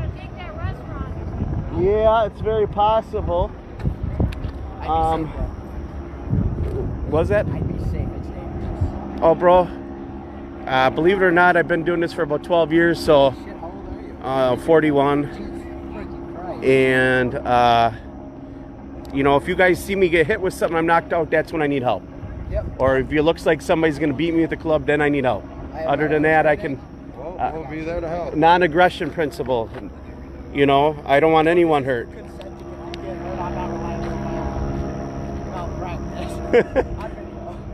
They have medics too, and their medics are pretty helpful, even though they might be on the other side, if that makes sense. But they'll help me, okay? We got medics too. Okay, cool. So we got you off. So, do you guys mind? Is there a way up on the roof? Yeah, there is, but you gotta go through the shop, and we don't really want no one else going through. Okay, no, that's fair. I thought I'd ask and make for some cool footage. But we got militia members on the roof.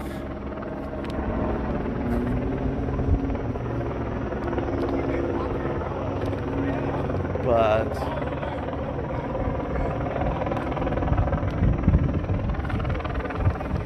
hey, do you guys know if there's any other militia in the area? I heard that there's a bunch of you guys out here. Is there any more militia in the area? I hear there's a bunch of you guys. All right, cool. I'm with the Rundown Live. I'm here just to cover the news. Just so you guys know who I am. I will. Thanks, guys. Appreciate you. So we're gonna go check out the local gas station. Very interesting. I wonder then if they are gonna have. I'm gonna go through that now. I wonder if they are gonna play our videos without us there, because they don't have the rundown as a subpoenaed. They didn't. That's the issue. They didn't. They're gonna use the footage, but not subpoena the person behind it. Why they did for Corey though, and they were able to ask Corey a bunch of skateboarding questions about how you strike someone with the skateboard. Like, how would Corey know that? That's not hearsay though, right? That's not hearsay. Let's go back, because there's some crucial pieces there, and now I wanted to just play it all unedited without audio. But listen, there's a part 2. Kyle says something about Black Lives Matter, and then the rundown says, yeah, they have their own medics, but they're on the other side. You know what I mean? I think that is what they're trying to get out of the they're not trying to have that part in there. Listen carefully. I'm going to play it one more time unedited, and then we'll see if they're back in court. They're not right now. And then I'll play it. I'll go through it in bit by bit. But listen closely. Turn up your headset. Turn up your volume. A lot of this stuff is listening in the background, listening to what they're saying. And Kyle mentions something about Black Lives Matter, and then he brings up the medics that is being used by the protest. And then the rundown says, yeah, you know, they have their medics, but they're on the other side. So listen to this. I'm going to play it one more time without me talking, unedited, and then we'll go through it a clip bit by bit. Tristan T here is here at the Rundown Live, and I'm here with a bunch of militia. They're protecting a local car shop across the street. I saw yesterday there's video of it on YouTube of this one burn. And we have that fire, and people are hitting it with bats and a whole bunch of other things. And they're not being paid to be here, but they are doing it in service to the owner. So we got militia on the roof here, and it's pretty neat. They're here to protect the local neighborhood and buildings, they said, from rioters and protesters, from the sounds of it. And the police are trying to send everyone home. How you guys doing? We're live, got the Rundown Live. And as you can see, they're. Do you have a good angle? Yeah, very cool. And you guys local or no? Yeah. Yeah. Okay. Cool. I'm Kyle, by the way. I don't know if you want to shake hands. No, we'll do this. Coronavirus. Oh, dude, I'm not afraid of no coronavirus. Yeah. In fact, my shirt underneath, it says, I survived the coronavirus. There you go. Yeah, it's very possible. Was that? I'd be safe. It's dangerous. Oh, bro. Believe it or not, I've been doing this for about 12 years, so 41. And, you know, if you guys see me get hit with something, I'm knocked out, that's when I need help. Yep. Or if it looks like somebody's going to beat me at the club, then I need help. Other than that, I can... We'll be there to help. Non-aggression principle. You know, I don't want anyone hurt.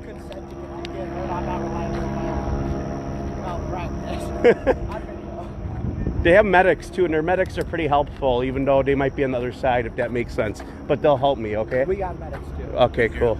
So we got you off. Someone's got to like. So, are you guys? Do you guys mind? Is there a way up on the roof? Couldn't hear him. Yeah, there is, but you gotta go through the shop, and we don't really want no one else going through. Okay, no, that's fair. I thought I'd ask and make for some cool footage. But we got militia members on the roof.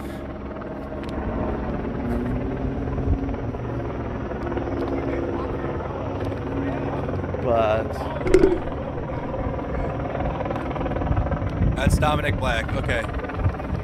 hey, do you guys know if there's any other militia in the area? I heard that there's a bunch of you guys out here. Is there any more militia in the area? I hear there's a bunch of you guys. All right, cool. I'm with the Rundown Live. I'm here just to cover the news. Just so you guys know who I am. Okay. I can't hear him. Someone might have to make that audio better.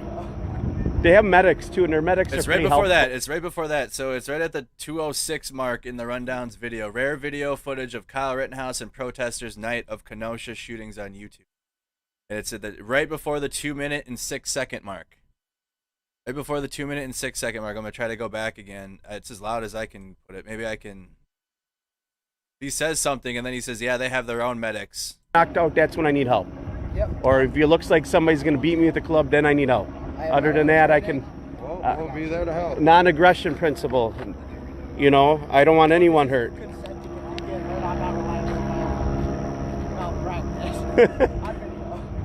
They have medics too, and their medics are pretty helpful, even though they might be on the other side, if that makes sense. But they'll help me, okay? We got medics too. Okay, cool. So we got you off. So, are you guys? Do you guys mind? Is there a way up on the roof? He says something there and laughs. Someone said go to the 48-minute mark. So again, the 2-minute and 6-second mark, just head back to that.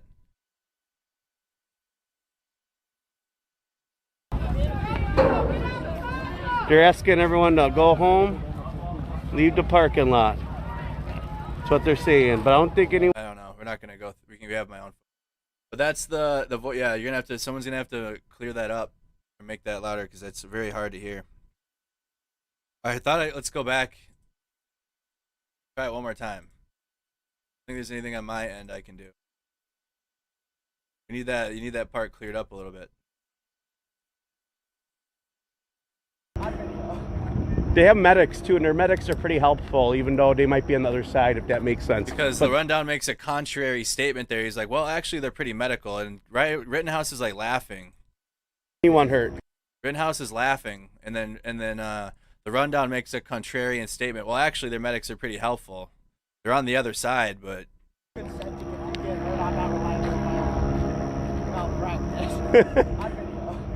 They have medics too, and their medics are pretty helpful, even though they might be on the other side, if that makes sense. But they'll help me, okay? We got medics too. Okay, cool. So we got you off. Regardless, though, both sides or whatever side of this argument you're on, I don't hear anything in there that's hearsay that the Rundown is talking about. Anybody listening? Okay, so let's take it down. I know we're trying to listen to our own piece, but the overall thing here is they had it edited in court. Now there's a big argument whether that this is going to be allowed or like the audio for hearsay. And I'm struggling to hear what the hearsay part of this is. Like all of it aside, what is the hearsay of it? I mean, all he said was that there's militia here, which there were, and I think that's the prosecutor is trying to say is militia the triggering word that's causing the objection. Play it one more time. Let's run it a little bit past that, but I'm not sure what part of this is hearsay of this video. The hearsay is after this clip? Okay, so let's run it through. I'm going to play it unedited. Let's check the... Nope, they still got the seal on. He says he's not liable if someone gets shot. Okay, let's go. Let's run through it. I'm going to play it without stopping and run it through and see if we can find it. Tristan T here is here at the Rundown Live, and I'm here with a bunch of militia. They're protecting a local car shop across the street. I saw yesterday as this one, there's video of it on YouTube of this one burn. And we have that fire and people are hitting it with bats and a whole bunch of other things. And they're not being paid to be here, but they are doing it in service to the owner. So we got militia on the roof here, and it's pretty neat. They're here to protect the local neighborhood and buildings, they said, from rioters and protesters, from the sounds of it. And the police are trying to send everyone home. How you guys doing? We're live, got the Rundown Live. And as you can see, they're... Do you have a good angle? Yeah, very cool. And you guys local or no? Yeah. Yeah. Okay. Cool. I'm Kyle, by the way. No, we'll do this. Coronavirus. Oh, dude, I'm not afraid of no coronavirus. Yeah. In fact, my shirt underneath it says that's Kyle Rittenhouse. I survived the coronavirus. He's not from Kenosha. Yeah, it's very possible. Was that? I'd be safe. It's dangerous. Oh, bro. Believe it or not, I've been doing this for about 12 years, so 41. And, you know, if you guys see me get hit with something, I'm knocked out, that's when I need help. Yep. Or if it looks like somebody's going to beat me at the club, then I need help. Other than that, I can... We'll be there to help. Non-aggression principle. You know, I don't want anyone hurt.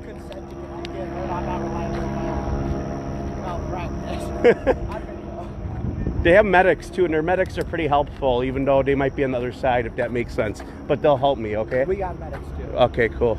So we got you off. We got everything. So, do you guys mind? Is there a way up on the roof? Yeah, there is, but you gotta go through the shop, and we don't really want no one else going through. Okay, no, that's fair. I thought I'd ask and make for some cool footage. But we got militia members. So hold on. Whoa. I missed that. Whoa. We'll listen to it again. They had access to the building. He said, Rittenhouse himself says, well, you got to go through the building, and you know, we don't want to do that. Like, they had access to that building. There is, but you gotta go through the shop. You got to go through the shop. He says it right there. Let's go back. I know I was going to play it unedited, but I just heard that part. I don't know why I just heard that now. Knocked out, that's when I need help. Yep. Or if it looks like somebody's going to beat me at the club, then I need help. Other than that, I can... We'll be there to help. Non-aggression principle. You know, I don't want anyone hurt.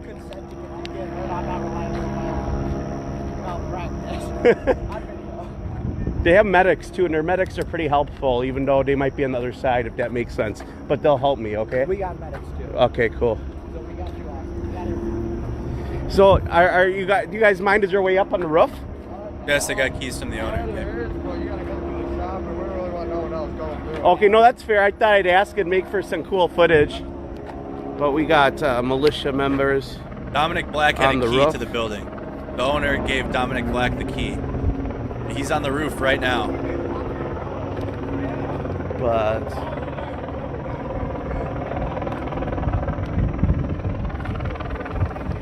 hey, do you guys know if there's any other militia in the area? I heard that there's a bunch of you guys out here. Is there any more militia in the area? I hear there's a bunch of you guys. All right, cool. I'm with the Rundown Live. I'm here just to cover the news. Just so you guys know who I am. I will. Thanks, guys. Appreciate you.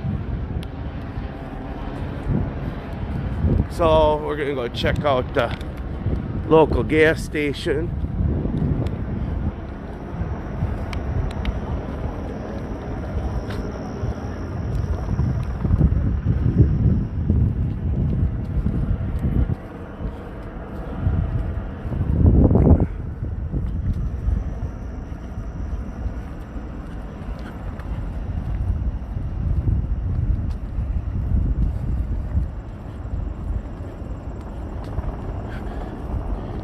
So if you guys missed it in an earlier video, some of those Antifa kids were throwing bottles at me because they obviously I was into incognito today. I wore a Rundown Live hoodie and I should have been a little smarter, but I figured with the video is viral, everyone already know who I am. So but they were, every time they throw shit at me, I'd go up to them and try to, I don't want nobody throwing shit at me. They all ran away like a bunch of wussies.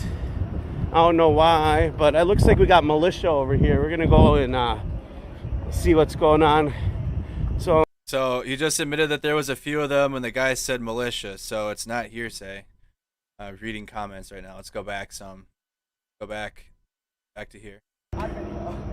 They have medics too, and their medics are pretty helpful, even though they might be on the other side. So if that makes Rittenhouse sense. says something about me, okay? not being liable. I think I hear that. He said, or let's go back. Anyone hurt? Rittenhouse and I can't hear the rest of it. And something he says something about not being liable.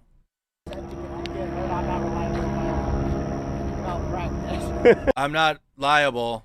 I'm not liable. And then he says, and he laughs. I need that cleared up. I need that audio cleared up. But he says, I'm not liable. He says something, and then he laughs.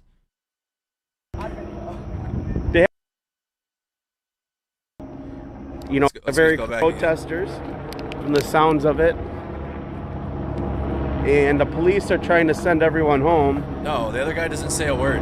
How you guys doing? We're live, got to Rundown Live. And as you can see, they're... Do you have a good angle? Yeah, very cool. And you guys local or no? Yeah. Yeah. Okay. Cool. I'm Kyle, by the way. I don't know if you want to shake No, we'll do this. Coronavirus. Oh, dude, I'm not afraid of no coronavirus. Yeah. In fact, my shirt underneath it says I survived the coronavirus. There you go. Yeah, it's very possible.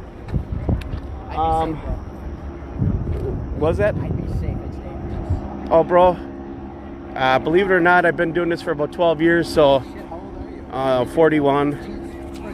And, you know, if you guys see me get hit with something, I'm knocked out, that's when I need help. Yep. Or if it looks like somebody's going to beat me at the club, then I need help. Other than that, I can... We'll be there to help. Non-aggression principle. You know, I don't want anyone hurt. Mercado Media, seems like you're trying to have your own trial here. No, I'm media, and you're watching the trial here. We're watching the trial. Trial's on break. Oh, look, it's back now. We got some sensitive individuals. No, we're going through footage and stuff that they're censoring in the trial and trying to hear things. That they themselves are censoring in the trial. But then they ruin their whole point, and Paul just goes ahead and just ruins his whole point by saying, but I'm sure nothing you're doing here is just going to fuel more riots and blah, blah, blah, blah, blah, blah, blah, blah. Don't care.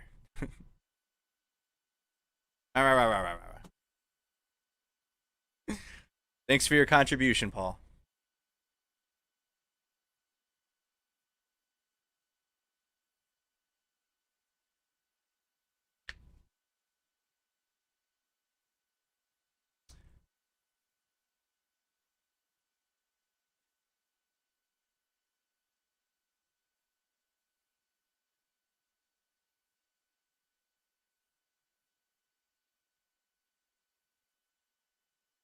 That's okay, what you asked me about, but will be there, is someone in to fill your role that day?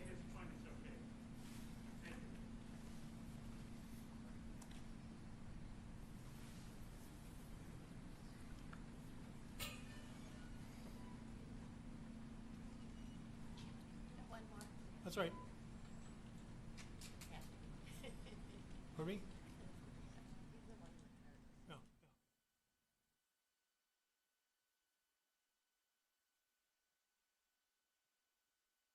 Be seated, by the way. About the room and it was because I'll finish later. I'm going to give you on bated breath.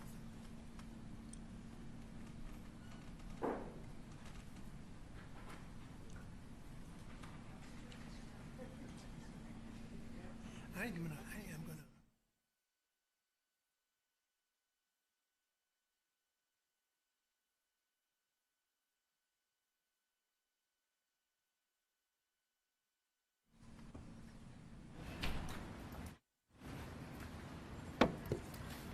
All right, thank you. Ladies and gentlemen of the jury, we're going to continue showing a portion of what has previously been introduced as exhibit number 18. This is the rundown live video, and I'm going to play a portion of this beginning at 1 hour, 24 minutes, and 30 seconds. And this can have audio, please. Understand. Hey, your job isn't to be in the street. You got to stay on your property. That's why you got problems already with people.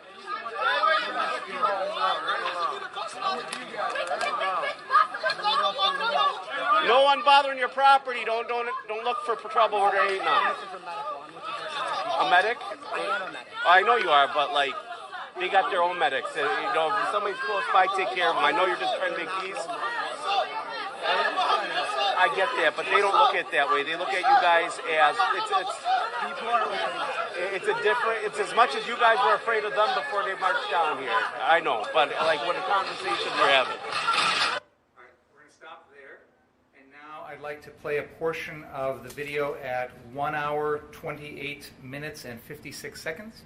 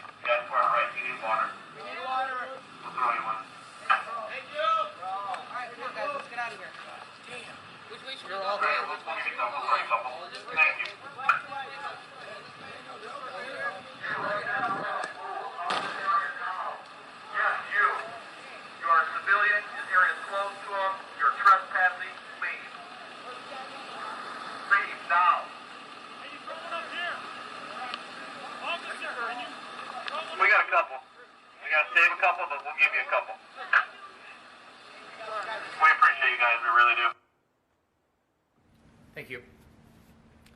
Detective Howard, that last portion of the video appears to show some what have previously been identified as MRAP or Bearcat vehicles. Are you familiar with those types of vehicles?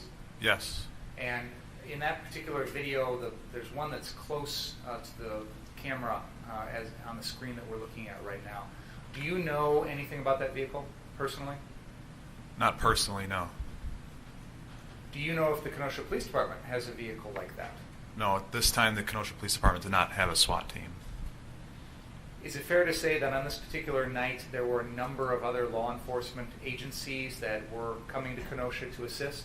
Yes. Do you have any idea which agency's Bearcat or armored vehicle that was? I don't. I can tell it's from a sheriff's department because it says sheriff on the front right of the armored vehicle, but I don't know which sheriff's department it's from. Okay, thank you. Now if we could have exhibit number 1, which is a Drew Hernandez video 023. Play, please.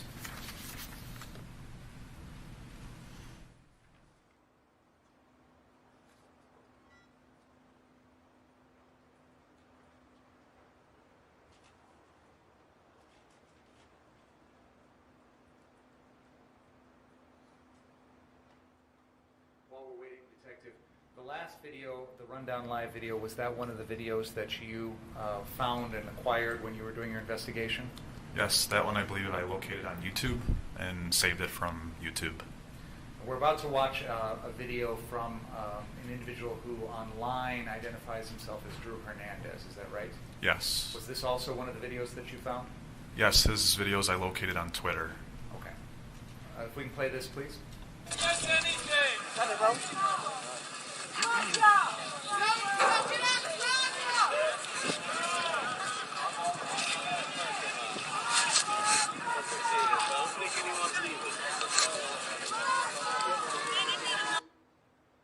I want to set the stage for this. Detective Howard, first of all, are you able to determine from the scene on the screen right now where this video is taken? So the first thing I noticed is this appears to be a body cam from Drew Hernandez. So I did locate videos from Drew Hernandez from Twitter, but he also was in contact with Detective Antaramian for a bit, and we learned from Drew Hernandez that he actually wears a body camera while he goes out. That's why his arm kind of appears in front of him. Yeah. So this has to be from his body cam footage, given that visual. And can you help the jury understand where this video is showing us, what part of Kenosha at this particular scene there? I believe this is near the this car source again. And am I correct in saying that the viewpoint in the video at this moment is looking southeast across the intersection of Sheridan Road there? Does that look correct to you? That's what it appears to be, yes. Okay. Do you know if this is the intersection of 50? Sorry, I'm trying to... This looks like 59th and Sheridan. 59th, okay, that was going to be my question. Thank you. Can we continue the video, please?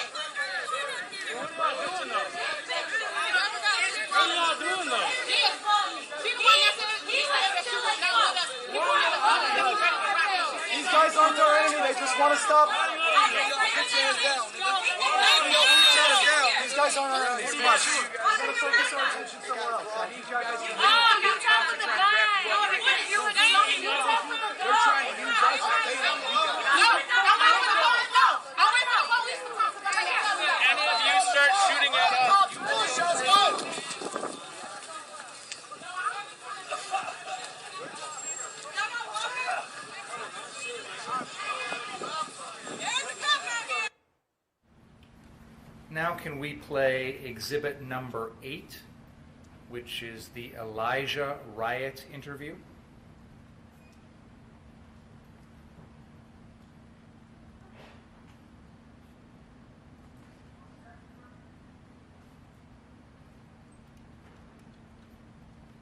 While we're waiting, Detective Howard, was this Elijah riot interview that's about to be played another one of the videos that you acquired? Yes, I was able to acquire that from Twitter.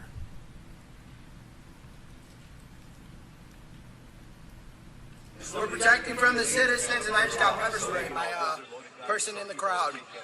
So you had non-lethal, but you didn't respond. We don't have non-lethal. So you guys are full on ready to defend the property? Yes, we are. Now, if I can ask, can you guys step back? Medical, EMS right here. I'm an EMT. Detective Howard, in that video we heard the defendant say that he does not have any non-lethal. Did you hear that? Yes. As a law enforcement officer, are you familiar with that term? Yes. What does that mean to you? So as a police officer, there are various options that we could have as non-lethal force. Our presence is a non-lethal force. Our verbal commands are non-lethal. And there's also some physical things we can do as well. We can go hands-on. We can use different instruments like OC spray, it's pepper spray, and we also have a taser, and we have an aspeton. Police officers in the city of Kenosha carry all those things. Thank you. Can you now please play exhibit number 16, which is the Richie McGinnis interview? It says Richie McGinnis Kyle interview. While we're waiting for that to load, are you familiar with Richie McGinnis? Yes. Can you tell us what you know about him as a person? So on the night of August 25th, I was able to speak with him briefly at Freighter South KMH. Richie McGinnis, I spoke with him in the lobby of that hospital shortly after the shooting incident happened. And I was able to speak with him briefly, but when Detective Anseramian and I got assigned to be the head investigators for this incident, I had to delegate Detective Cyprus to obtain his statement so we could do... Do you know what Richie McGinnis's profession is? I believe he's a news reporter for the Daily Caller. And he was in Kenosha on the night of August 25th as a member of the news media. Is that fair to say? Yes. Okay. Can we please play exhibit number 16, please, here? What are you doing out here? Obviously, you're armed, and you're in front of this business. We saw it burning last night, so what's up? So people are getting injured, and our job is to protect this business, and part of my job is to also help people. If there's somebody hurt, I'm running into harm's way. That's why I have my rifle, because I need to protect myself, obviously. But I also have my med kit. So. And what about these other folks? Obviously, there's some other people who are armed as well. Their job is to protect me. Gotcha.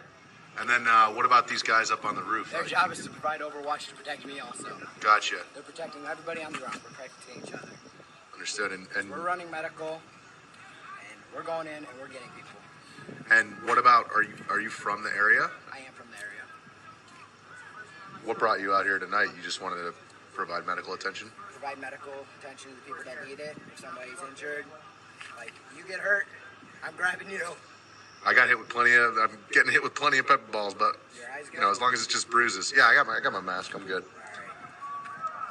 And nothing. Have you encountered any issues yet thus far with law enforcement or anything like that? We had a group earlier try to come and set a fire at the church. So we went to the church and we de-escalated the situation, telling them they need to leave or they will be detained and then arrested. This church right over here? That church right there. And we stopped the fire out all the way down at the school. Wow. And what do you think it would have been different if the police had to try to stop them from setting the fire? I feel like there would be a lot more casualties and a lot more people injured. So I think the police are fine where they're at and that let us run the medical because EMS is not coming in. It's considered a red zone to the EMS fire. They are not coming in. Yeah. So us citizens, we need to help each other. Me and him are out here running and seeing if people need medical attention. But speaking of which, we need to go check to see if somebody got hurt again. All right. Understood. If you want to follow us, you're fine. Yes, sir. Absolutely. Right, Amber. This might be another one of theirs.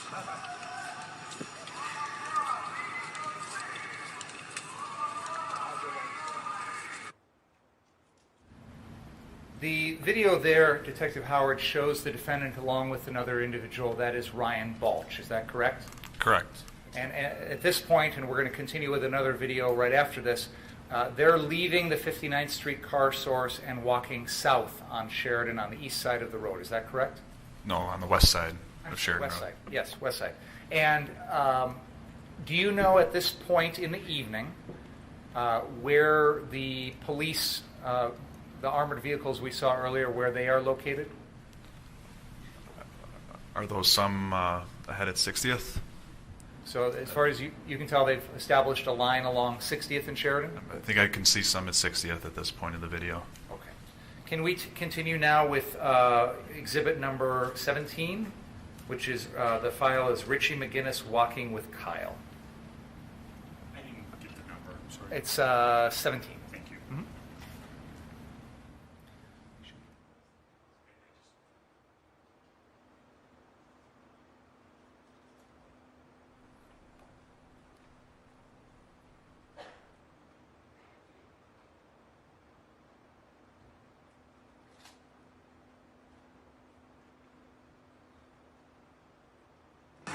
Anybody need medical?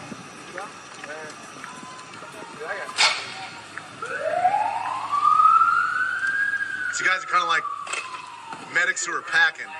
Yeah, right? basically. Well, he's an EMT, and Gotcha. I'm just kind of protecting his ass. Oh, so you're a certified EMT?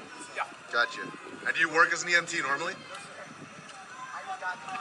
a lifeguard normally. I got my ALS and I got my... Gotcha. And I'm former Army infantry, and I got a whole bunch of trauma training. Well, thank you for your service. We got you if you get needed. I appreciate the service. Oh, yeah. Dude. Stay away from that vehicle. Get out of the roadway.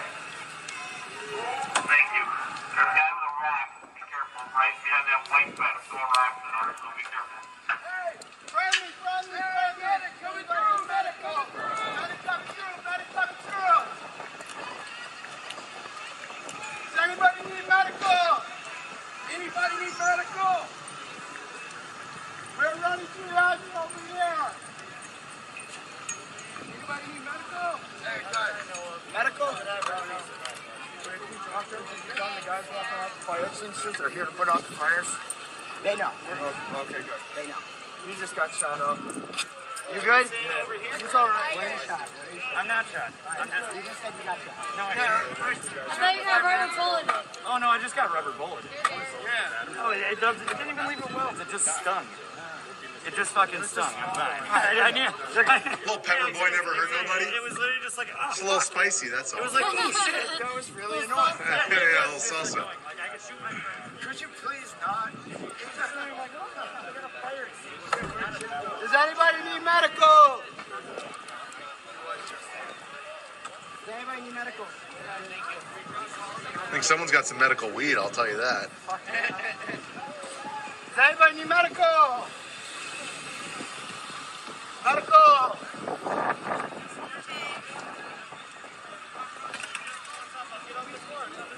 Everybody need medical? You were just the one to get out the car, trying to help you out the car. Now you trying to do medical? I remember you. You said, get out the car. Fuck you talking about medical? Yeah. Y'all ass are Does anybody need medical? I'm trying to tell motherfuckers. This guy thought it was me. Medical! Boy, yesterday or today? Today. Dude, he just had up the gun talking about get off your car. Now he's talking about medical. What car over in the dealership? Car Sorry, down I don't there. feel.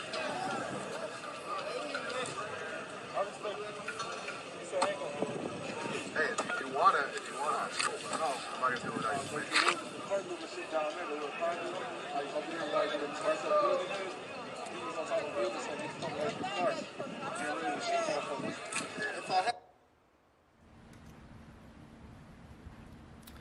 Now, if we could please play, and just to be clear, Detective Howard, the videos we just watched from Richie McGinnis were videos that you obtained from him, is that correct? Those are obtained from his phone. Detective Cypress obtained those. Okay. Now, if we could play exhibit number 14, that is the Reg Incognito live stream.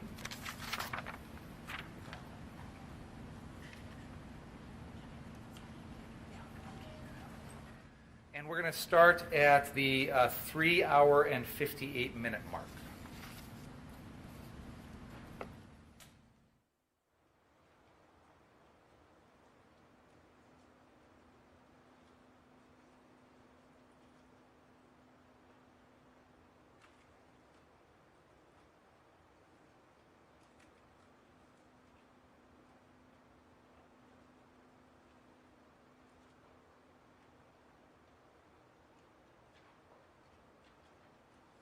Mods, can we get this video and that clip of what it said to come?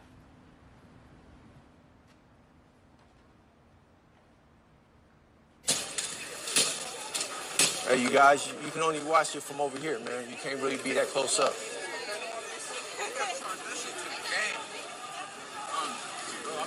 So between a certain part of a certain section of Black Lives Matter and maybe, I'm saying at least about 20 white dudes from Antifa, you can't get up close on the up on them, man. They just made an example out of that guy, and I'm trying to help him out. So the white dude I was just talking to, or whatever he is right here, he just got his phone slapped. He got his phone slapped at him and socked at the same time. This dude right here, walking away. This dude right here got his phone slapped and blindsided.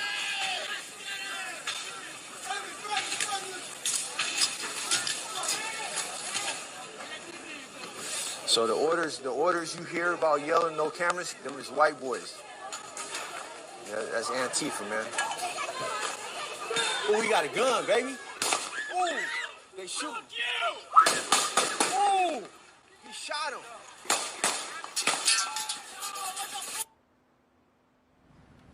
Pause for a second. Can we rewind about 20 seconds there, please?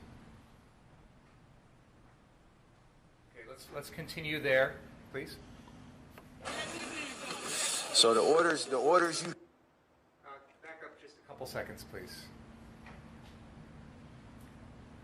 It's better. Yeah, just go 10 seconds. Sorry.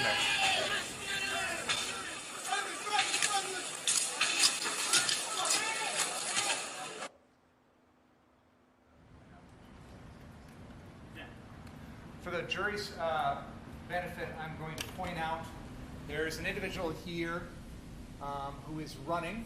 He is wearing what appears to be all black with some white. Counsel, can you do it on that one so we can see it? Absolutely. Sorry. How do I get there?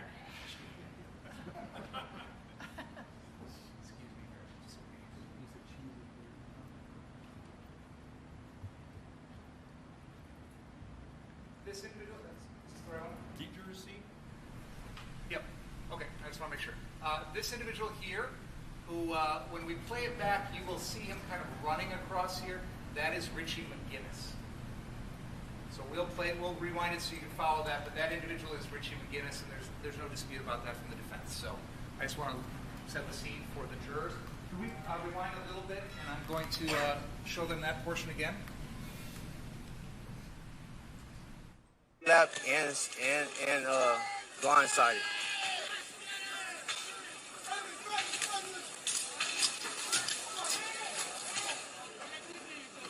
So the order. I want to just. I'm just going to kind of point out the area to watch. Okay, we can't really see figures very well, but for the jury's benefit, we just saw Richie McGinnis running. He's off screen now, but he's kind of over in this area. Around this section of the right hand of the screen, right-hand side of the screen, there are some parked cars. That is the area where I will represent. There's no dispute about this, where the chase between Mr. Rosenbaum and the defendant begins. So that's where you'll want to be paying attention to. So can we rewind that about 10 seconds and we'll start it over so now everybody knows where to look? Blindsided.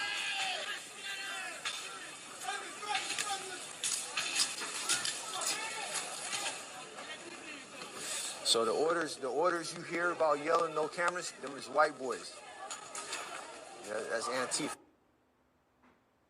the benefit of the jury, I will make it clear to everyone that the individual who is I'm pointing to right now, who is running, is the defendant Kyle Rittenhouse, and this individual here is Joseph Rosenbaum. And that again is not in dispute. Please go ahead. Man. Oh, we got a gun, baby. Ooh, they shoot. Ooh, he shot him. Get back. Shot him, man. He shot him. Shot him, man. He laid him out.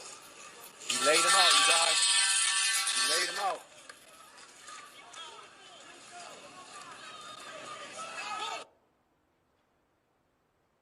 For the benefit of the jury, I want to make it clear, I think everybody knows this, but just to make clear, this individual who has just removed his shirt is Richie McGinnis, and that is the defendant.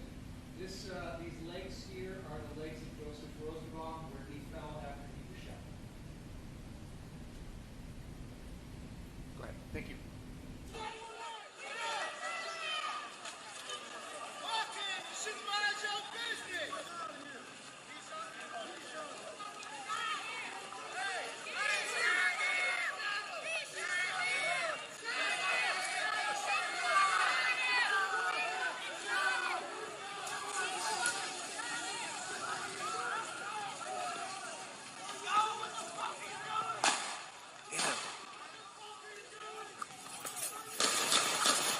gotta get down.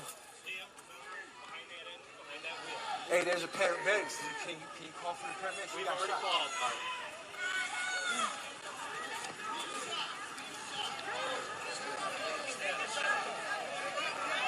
Hey, I'm going to refresh my shit.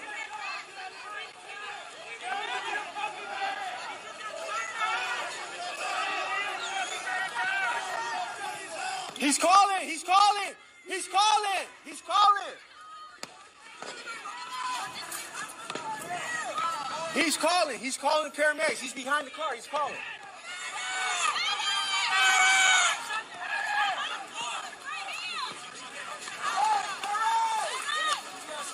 Julie!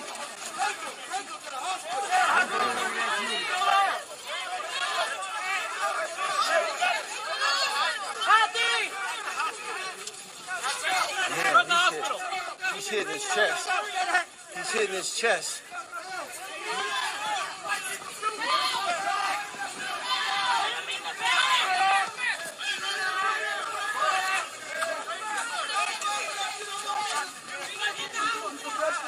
Shot him. Get back! Get back! Oh my God. Yeah, that shit went to his back.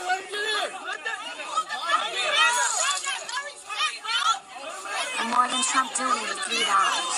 He found out.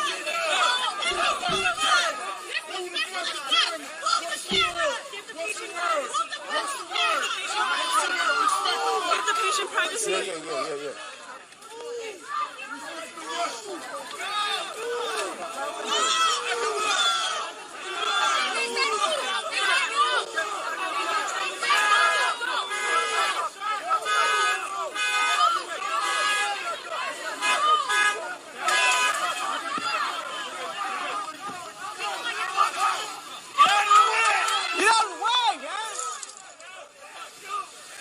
Mercado donated $5.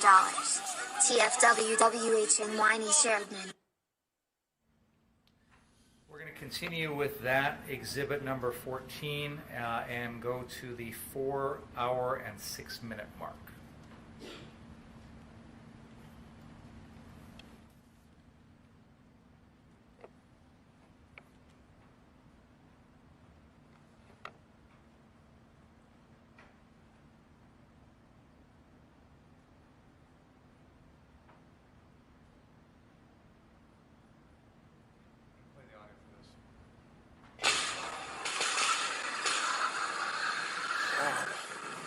Let me show you where he got laid out.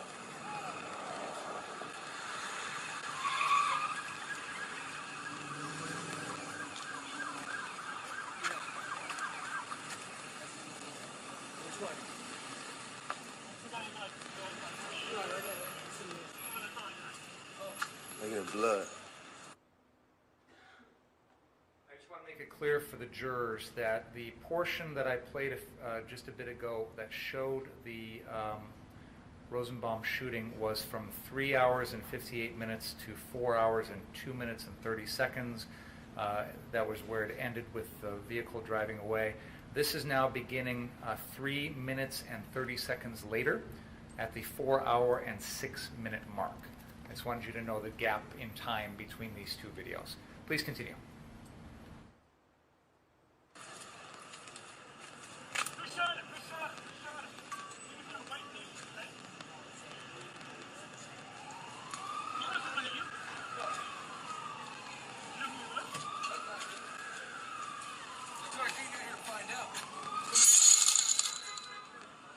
Junior donated $3. Time to clear the...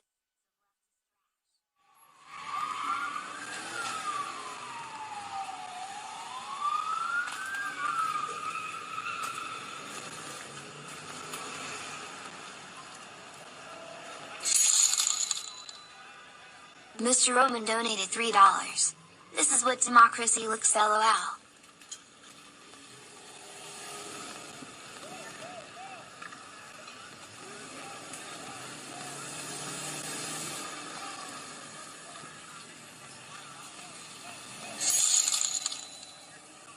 Ira Gershwin donated $3. The social workers are shooting each other veggie. So fucked up. someone else? Get the fuck out of here. Let's go. You set that fire.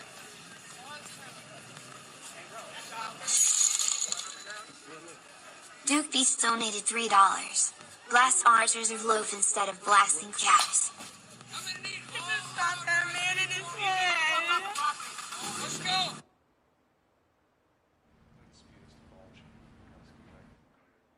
I just want to make it clear for the jury, in this video we see... Those are Reg's donation comments, guys, not mine. That was Reg's donation comments at the time.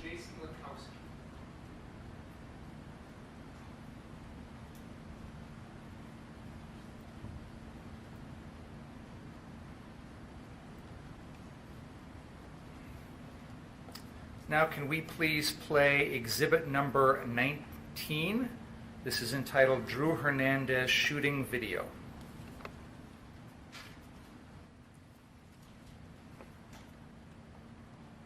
And again, these are videos, Detective Howard, that you obtained during your investigation? Yes, this one was obtained on Twitter.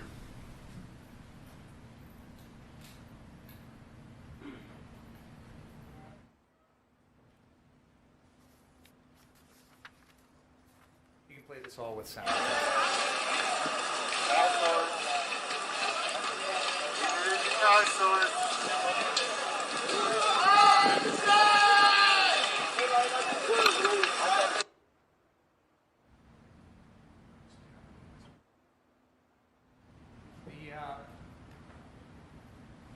Detective Howard, are you able to tell from this video what we're looking at in terms of where we are in Kenosha?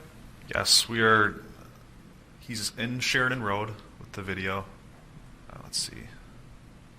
All right, car source is right here on the west side of Sheridan Road, and then across the street is KMH. So his camera is pointing Associated south. Press is calling on the left me. side of the screen, One you're second. seeing the KMH parking lot right here, and up ahead and to the right in the screen is going to be the car source.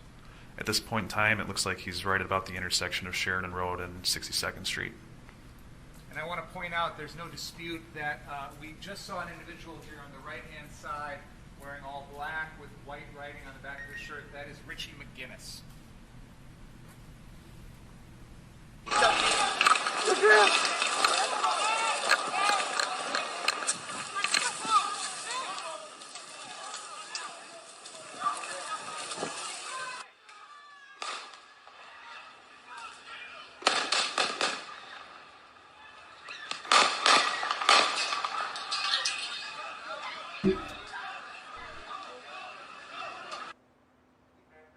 About 10 or 12 seconds, please. Back up just a little bit further, please. Go ahead.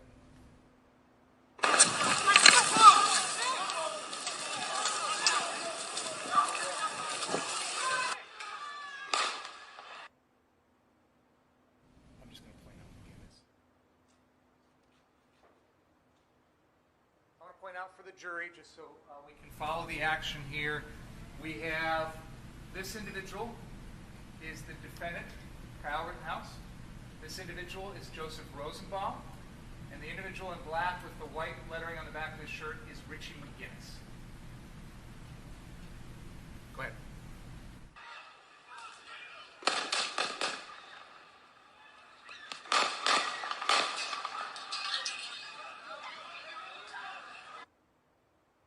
Detective Howard, I'm going to pause at this moment. I don't think there's any dispute that we've heard a total of 8 shots in a row there. I agree. And I'm just going to explain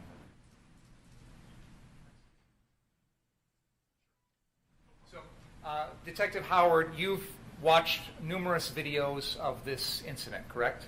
Yes, this part was one of the focuses. And there were 8 shots that we just heard.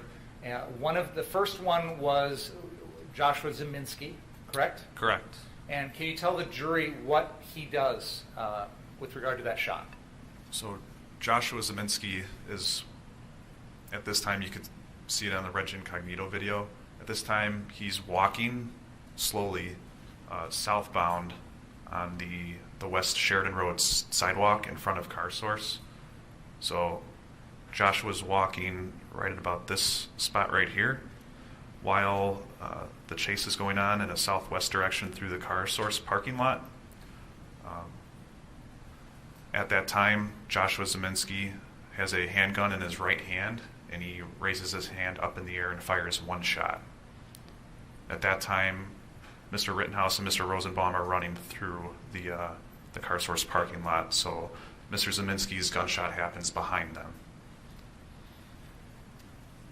Shortly thereafter, the defendant fires 4 shots from his AR-15, striking Mr. Rosenbaum all 4 times. Is that correct? Correct.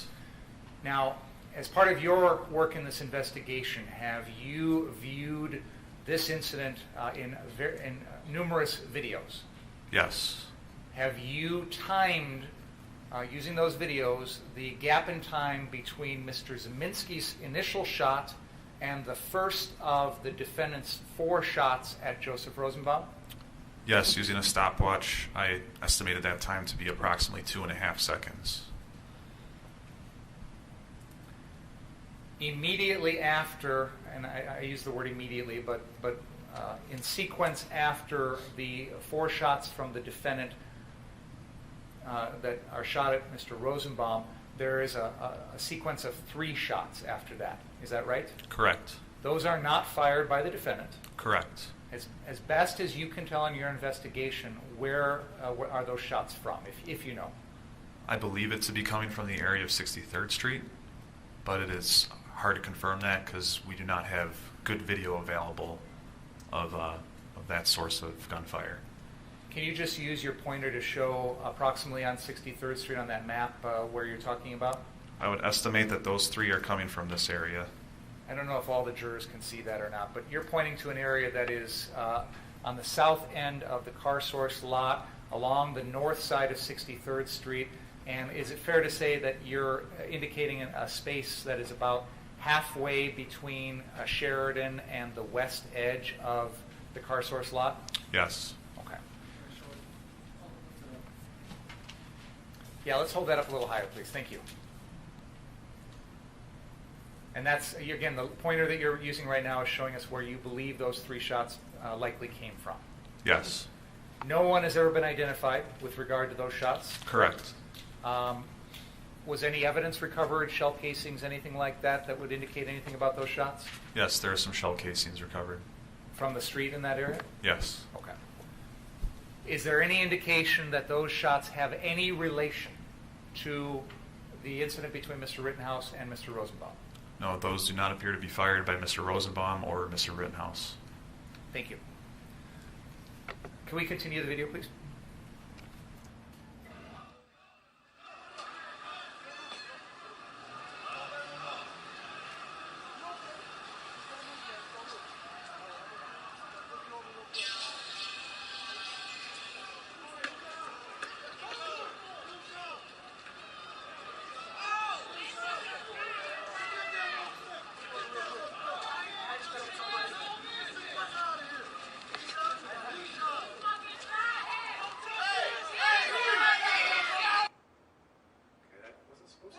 Give me a fucking light!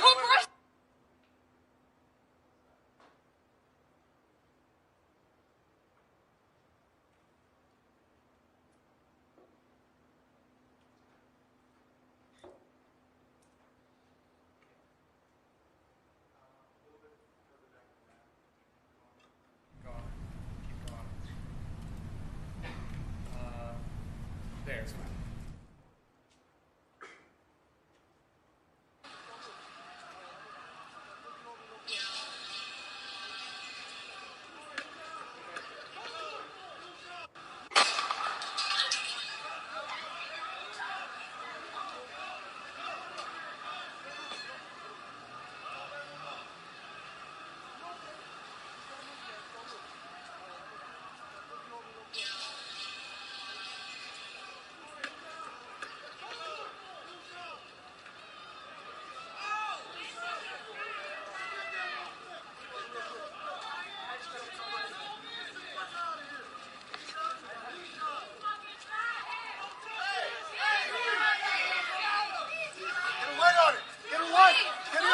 light. Put pressure on it. Put fucking Where? pressure on it. Where, dude?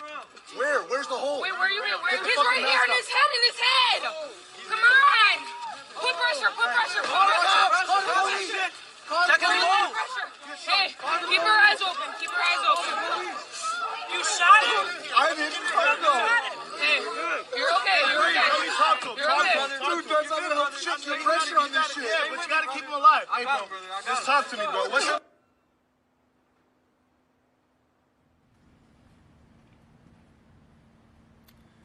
Can we now please play exhibit number 15? That is a file entitled Richie McGinnis at Rosenbaum's Body.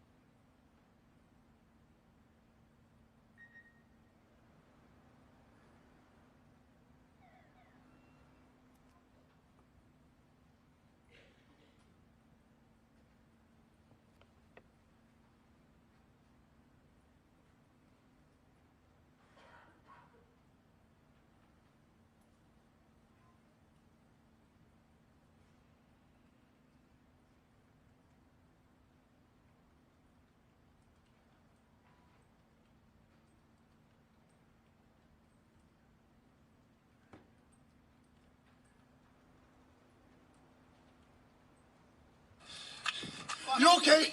Just don't move, man. Don't move. All right, can I flip you over real quick?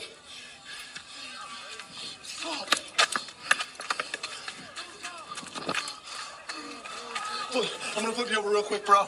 Here, flip over real quick. Just gotta get pressure on this, dude. Where's it at? Turn around. Where's it at, dude? Get a light on it. Get a light. Give me a fucking light. Put pressure on it. Put fucking Where? pressure on it. Where, dude? Where? Where's the hole? Wait, where are you at? Get the He's fucking right mask here up. in his head, in his head. Come on. Put pressure, put pressure, put pressure. Put pressure. Hey, keep your eyes open. Keep your eyes open. You shot him. I didn't. I don't know. Hey, you're okay. You're okay. Dude, that's not gonna help shift the pressure on this shit. Hey, but you gotta keep him alive. I got him, brother. Just talk to me, bro. What's your name, bro? Stay with me. Hey, what's your name, bro? What's your name, bro? Is y'all thinking the hospital right here? Yeah, get him up. We got a car. We got a car. Yo, keep pressure on it. I got him. Get him. I got him. Keep pressure on that. Get his arms. I got you, dude. I got you. Please, guys, make sure he has a hole. Keep pressure.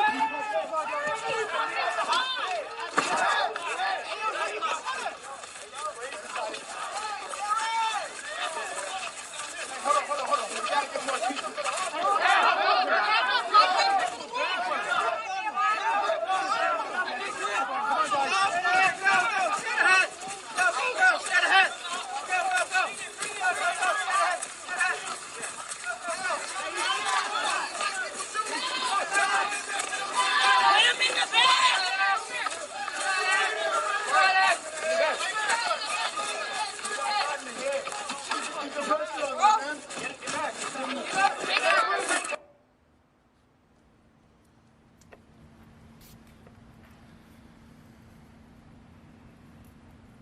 Now can we please play exhibit number 12? This is the Kyle Cook video.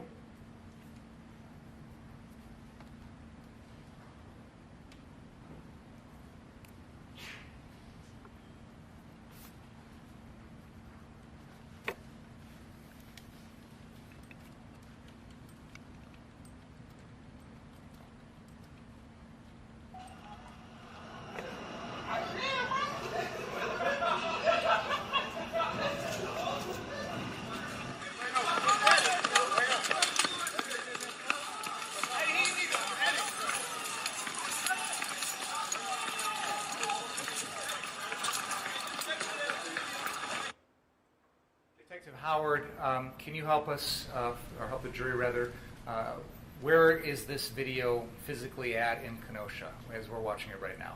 So at this point in time, Kyle Cook is the videographer, and he's a little bit north of the car source. I'd estimate he's about here. You're pointing on the west side of Sheridan Road between the 61st Street and 62nd Street? Yes. Okay, and he's heading south? Yes, his camera right now is pointing southbound. Okay, thank you. So there was just like 6 shots. His went off.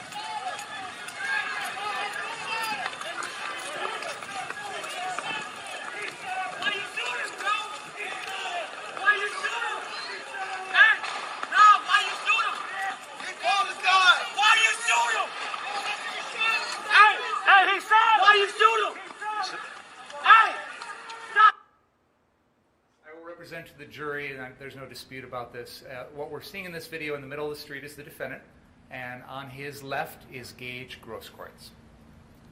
We can continue. Stop him! Stop him! Stop him! Stop him! Man, who is he? He shot him! Stop him! Who shot him? Shit's about to turn up here.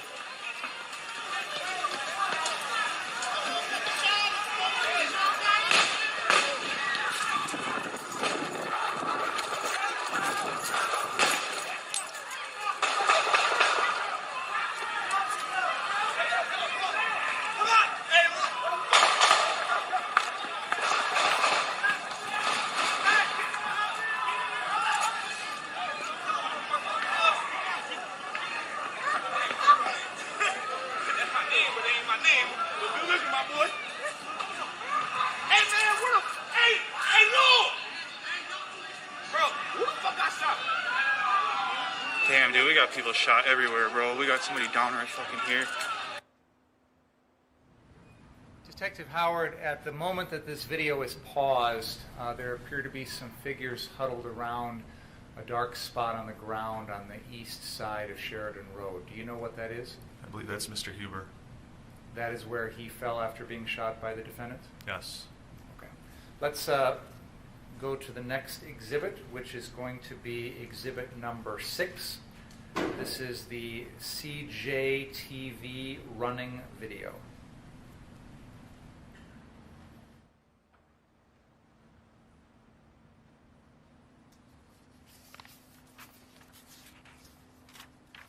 And just so we can make it clear for the jury, Detective Howard, the video we just saw is after the defendant has shot Mr. Rosenbaum at 63rd. Correct. And he is traveling north on Sheridan Road from that car source at 63rd. Is that fair to say? Okay, thank you.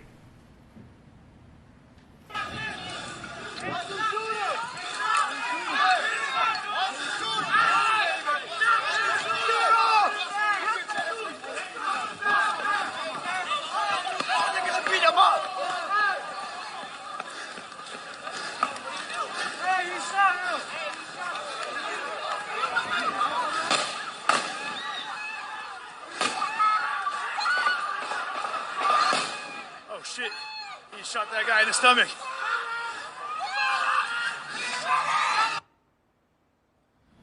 I paused it there. Detective Howard, there is an individual wearing shorts that appears to be holding his arm running off to the left of this video. That is Gage Grosskreutz? Correct. And this is immediately after he's been shot in the right arm by the defendant? Correct. Okay. Please continue. Oh shit, shit, people are getting shot all around us. People are just getting shot everywhere, guys.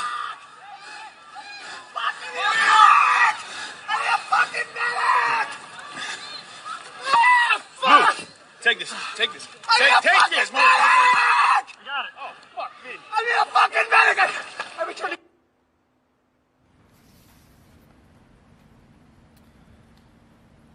Can we please now play exhibit number 5? This is the BG on the scene video.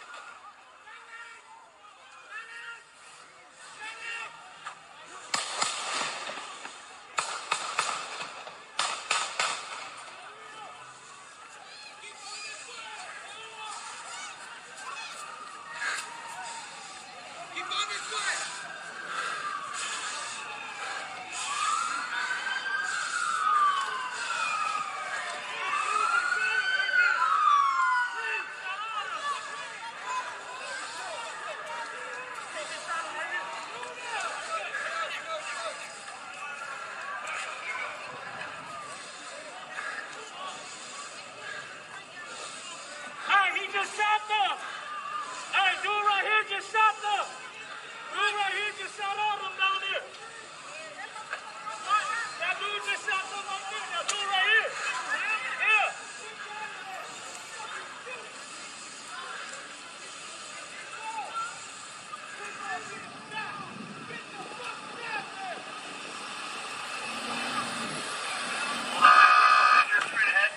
Someone injured straight ahead.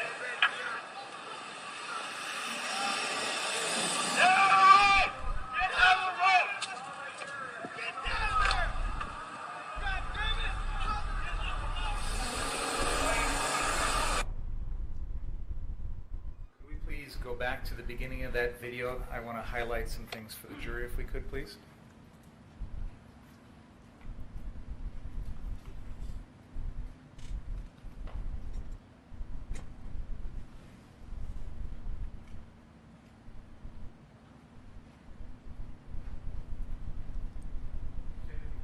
Yes, please.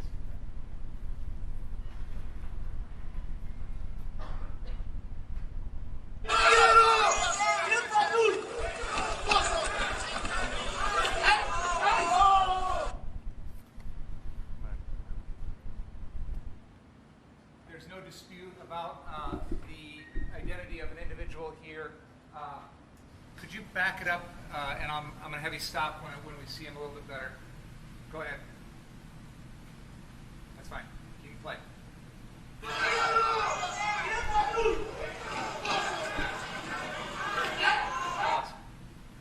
Running in from the right hand of the screen here, he's right. I'm pointing to him right now. He's kind of obscured, but there's an individual here running with a skateboard that is Anthony Huber. There's no dispute about that. Go ahead.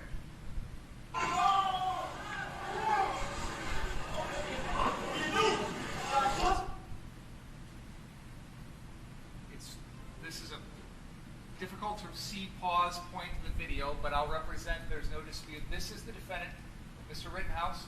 This is Anthony Huber. His skateboard has wound up over here, and he is picking it up, and then he's going to continue after the defendant. Oh, and one more thing I want to point out.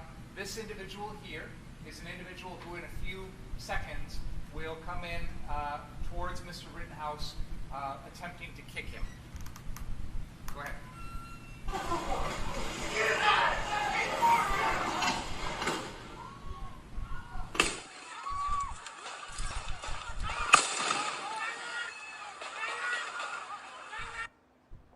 we rewind that a little bit, please? Like 20 seconds? Okay, continue there, please.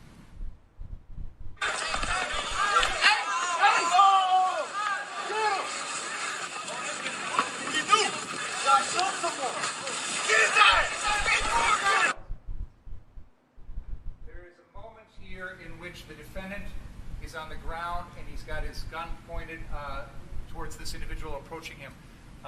Detective Howard, in the entire sequence of these events, how many times did the defendant fire his gun? 8 times. I believe the testimony thus far is that 4 of those rounds were discharged and struck Mr. Rosenbaum. Is that correct? Correct. The 5th and 6th times that he shot were at this individual with the white pants. Is that correct? Correct. The 7th shot is fired at Anthony Huber. Yes. And the 8th round is at Mr. Grosskreuz's right arm. Correct. Okay. Please continue. Pause. The defendant has just discharged 1 round into the chest of Anthony Huber. Is that right? Correct. Okay. Please continue.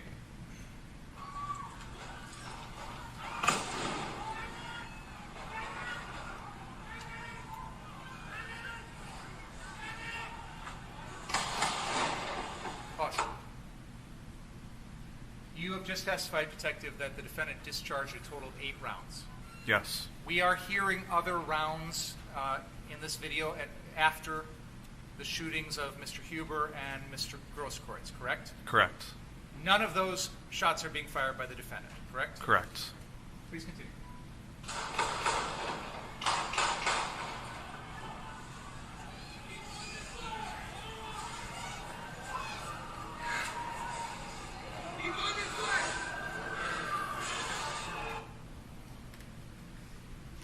Detective Howard, I'm pointing to an individual here who is walking towards the scene.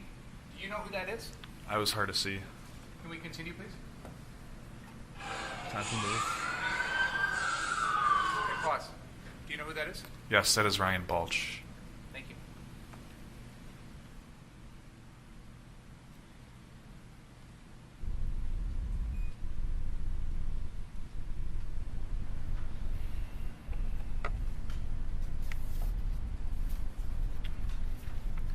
At the end of this video, the defendant approaches a Kenosha squad car, correct? Yes, a Kenosha Police Squad car, yes. Yes, Kenosha Police Squad car.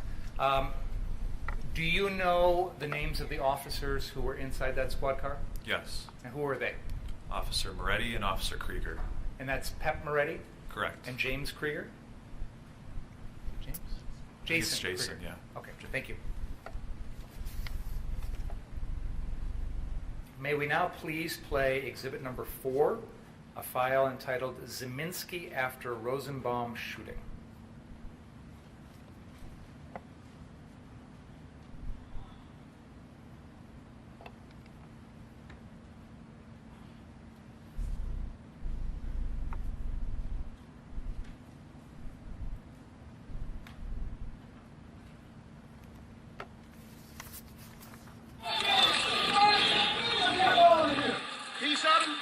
He fucking shot him!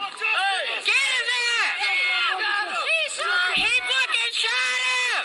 He fucking shot him! He fucking shot him! He fucking shot him! Do you know whose voice we're hearing? Yes, that is Kelly Zeminski's voice. In the video here, we're seeing a figure walking away from the camera in a dark top, looks like maybe camouflage pants, pointing. Do you know who that individual is? Yes, that is Joshua Zeminski. And he is the one who fired the first shot about 2.5 seconds before Mr. Rittenhouse shot Joseph Rosenbaum. Yes. Okay. Please continue.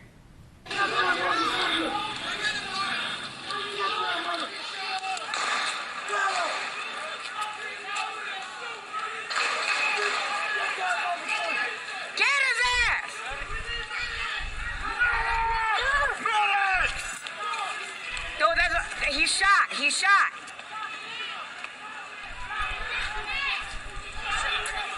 He's fucking shot.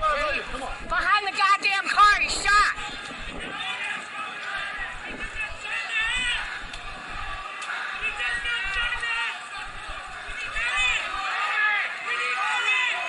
The hospital's right there.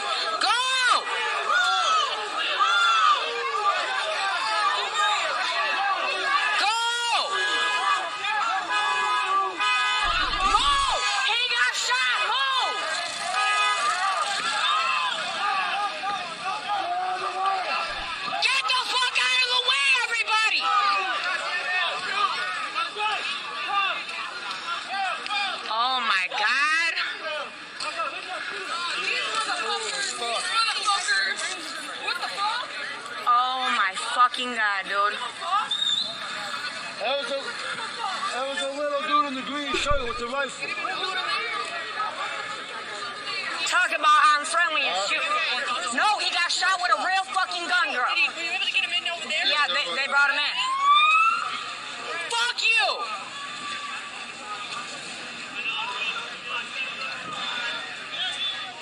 Don't get the motherfucker that shot him! Yep.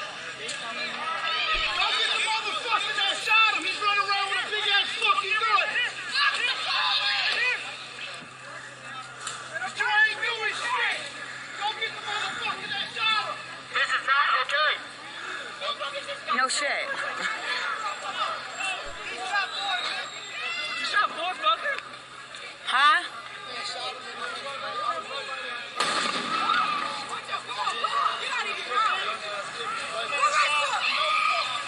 This is why this shit happening! You motherfuckers ain't doing shit!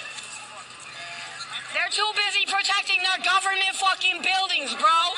They don't give a fuck about nobody out here. They don't give a fuck about nobody out here. Babe. Hey.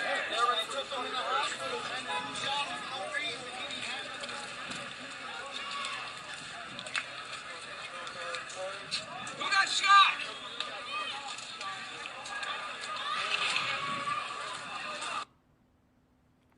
Detective Howard, that video ended at the location where Mr. Rosenbaum's body fell after being shot and killed by the defendant, correct? Correct. You've seen that location in this video and in numerous other videos, is that fair to say? Yes. At any point in any of those videos, is there any indication that Mr. Rosenbaum had any weapon of any kind? No. No gun? I can only see a plastic bag that he's carrying. So no gun? No. No knife? No. No bat? No. No club? No.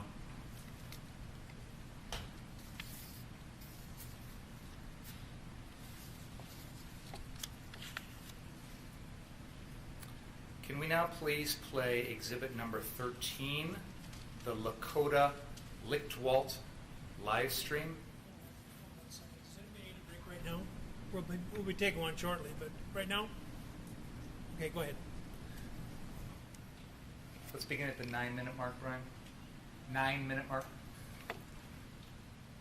Lichtwalt is.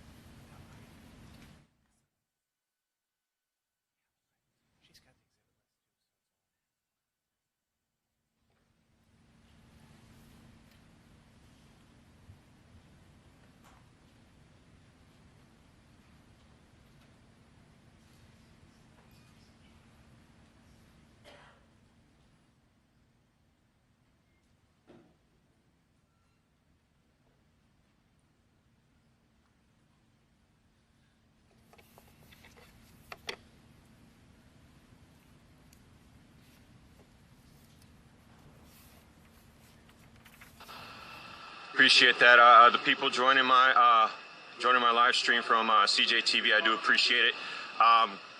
Guys, if I drop out again, make sure that you're jumping across to Corey Elijah, also another local here who's been documenting things in our hometown. Otherwise, make sure you're jumping on CJTV and Mercado Media. It does sound like we've got some stuff going on over here. I don't know if that's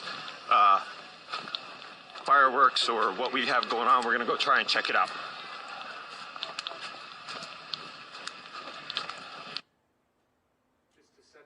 Locations for the jury. Detective Howard, we have seen this video begin at a location, and it appears that the person taking the video is now moving. Can you, if you're able to, can you tell us where this person was at the beginning of the video? So at the beginning of the video, it appeared that Mr. Lichtwalt was on the southwest corner of Sheridan Road and 60th Street. The armored vehicles that you saw in the beginning of the video were at 60th Street. Now it appears he turned the camera around and now he's facing south. And as we watch this video, is he going to be heading south along Sheridan Road? Yes. Okay. Please continue.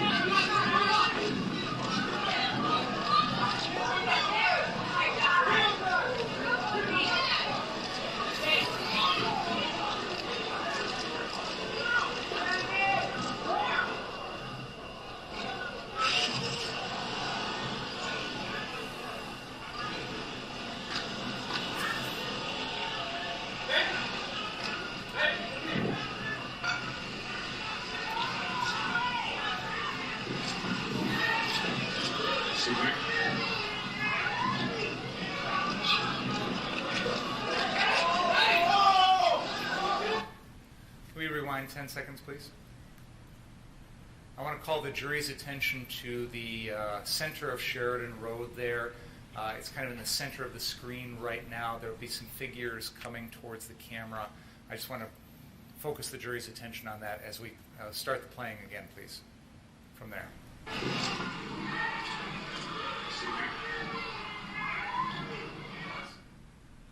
Well, it's like one more frame.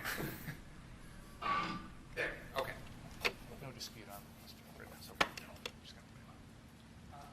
There's no dispute on this. I just want to make it clear for the jury. This individual who is running past the videographer, this individual here is the defendant, Kyle Rittenhouse. He is headed back north up Sheridan Road while this videographer passes him going south. Go ahead.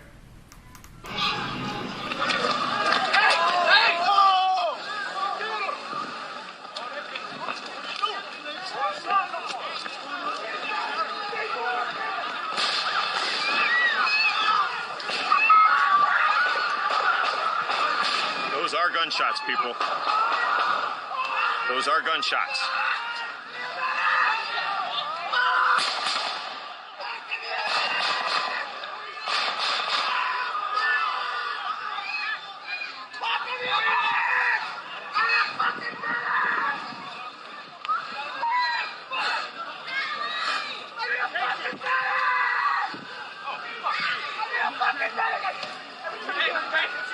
All right, guys. Get on the back. I have a tourniquet. Where, in your bag? In your bag? In your bag? Help!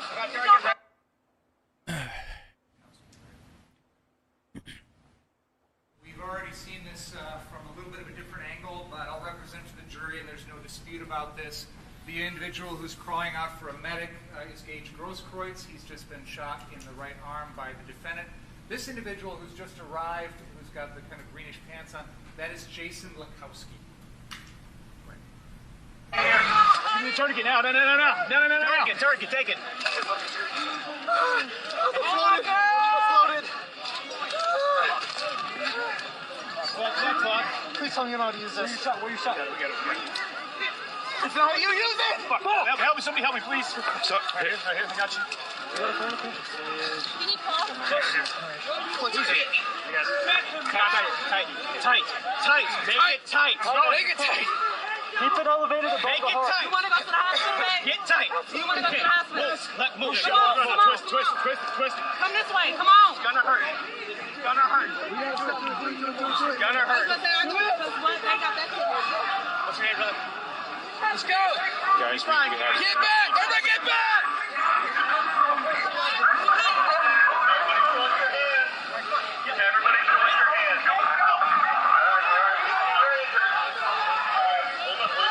Right there. You're good right there. Yep, stay right there.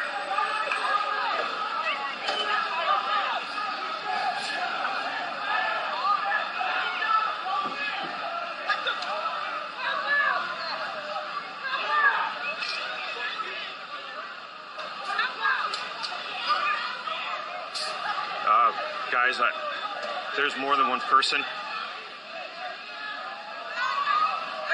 come right there. We're coming out to you. We got right where we're at.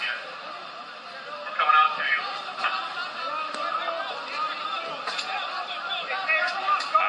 Right now, I'm not sure who got shot. We have two individuals.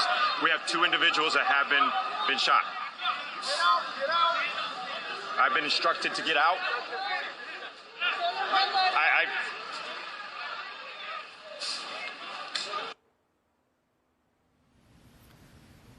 Detective Howard, can you describe for the jury what's going on in that sequence of events that we just saw after Gage Grosskreutz was shot? So those are several armored vehicles from different law enforcement agencies in Wisconsin arriving to a report of shots fired, and they are attempting to render aid to victims. But before they do that, they are concerned because they don't know whether or not there's still an active threat. So they come out with a show of force to secure the area. So that way, after they secure the area, they can provide medical aid to the victims, or the people who got shot. I know I've just presented a lot of videos to the jury, and I want your help, Detective Howard, just so we can make sure we've got everything in chronological order. Based on what we've just played for the jury and what you know, can you kind of describe the sequence of events in the series of shootings that we've just seen? Starting with the first shooting? Yes. So the first shooting takes place at the 63rd Street and Sheridan Road car source on the south end of our map here. That is where Mr. Rittenhouse shoots 4 times at Mr. Rosenbaum. All right.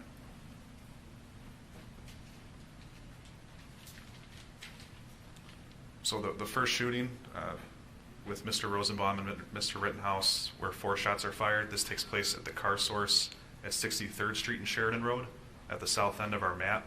That was after they both ran in a southwest direction, going down and to the left in this parking lot.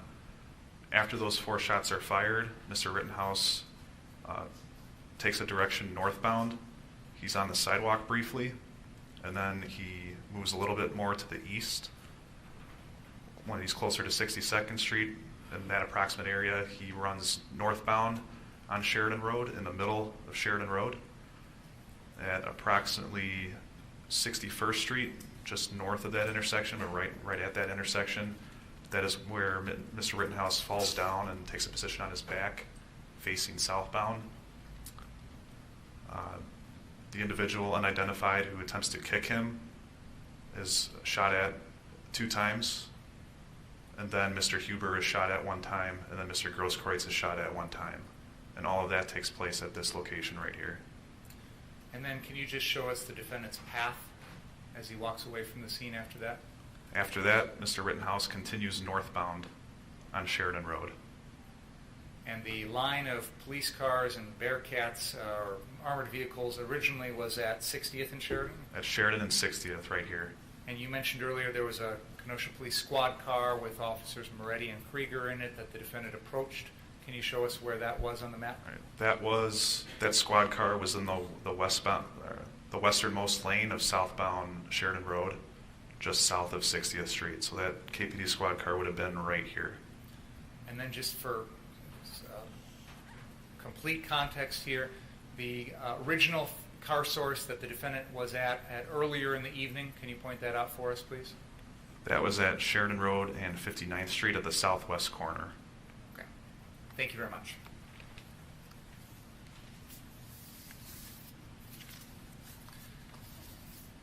We have seen a couple of versions of the shooting of Mr. Rosenbaum, and immediately prior to that, he throws something at the defendant.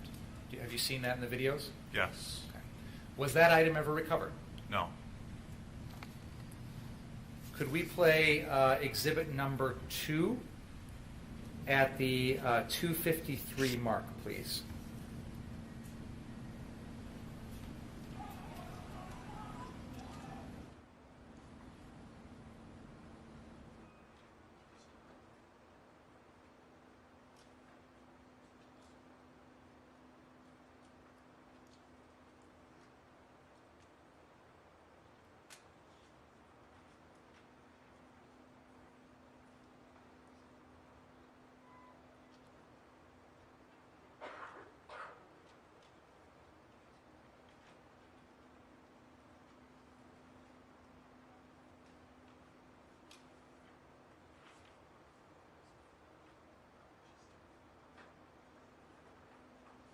Detective Howard, would you agree with me that in this video we see center left Joseph Rosenbaum?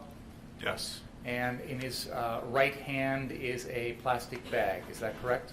Yes.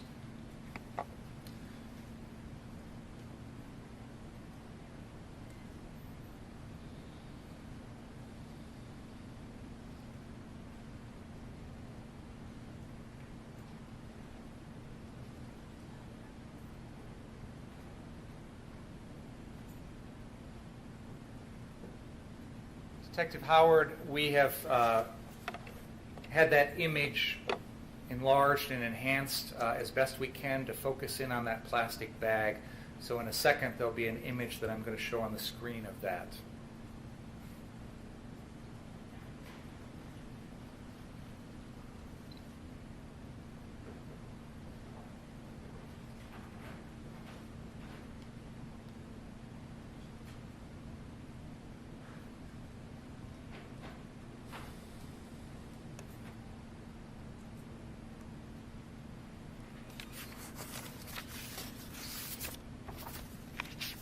the record, I believe this is exhibit number 24.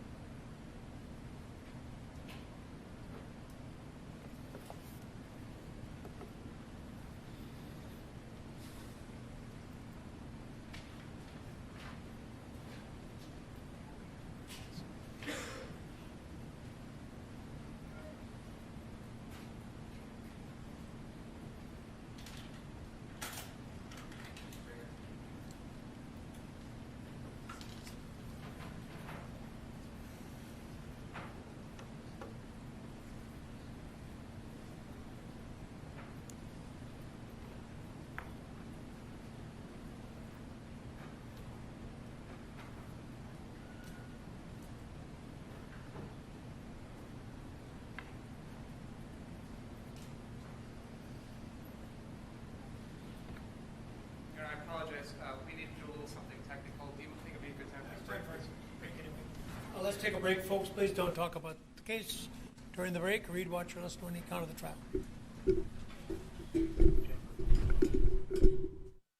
All right, guys. How we doing? Comment where you guys are tuning in from. We're live on Facebook and we're live on YouTube.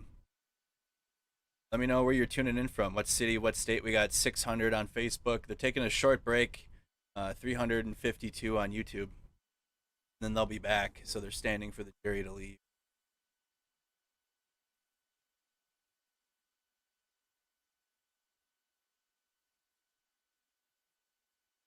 I did have videos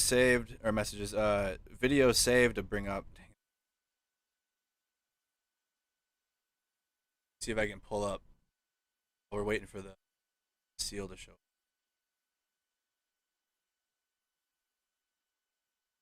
Racine, Spring Grove, Portland, Spring, Massachusetts, Springfield, Massachusetts, Vancouver, BC, Rice Lake, Wisconsin, Roanoke, Virginia.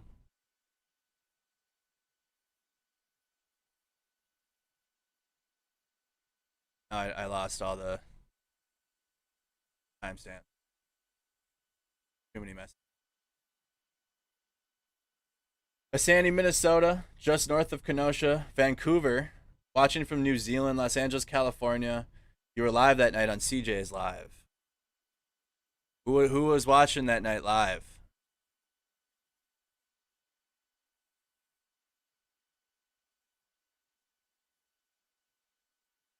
Okay, let's go to my footage. Let's pull up my footage. I can't. There's too many messages now. Facebook, stop it. Kind of discombobulated. It's just a lot of watching that over and over again. I'm feeling a little spacey. Give me a second, you guys. Well, I get it together. Getting it together. This should only be a short 10-minute break. We'll see. 10 minutes turns into 20 minutes. This court. Let's hop back over to the 25th and dive back in. So here's my footage from the 25th. You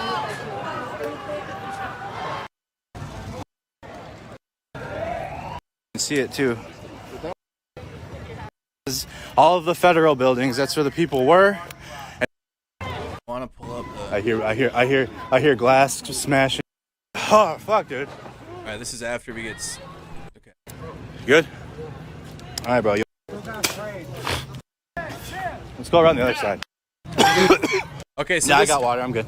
Yeah, I just had. This is after the engagement with the police at the courthouse, and now the protest is going to start heading down Sheridan Road towards where the militia is, and it was complete dark down there. It was really dark. Let's pick it up.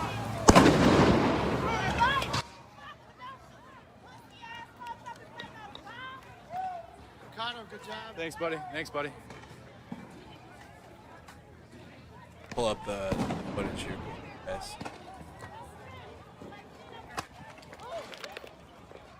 So here we go, guys. They're pushing in. The people are fighting back. The people are fighting back now. So the people are setting up defensive positions. They're setting up. They're grabbing bricks and anything they can. They are fighting. It's an active riot now. Here we go. There we go. We got an active riot situation. Hey, thanks, buddy. Hey, go. Do you live here? Stay safe, bro. Please go stay safe if you can.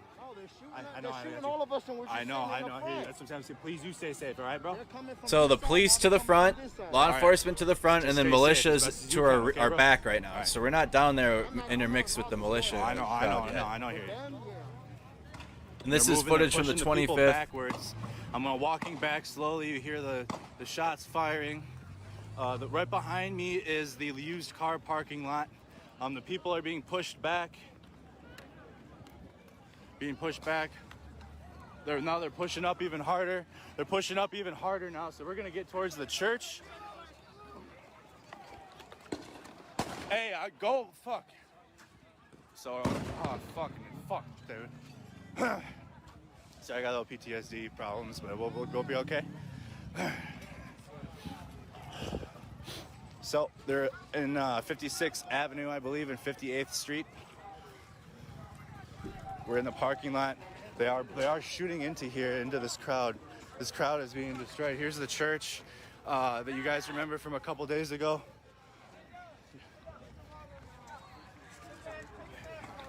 Do you need water? Hey, do you need more water? Yeah. All right, I got you. Just open there. It's open there. It's in the bottom. In the big pocket. I just dropped my backpack down. The person was panicking. On the bottom, underneath. Oh, there you go. Take as much as you want. The live streamers out there You'll did okay. more to tend to people than Rittenhouse did. You'll be okay. You will be okay. There you go. You'll be okay. People will say Rittenhouse is a hero, and it's just like this whole trial. You're just seeing like CJ walked up to Gage's arm and like put a tourniquet on it. Never put a tourniquet on before. Gage taught him how right then and there.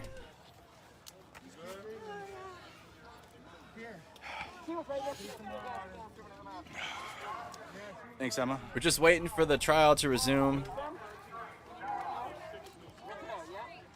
They're on a break right now. Hey, steady breathing. Just calm your breathing. Oh, shit!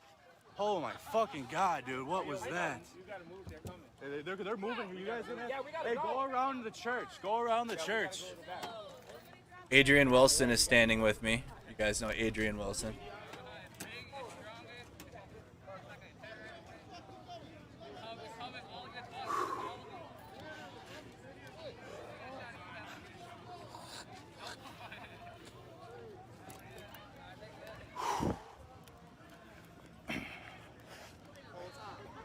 Like your Spider-Man. He's coming into. I bet you he pushes into this parking lot. We're gonna go through the church.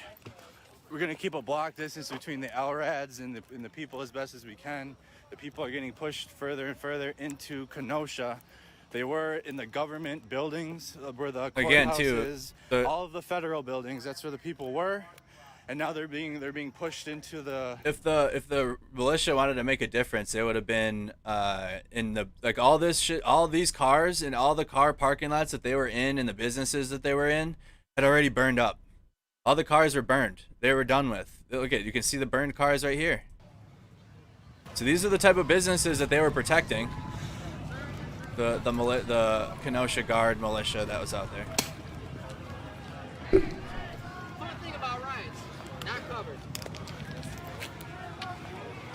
My bad, I mean to kick the rock, I'm sorry.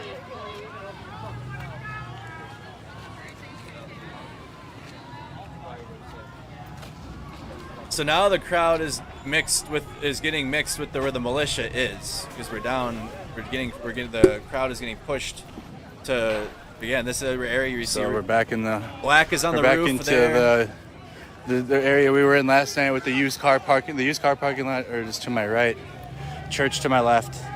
Construction zone. That's it. LRADs are in the street. Black Lives Matter. They seems like they're trying to grab things. I don't know if those are the people protecting the business on the top of the roof, but there's people on the roof of this auto repair shop here. It appears they are armed on top of the mechanic shop. I didn't know any of them though, but now that They Dominic are Black's armed up on there. the top of the mechanic shop. So again, think of the situation here, right? Think of the situation. The people, the protests had no mind. They paid the militia no mind until they got intermixed and they started seeing some of the behaviors from some militia members from earlier in the night. Like, I need the video. This one I need the video of when Rittenhouse walks up to the crowd, a crowd asking for medical. I need this one. I need mods. I need that video of him walking up to the crowd, Rittenhouse asking if they need medical. And they're like, wait, weren't you the guy that stood up and took a defensive position? Now you're talking about, does anybody need medical? So I need that. So send me that quick, really, as fast as we can. We can go over that. But the people, like, it was the protest and the conflict was with the police. And the police pushed everybody into this area where the militia was. Now the conflict is again, people are looking for conflict. People are just experienced it, and when you have that adrenaline stays. So now it's like, now you see these guys running around with guns, and people are like, what are you running around with a gun for? Now the attention is being put towards the militia members, which originally it wasn't. The focus was with the police. Let's go and start from here. We're being pushed. The people are being pushed further down.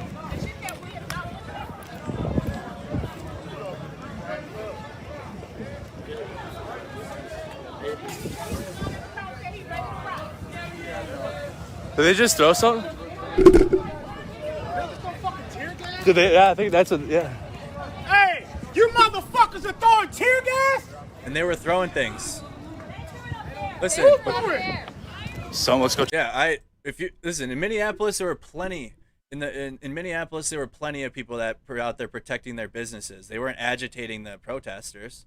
Those militia groups were agitating people and doing things like that to draw attention to themselves the whole time. Once the crowd was down in this part of Sheridan Road where the militia was, the militia was little here and there doing things to agitate the protest. The businesses in Minneapolis, they were just there. They didn't say a word. No one was shot from the protest. You guys saw that tear gas. It didn't make any sense why we got pushed down there. Yeah, I know. It's that one. I'm going around the corner. I don't see anything. And the other thing, again, do you guys see anything? They're protecting businesses that already been. Did they throw it from the? I think they might have. I think he might have thrown it from the top. I think so. I don't know where that tear gas came from, guys. I looked around the corner. This is not the dangerous part about it. I didn't see. I thought that could have been someone here, but that's not the case apparently. They left the rooftop. They did. The people are being pushed further and further down the street.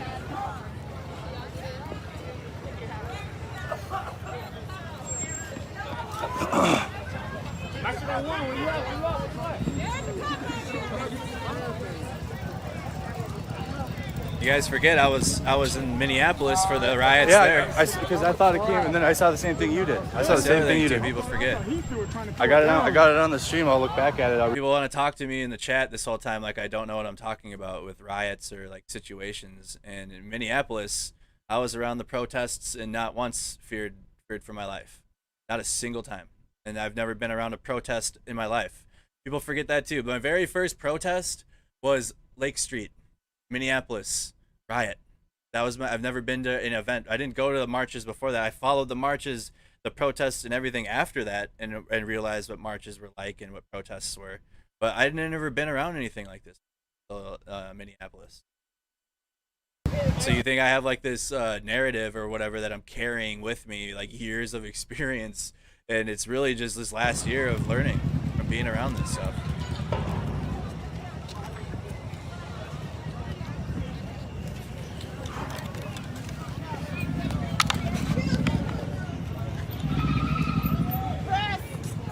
Y'all think because y'all got press on your shirts, they give a fuck what they don't. Let me get one of them vests. You need one? I do.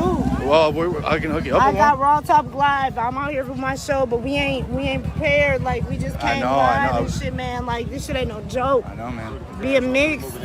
They're moving this way though. I don't yeah, give a fuck. Move I know, but move in. Like, we gotta die trying, I guess, right? I don't know what this person was on, but I was moving down the street. You think that's him?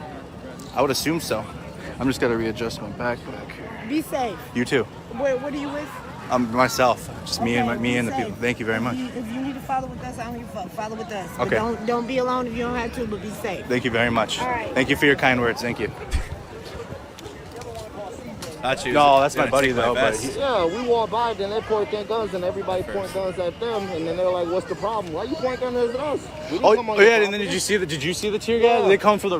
That's what I thought. That's what I thought. I have to rewind my stream and see it too. I wanted to come over and say hi. I've been watching you and CJ the last. Oh, dude, thank you, man. Thank you. You live around here? Is this your town? Beloit. Beloit. So, Okay. Hour away. Okay. And I came down actually earlier today just to see everything. It made me happy. I know, man. I I know. It's a lot. Thanks for coming out, man. Thank you for supporting what we do. Thank you. I'm smoking a cigarette. I need like 10 of them. Quit cigarettes. Put them cigs down. Cancer sticks. I needed it then, I tell you what. This was before the shooting. This is all still before the shooting. This is that night. Again, we're reviewing footage of August 25th, 2020. This is that night, and this is just the vibe. I'm showing you guys what it was like before the shooting. That's what we're doing. We're waiting for the trial to resume. It's on the seal still, the Kyle Rittenhouse trial. So we're just watching before the shooting and just getting an idea of what it was like on Sheridan Road and in this gas station and just everything before the shooting started. So we got, again, small business owners protecting their business. Similar images that we saw in Minneapolis and Los Angeles. So the person that just said, Mercado, what do you feel about the business? Like, there you go. Similar. Didn't bother me. So they're moving in right here. People are getting piggybacked out. They were agitating. I just needed one, guys. I just needed one. It's been a rough one, man. Been rough so far. We'll be all right. Thanks for sticking around, guys. It hasn't even been rough yet. Broke my big phone. That's shit, man. That's tough. I'm sitting there. See, look at that. I think the night's like done, or the night's gonna end because we just went through that mass again. Shit for that. If you missed it earlier in the night, that's why I sound so tired already, because there was a giant conflict with the police in front of the courthouse an hour or two earlier. They had the Bearcats into the park. It was quite a night. It was quite a night overall.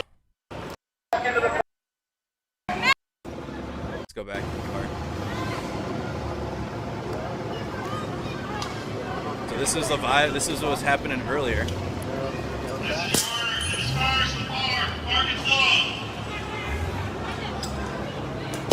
No one's gonna fall in behind the. No one will fall in behind the. So that was a lot, right? So that was a lot. The Bearcats in the park and all the tear gas and just a lot of gas, right? A lot of gas used. So I'm tired already, and so this was before the shootings happened. So now let's get to the part where we're at. All right, see, I'm smoking. I don't smoke cigs. So far, we all right. Those are bad for you. Sticking around, guys. Right. Broke my big phone. So that's why I'm smoking. Shit, I'm man, thinking that's like, dang, the night's starting to finally calm down. We just went from that conflict, and now we're down mixed in with the militia and everything. For that tear gas that they have, I don't know what that was.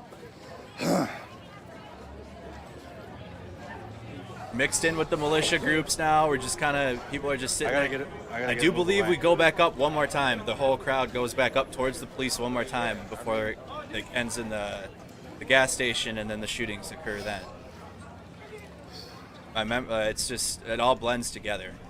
All those nights seem like one night to me.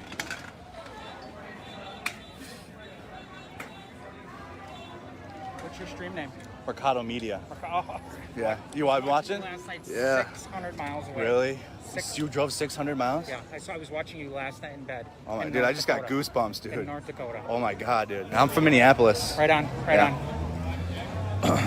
Thank you for coming. Wow. That's real life right there. Yeah, Miranda, I think all the viewers, we all need a square right now.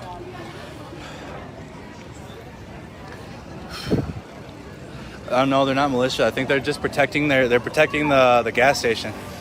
But similar images that we saw in Minneapolis.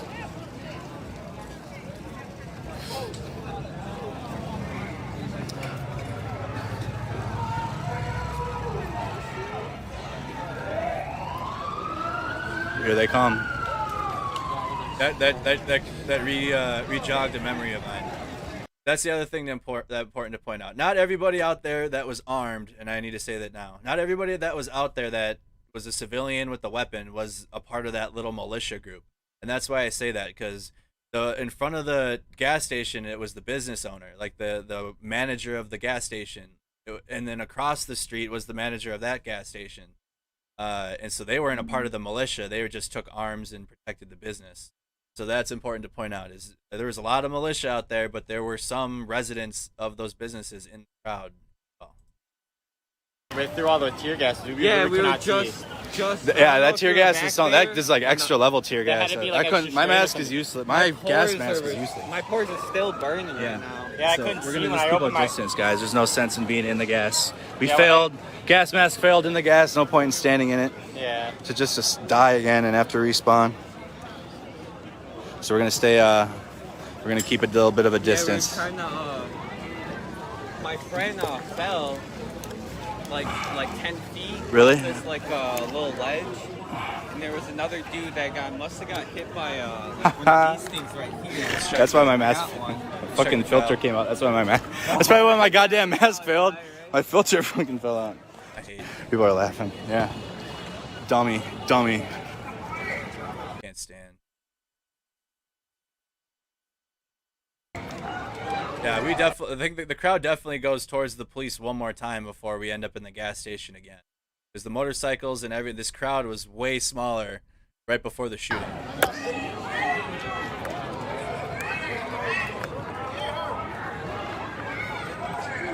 We're moving. The police. So I gotta keep a distance. Shit.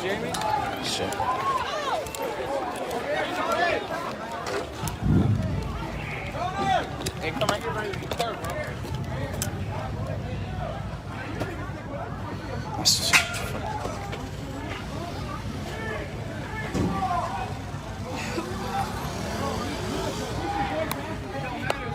How's the stream quality?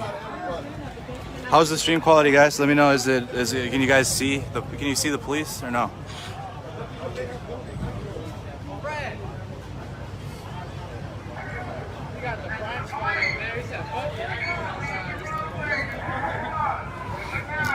right.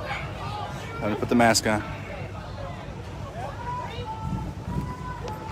But I don't want to get it though, because I was in the gas room.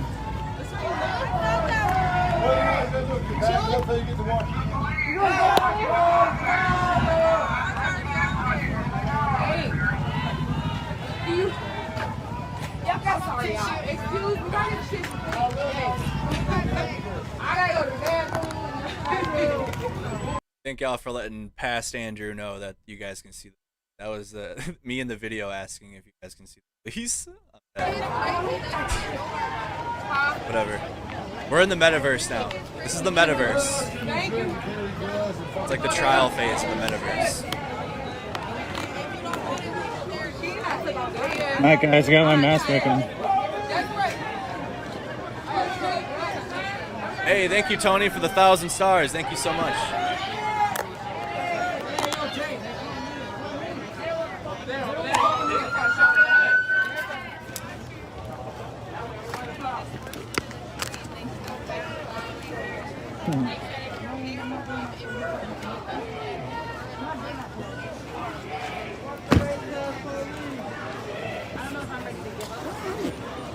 Let's check the trial.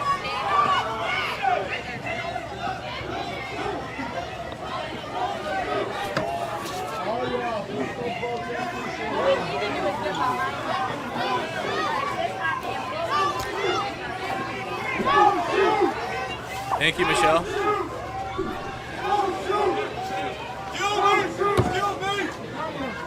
Take this. Oh shit. You good? I don't want to miss any of this while I'm talking. Take this moment, guys. Like the video. Drop a reaction on Facebook. We're just waiting for trial to resume. This is the State of Wisconsin versus Kyle Rittenhouse trial. We're waiting. They're on a break right now, and they'll be coming back. Like the video if you haven't. Again, YouTube, like the video. We have over 300 watching, 200 likes if we could bring that number up. Consider becoming a supporter of the Facebook page. It continues this work going. Monthly support, $4.99 a month. Right now, this month, it's worth $20. So if you become a supporter, your support is worth $20, and that's pretty good. That's awesome. And YouTube, again, membership options are there as well to join the channel. Completely optional if you're just here to tune in and watch and be informed. Thank you so much for just taking time out of your day. Also, join our Discord. We have a Discord. It has 250 members in it, and it's mainly geared towards the side stuff that I do. But there is some reporting stuff on there. But the Kyle Rittenhouse case, we do have a sub thread in our Discord, the Snack Squad Discord. Feel free to join that and drop the link, mods, and people on YouTube chat out the Discord link if you're interested. It's under the general thread, and then the sub thread is the Kyle Rittenhouse case. So join that if you're interested. If you like Discord, I like Discord. So thank you guys so much.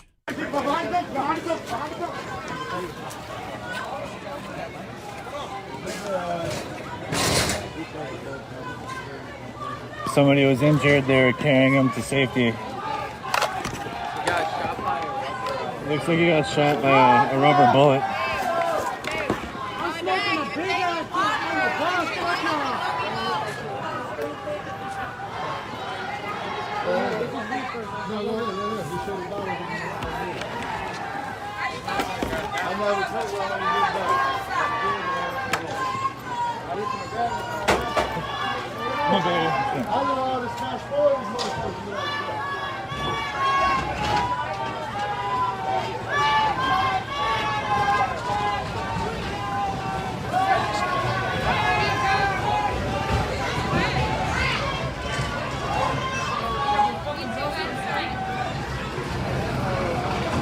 So now some idiots decided to grab the dumpster and bring the dumpster into the road and start a fire with it inside the dumpster.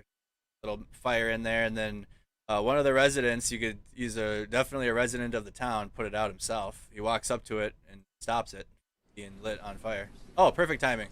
Back in the courtroom. We'll get to that. I do hear audio from the court, so let's pull that back up and get back into the trial.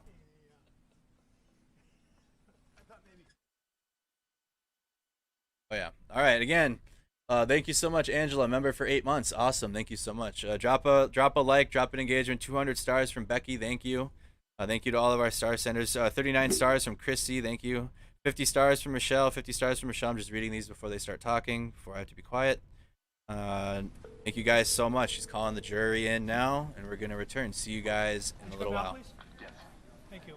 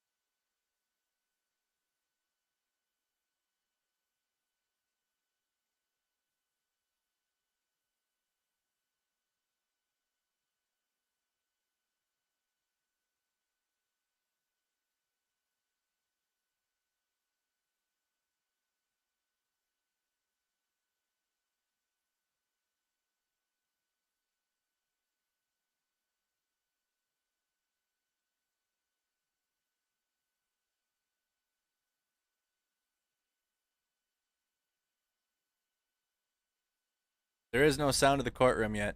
So if you're wondering why there's no sound, the sound will return when they return the sound in the courtroom.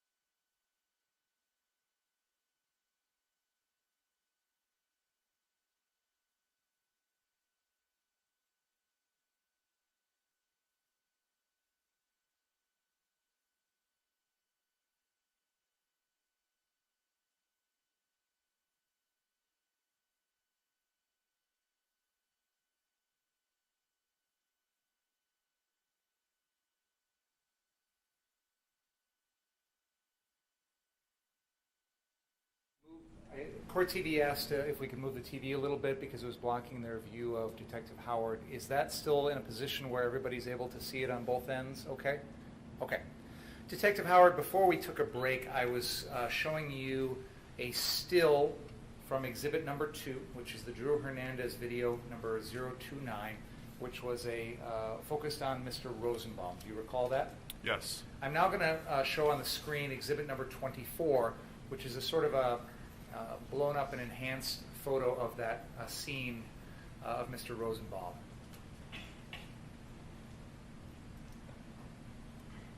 And again, Detective Howard, does that show the plastic bag that Mr. Rosenbaum was carrying around on the evening of August 25th, 2020? That's what it appears to be, yes. All right. Now I would like to show exhibit number 9, which is the aerial surveillance video from the FBI.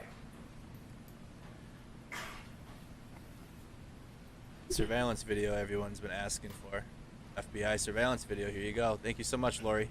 500 stars.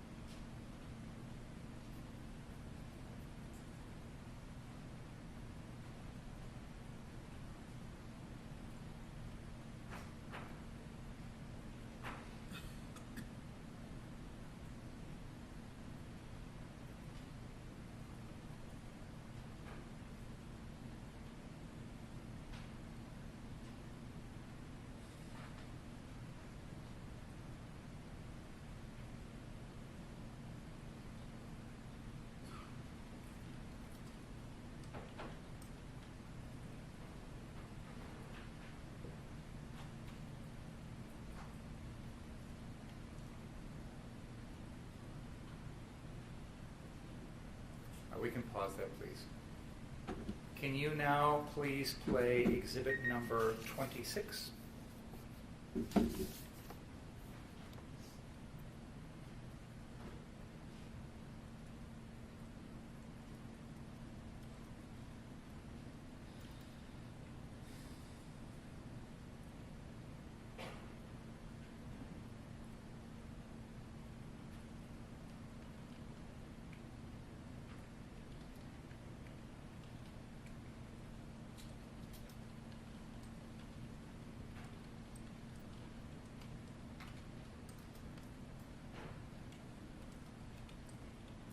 And now if we can please play exhibit number 25.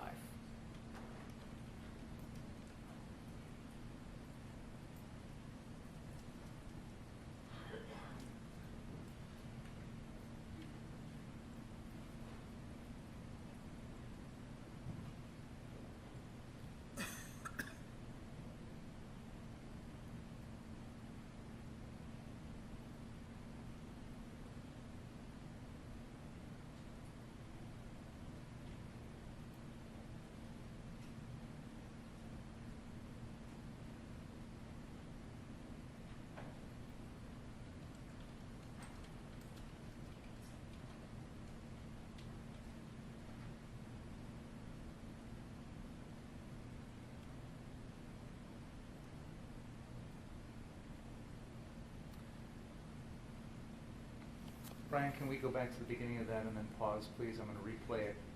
Yes, of that same video. Detective Howard, the video that we just watched here at the beginning of the video, let's keep a pause there for a second.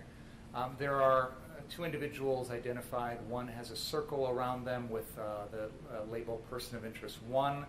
The second has a square around them with a label of person of interest 2. Do you see that? Yes. Based on your investigation, your review of all the other videos, who are those two individuals? Person of interest 1 is Joseph Rosenbaum, and person of interest 2 is Kyle Rittenhouse. Now, can you please play the video again, Brian?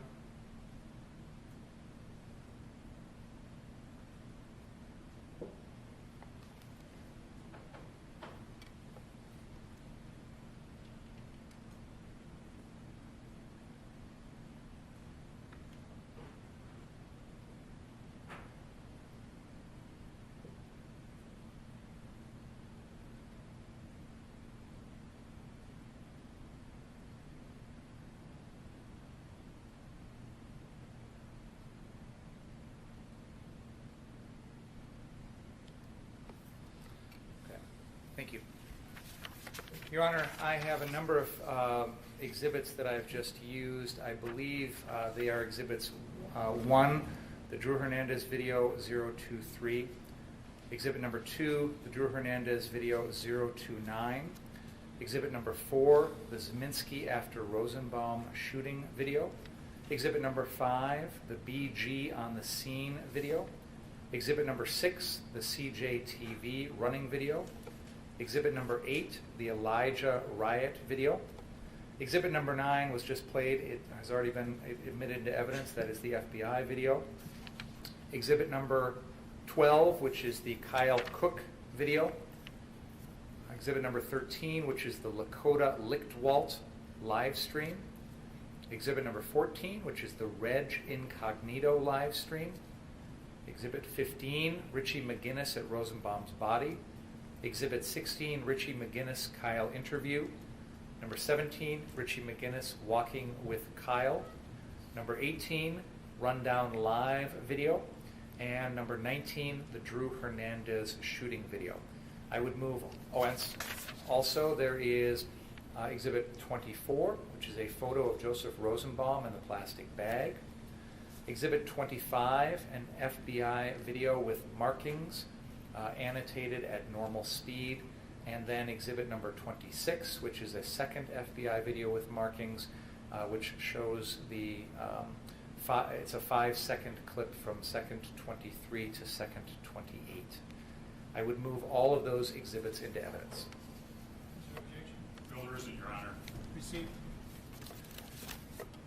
The testimony that you've provided today, Detective Howard, and the videos that we've seen of all of these events that you identified as occurring in the area of Sheridan Road between approximately 59th Street and 63rd Street, did everything that we've heard about and seen in this case occur here in the city and county of Kenosha and the state of Wisconsin? Yes. We have also heard testimony regarding a person who we've identified as the defendant, Kyle Rittenhouse. Do you see him here in court? Yes. Can you point him out for us, please? He's the gentleman sitting at the corner of that table between Mr. Sharofsky and Ms. Wisco. I have nothing further.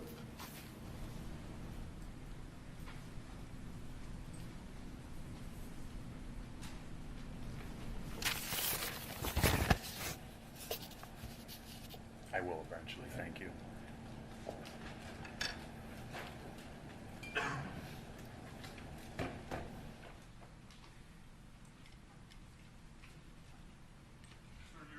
With the Kenosha Police Department?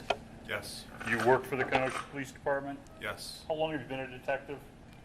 Almost 3 years. And before that, you're a patrol officer? Yes. You don't work for the district attorney's office, correct? Correct.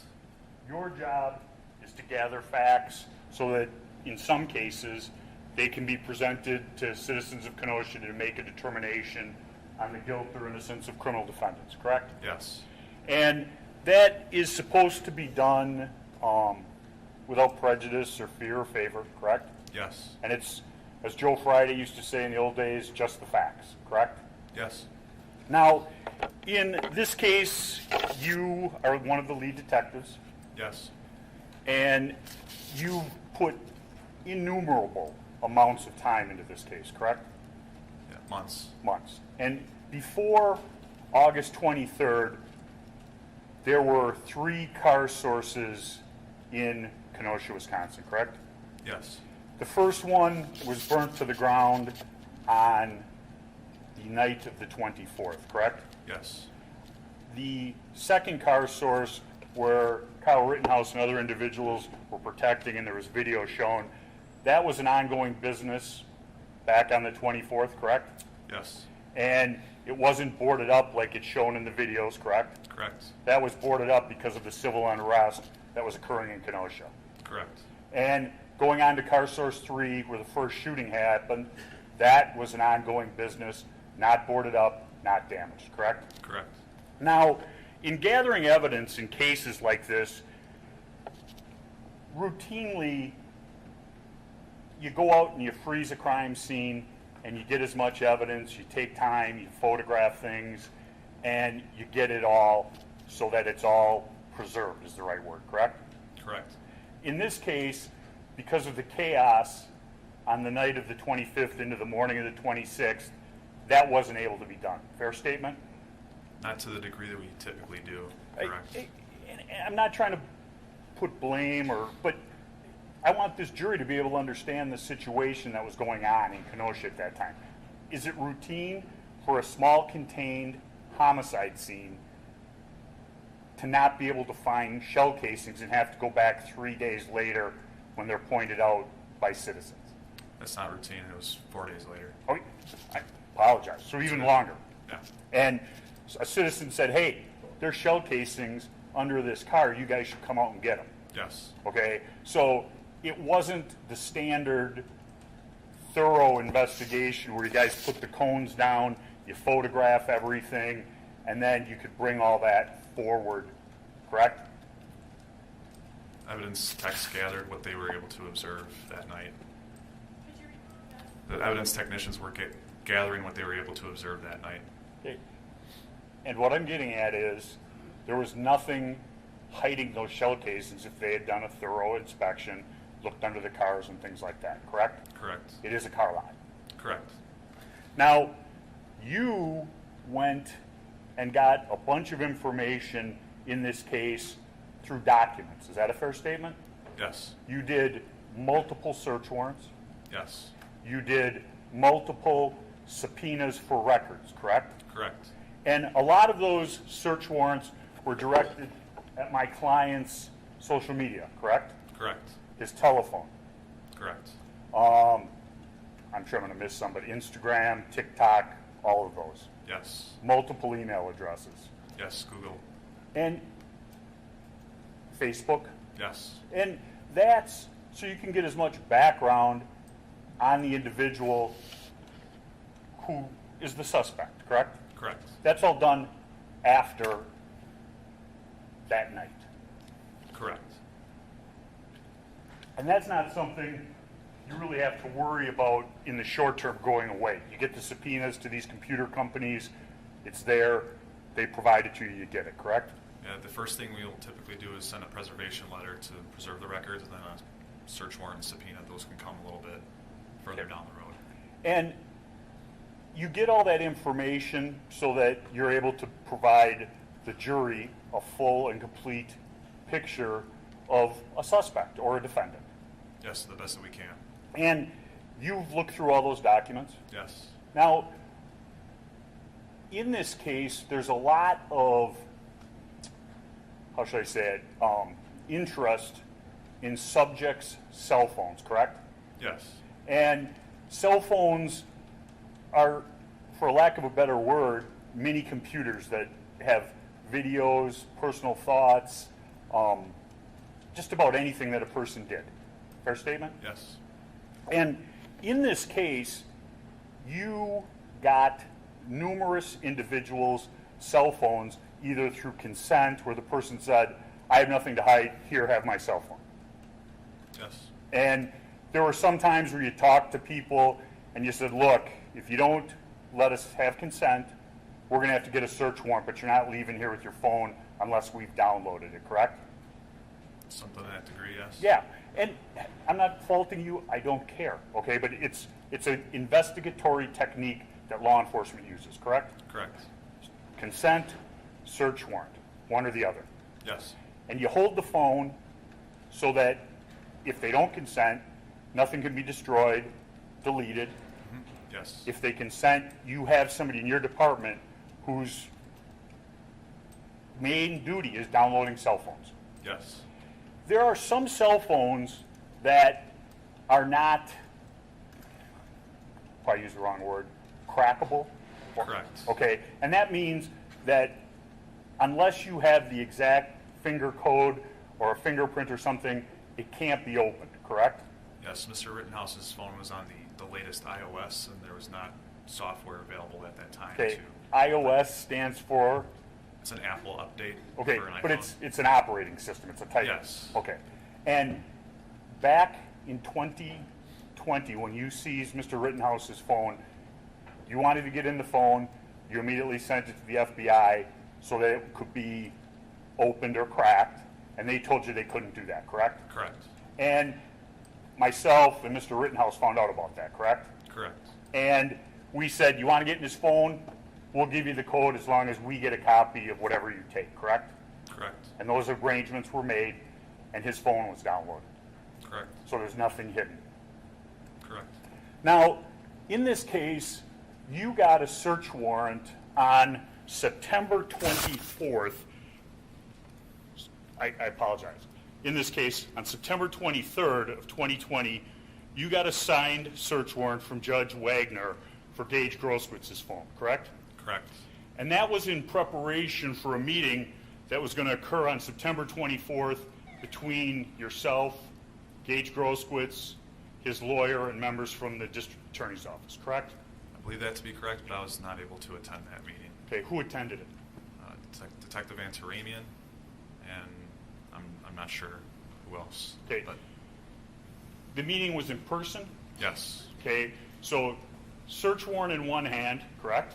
Yes. Telephone of Mr. Grosswitz, presumably in Mr. Grosswitz's hand. Yes. And for some reason, that search warrant was never served on Mr. Grosswitz and his phone taken, correct? Correct. So you have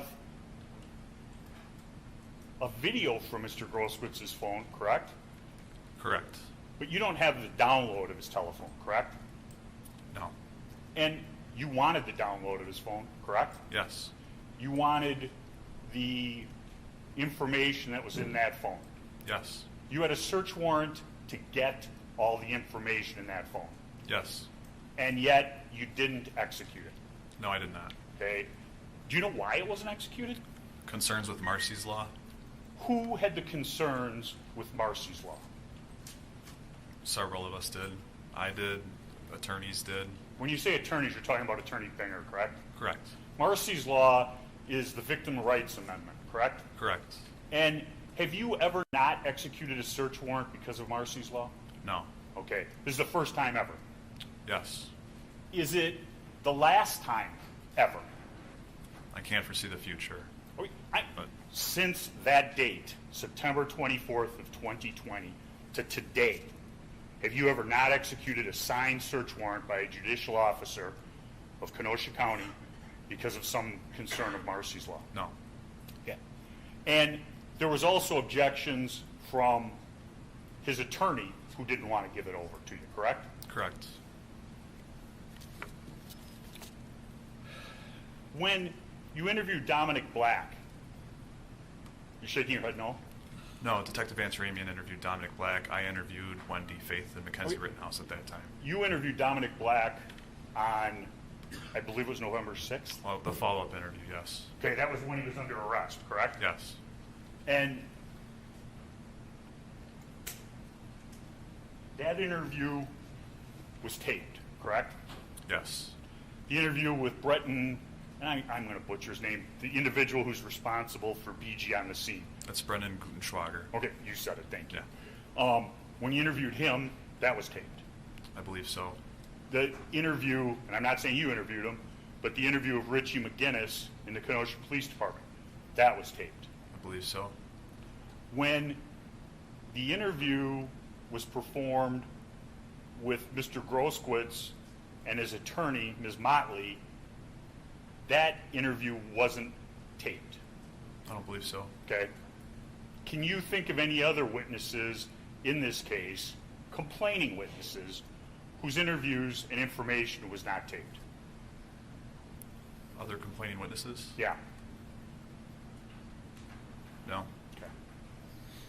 And just so the record's clear, no one has ever interviewed Jump Kick Man, correct? Correct. No one's ever been able to identify him. Not that I'm aware of, no. He's never come forward and complained to law enforcement that he felt as though he was somehow the victim of a crime on August 25th. Correct, he has not come forward. And he never came. You tried to identify him. We tried. You tried showing his picture around, asking numerous people. Yes. Now, you testified about Mr. Zeminski, correct? Correct. Now, after getting a bunch of the videos, which you did get, you review those and you realize, correct me if I'm wrong, that Kyle Rittenhouse did not fire the first shot. Correct. And through some Facebook sleuthing, it's brought out that an individual by the name of Alec Blaine was the individual who, in fact, had done or fired the first shot on the 25th. Yeah, I believe it was Alex Blaine was going around social media and different outlets, but yeah, I saw that name on the internet. Okay, and through getting his picture off Facebook, that picture was circulated around your department. Yes. And he was a known individual, and somebody says, that's not Alec Blaine, that's Joshua Zeminski. Correct. And do you know who that was? Information was forwarded to our gang crimes unit at the time, and I believe they had a resource in Milwaukee that they helped coordinate identification with, and through that coordinated effort, we were able to get that identification. And now we all agree that it was Mr. Blake who fired one shot. You said Mr. Blake. I apologize. Mr. Zeminski, the real name, who fired a shot shortly before Mr. Rosenbaum was shot by Kyle. Yes. Now, on direct examination, you were asked a question about the timing from Zeminski's shot to Kyle's shot, correct? Correct. You did that with a stopwatch? Yes. So it's a human act. Yes. Okay. And the Wisconsin State Crime Lab has numerous individuals who can break down video, correct? Yes. You can do a frame-by-frame analysis of the video, and that can tell you frames per second, and you can come within hundredths of a second of what happened, correct? Correct. And whether Mr. Zeminski was on the sidewalk or Mr. Zeminski was on the beginning of the parking lot, where you see the flash on the video is behind Kyle Rittenhouse, correct? At that time, yes. Okay, and the shot goes off, and it's in close proximity, 30 feet? Yes. Okay, and from behind him. Yes. And you were asked questions by Mr. Binger about Mr. Rosenbaum and your information regarding him. And he named a series of weapons, gun, knife, I think there was even a bat or something like that. In your extensive review of the videos, there were numerous times where Mr. Rosenbaum was armed, correct? I can recall him carrying a chain at one point. And to the best of your ability and investigation, that chain came from a trailer in that church? From the St. James campus area. And the St. James, we're talking about the rubble and things like that. Yes. And that was an area where there's numerous videos of people going and arming themselves with projectiles, rocks, or busted up cement. Yes. And that was where Mr. Rosenbaum and Mr. Zeminski got the trailer to bring down Sheridan Road to start the fire, correct? Correct. And that's where Mr. Zeminski and Mr. Rosenbaum are bent over, starting the clump of debris and things like that in the road on fire with the trailer up on its side. Yes. And that's where Mr. Rosenbaum is wearing a blue mask, correct? Correct. And that's what would commonly be referred to as a baklava or a shield that goes from his neck to down to his shoulder area, correct? Correct. Not the maroon shirt that he was wearing on his head as a mask when he was shot by my client. Correct. Now, as you said, you've been a detective for 3 years. It's against the law to use physical force against a citizen of Kenosha to try and steal their property from them, correct? Correct. That would be what's called strong arm robbery. Correct. It's a more serious crime if you attempt to do that while you are masked. That's what's called a criminal enhancer, correct? Correct.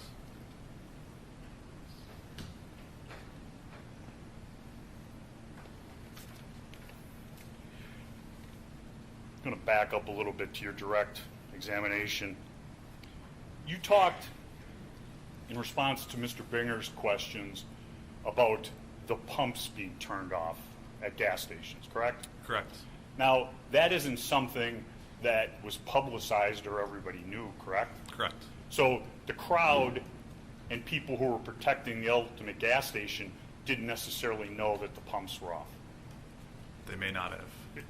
Yeah. You didn't broadcast it. Correct. And you testified about going out in an unmarked squad car on patrol. Yes, and various things. For various things.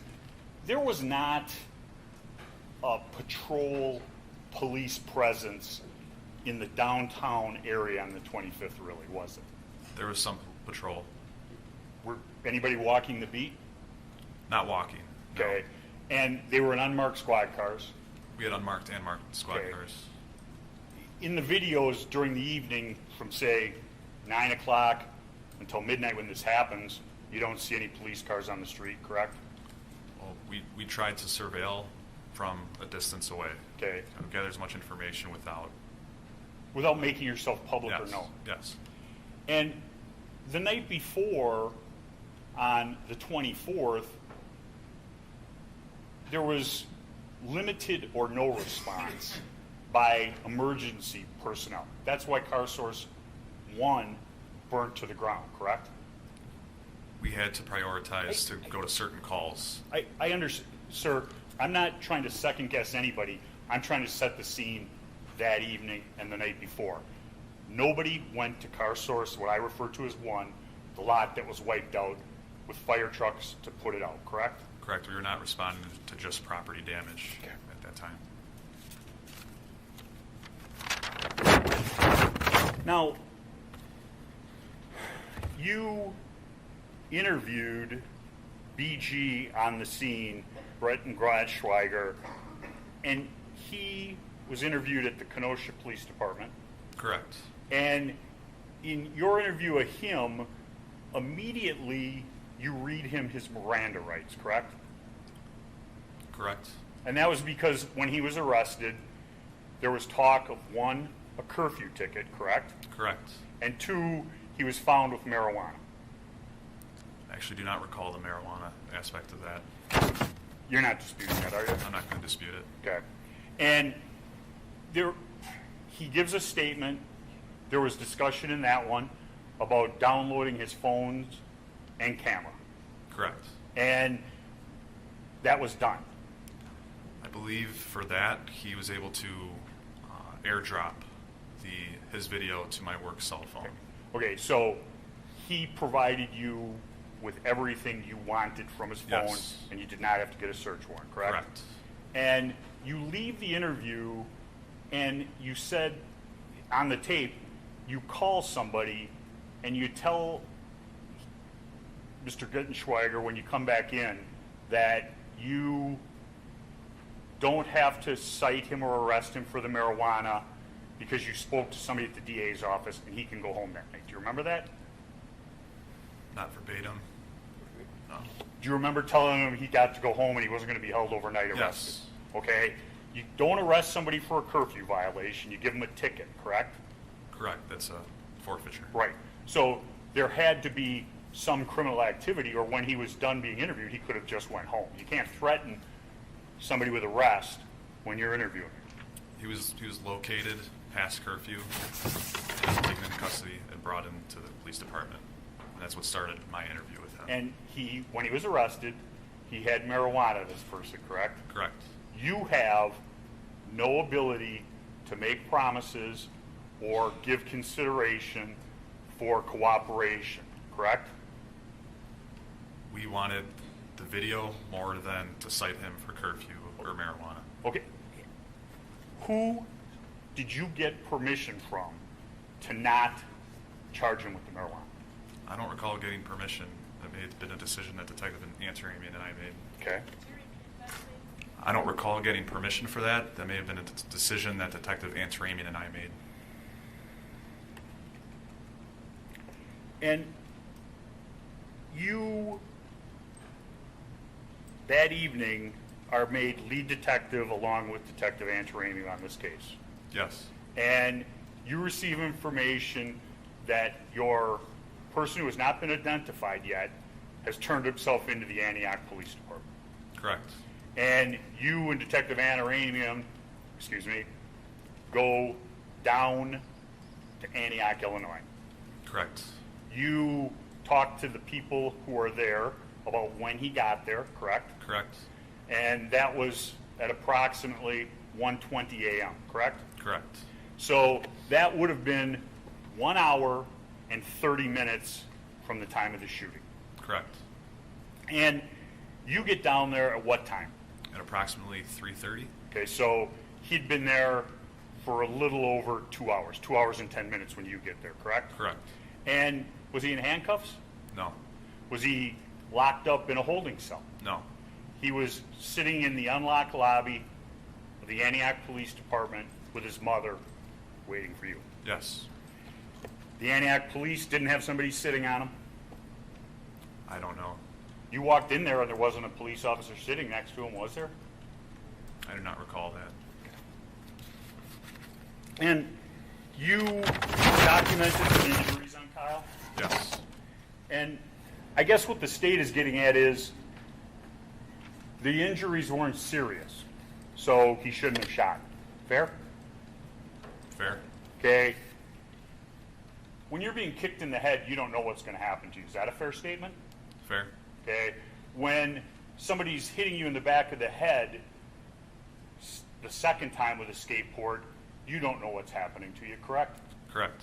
When somebody puts their bare hand on your firearm, trying to take it away from your person, you don't know whether or not that person is going to get your gun and turn it and use it on you, correct? You don't know. No. Correct. And it's a general training principle. You don't give up your gun because it's a deadly and dangerous weapon, correct? I'm going to object to this line here. This is not an expert witness, and this last question is about training for police officers, which is not relevant. Rephrase your question. Sir, if a weapon is taken from somebody, it can be used against them as a deadly and dangerous weapon, correct? Correct. Now, you looked at, let's see, Exhibit 18, and the prosecutor showed you 1 hour and 25 minutes into it at approximately 10 seconds. I'll get it up on the screen.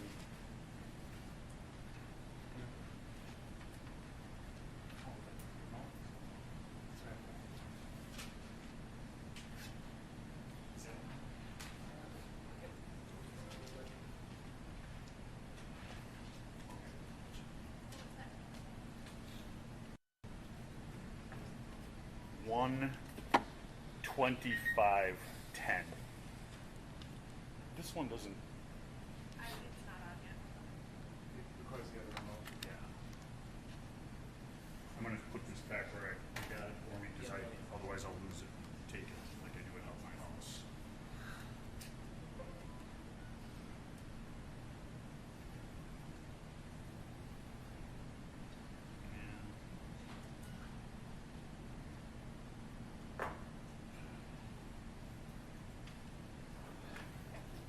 It's on?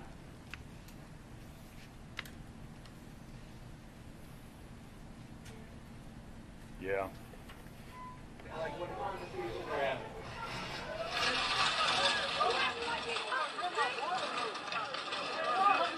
Y'all trying to burn shit down for what? We all gotta live here. Ain't nobody worried about you or your friends.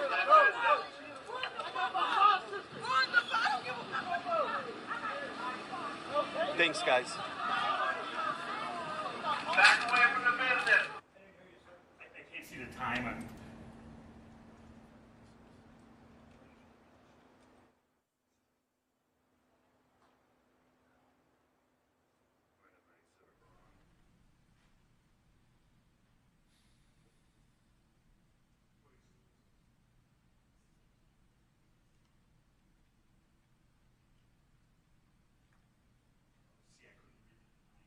A minute and 1 hour, 24 minutes and 30 seconds from the back end. Progressions.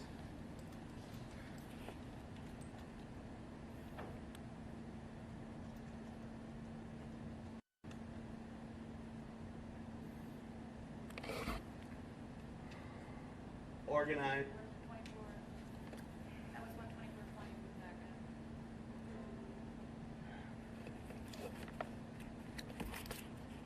I'll see if I can do it this way. Do you remember in the video when the dumpster's out in the street and Kyle goes out and grabs the dumpster? Yes. Okay, and when Kyle pulls the dumpster back, the person who's filming takes the camera and shows an individual standing in the street staring at my client in the dumpster, correct? I would like to see the video again, just to be sure.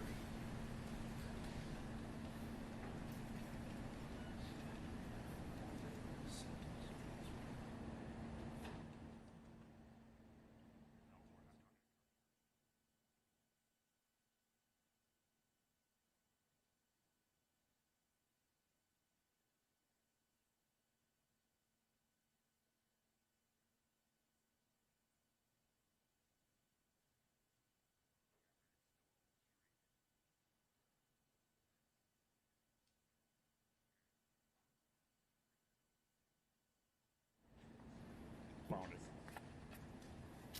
It's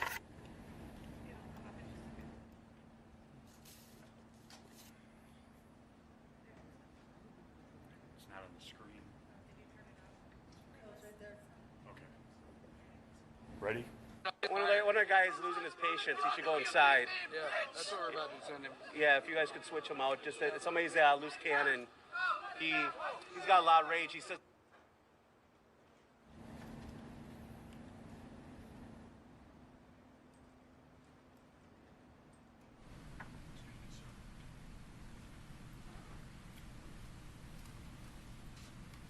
Showing you the rundown live. Exhibit number 18. 1:23:55 into the video. Standing right here. Who is this? That is Kelly Zeminski. Okay. Please continue.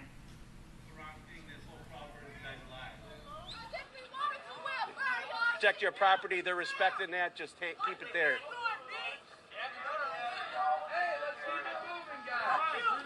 We're not the enemy. Fuck the police. Let's go. For Ms. Zeminski. Go back 40 seconds. Go ahead. Gonna be on the street. They're just protecting their property. One of their guys is an asshole. I know. I thought they were yelling at them. I was like, why? Oh, no, These guys were. Well, we did because they lit it on One fire. of their guys losing his patience. You know who this is right here? I'm pointing with the pointer. I believe that's Joshua Zeminski. Okay. This is the dumpster right here. If that's the dumpster you're referring to, yes. Right. Continue on. Yeah, if you guys could switch him on, because somebody's loose cannon. He's got a lot of rage. He said the wrong thing. This whole property is guys alive. Protect your property. They're respecting that. Just keep it there.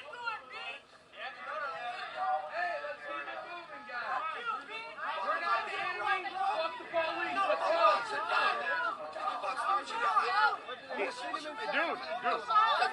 He's just trying to protect his property. He doesn't want anything. He has no problem with you guys. He just doesn't want anyone to burn down his shit. I can't blame him.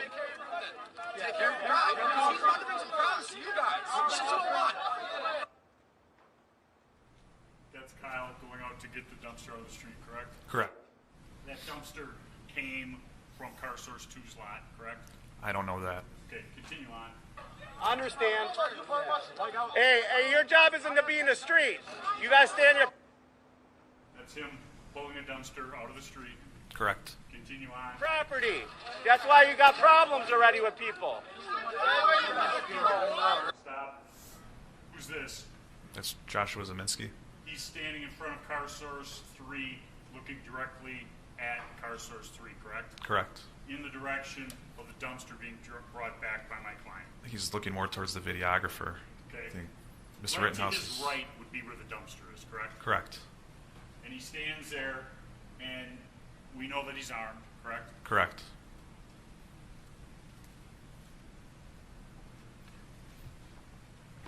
And in viewing all the videos that you viewed, putting out fires upset these individuals who are starting the fires. Is that a fair statement? That's fair.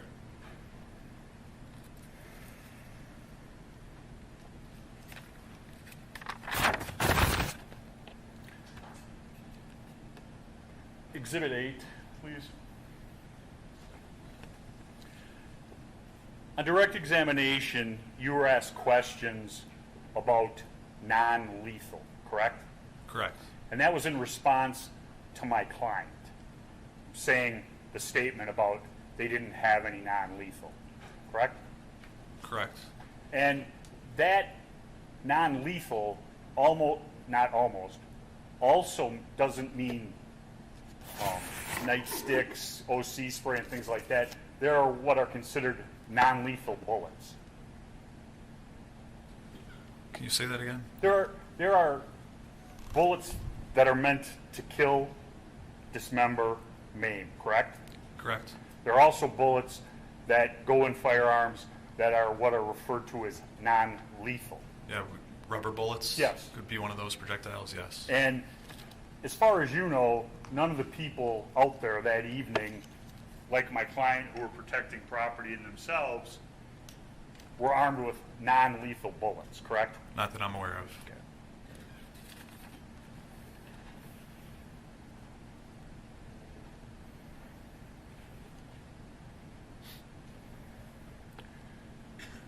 The reg incognito video at approximately 3:58 p.m. 3:58 into the video, excuse me.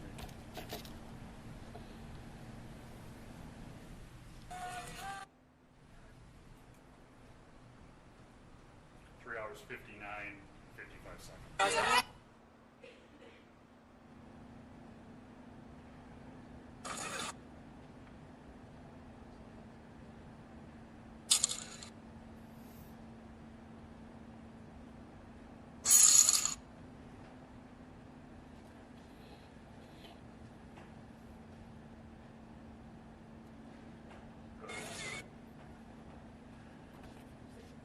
$3:59.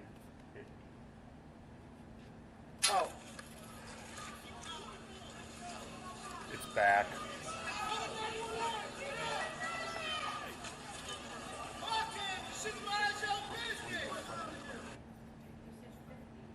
No, I had 3:59:50. That's what I wrote down. And this is 3:59. Then try 3:58. I'm sorry.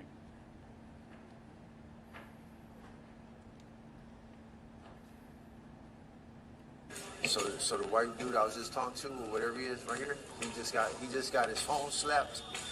He got his phone slapped out of him and socked at the same time. This dude right here, walking away.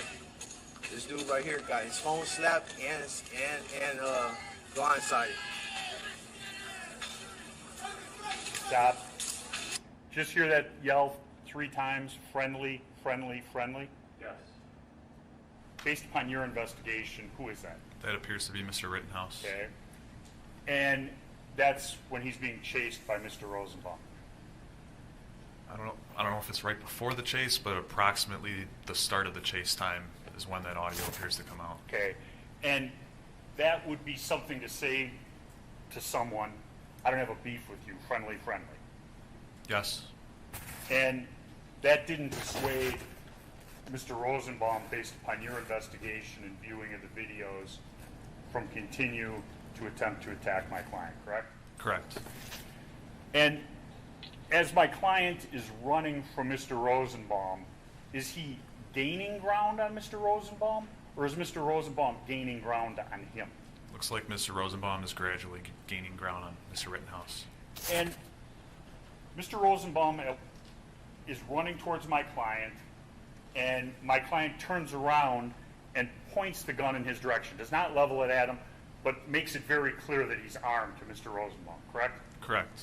And Mr. Rosenbaum is not dissuaded by that firearm and continues to chase after my client. He stops briefly and then continues to run again. He doesn't stop like I'm standing here and say, contemplating life's realities, like maybe I should pick a better course of action. He slows his gait and then continues on after Kyle, correct? Correct. And Kyle runs, I'm terrible with my directions, in a southwesterly direction through the car source, correct? Correct. And you've seen the Lucas Zandon video, correct? Correct. And even in this video, you hear like a bang, bang, bang repeatedly, correct? Correct. And based upon your investigation, what is that? Those are bats or other blunt objects hitting cars in the car source lot. And in the Lucas Zandon video, which is a little over 7 minutes, that's taken from the 63rd, looking in a northeasterly direction into the car source. Yes, mainly north. Okay, and there's well more than 50 people there bashing car windows, jumping on cars, and starting a fire there. So I'd say there's more than 50 people there, but it might be a little less than that with people that are actually doing property damage, because there are a lot of people that are standing around. Because there probably weren't enough cars for everybody to beat on. Is that a fair statement? I'm going to object. That's argumentative. I don't think it's argumentative. The objection's overruled. There were only so many cars, correct? There's a certain number of cars in the car source lot, correct? And back when Car Source was a running business, those weren't junk cars. They were real cars of somebody's property, correct? They were cars for sale. And correct me if I'm wrong, did you ever hear any of these rioters give an explanation for why destroying somebody's property is going to make their situation or Mr. Blake's situation better? I'm going to object. It calls for hearsay.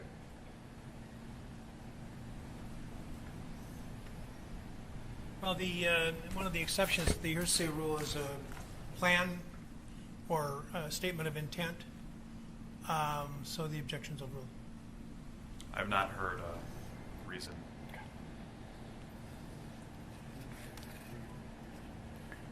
Now, the video of Car Source that's shown from the FBI fixed-wing aircraft, that's at 9,000 feet, correct? I can't recall the exact. I think you said 8,500. 89? Yeah. I mean, high. Okay. Yes. You and I will agree on that. And Yes. you could see this bag clear as day flying through it, correct? Flying through the air. The plastic bag? Yes. Yes. Okay. And there was also, we're right here. That's the video we're talking about. And here's the pointer. Excuse me.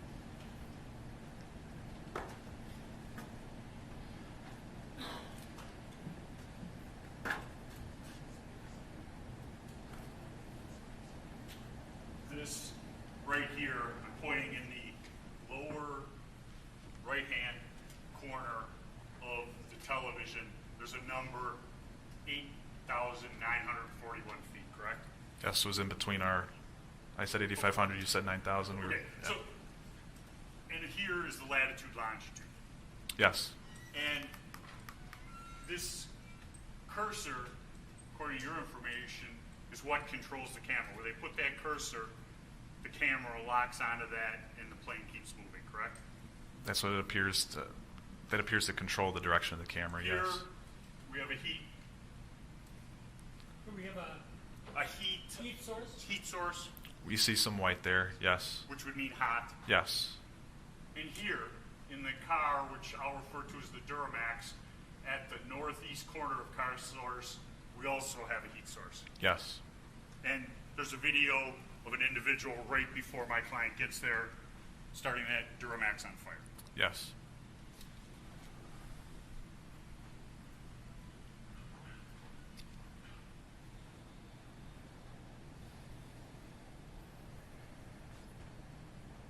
Do you have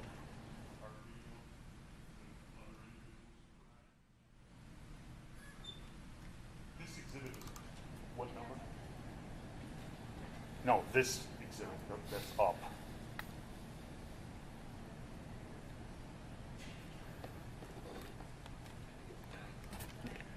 This exhibit 9, the FBI video from a distance, correct? Yes. You've looked at this on numerous occasions. Yes. And probably the best way to find somebody on this video is to go backwards. So we know where the shooting was, correct? Yes. And so you follow it backwards. That's how you identify Kyle. That's how you identify Mr. Rosenbaum, correct? That and relating it to other videos. Exactly. Yes.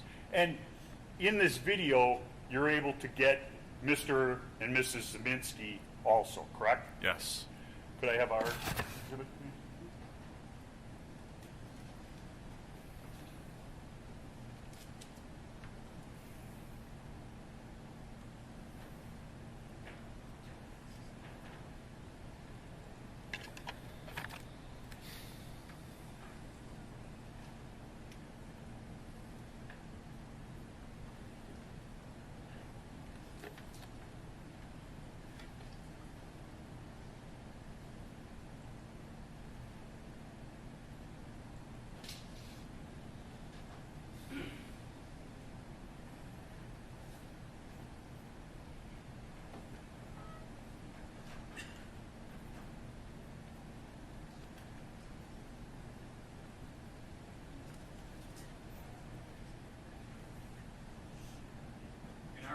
In our video, there is a green for Kelly Zeminski, there's a red, and we'll roll this, and a white. Go ahead, please.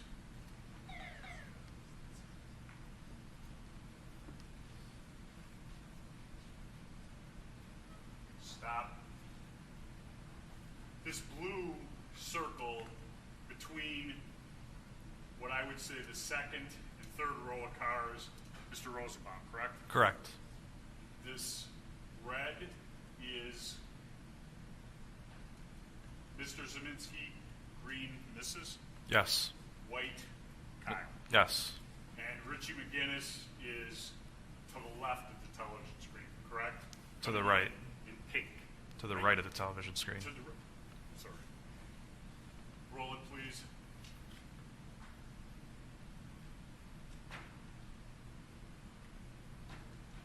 Stop. As Kyle, the white circle, comes to the Duramax, this individual, Mr. Rosenbaum, begins to come out of his hiding place. Yes, he comes around the vehicle at that time. And he's masked. Yes. And he comes around, roll.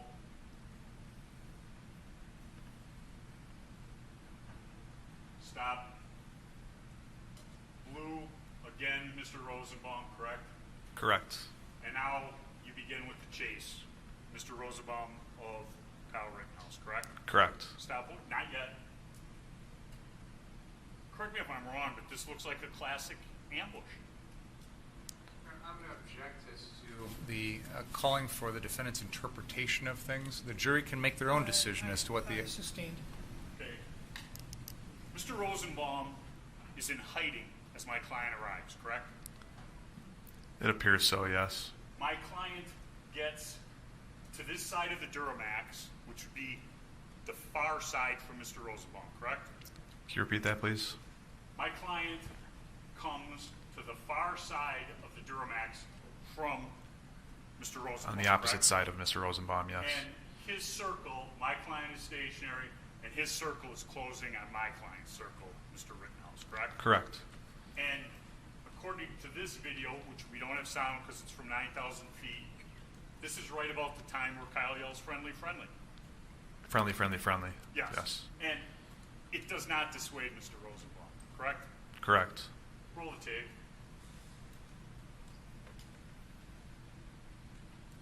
Stop. Kyle goes out into the road, goes back into the car source lot with him, meaning Mr. Rosenbaum, following, correct? Correct. Where's Mr. Zeminski in this? He's on the sidewalk. It's going to be just north of the blue circle, and that's going to be going right, from left to right on that screen. No, the other direction. To the right of the blue circle on that screen. Okay, so right here? No, to the right of the blue Right circle, here? yes. Exactly. I mean, almost directly behind Kyle to the side of Mr. Rosenbaum. Yes. Okay, roll. Stop. This is Mr. McGinnis. Yes. This is Mr. and Mrs. Zeminski. Yes. She's very identifiable because she's got a big backpack on her back. Yes. Continue.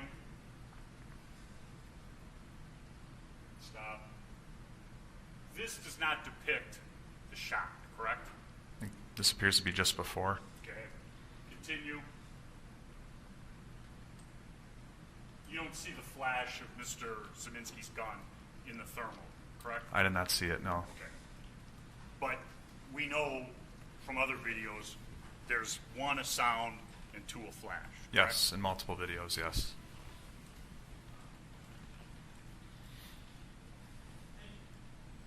Mr.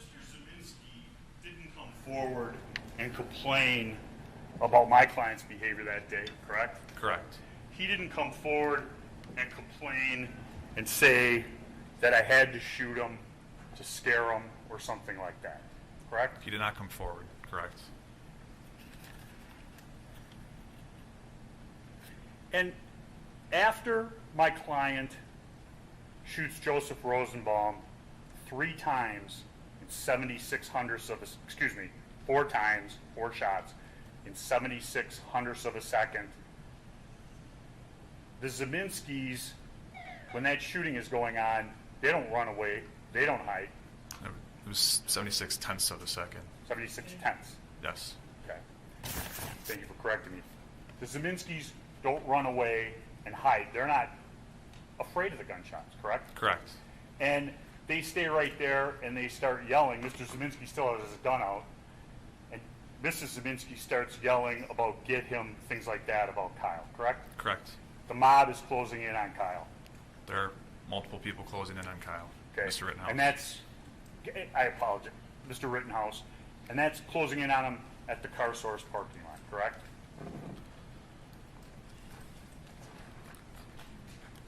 It appears that at the car source that people are coming towards Mr. Rosenbaum. And yes, there's people that are shouting in the direction of Mr. Rittenhouse. I'd say it's more clear once he starts running northbound that there are people following him. Okay. But strike that. And you did the reconstruction with a stopwatch. You didn't do it a frame by frame. Correct. And at 1 minute into the Drew Hernandez video, which is number exhibit 19, you hear somebody yell at Kyle, "Get the fuck out of here," correct? I don't recall hearing that. Could it?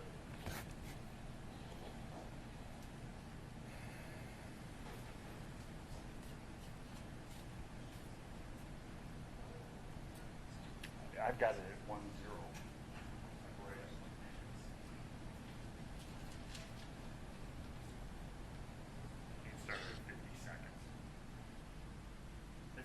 seconds. Please listen closely.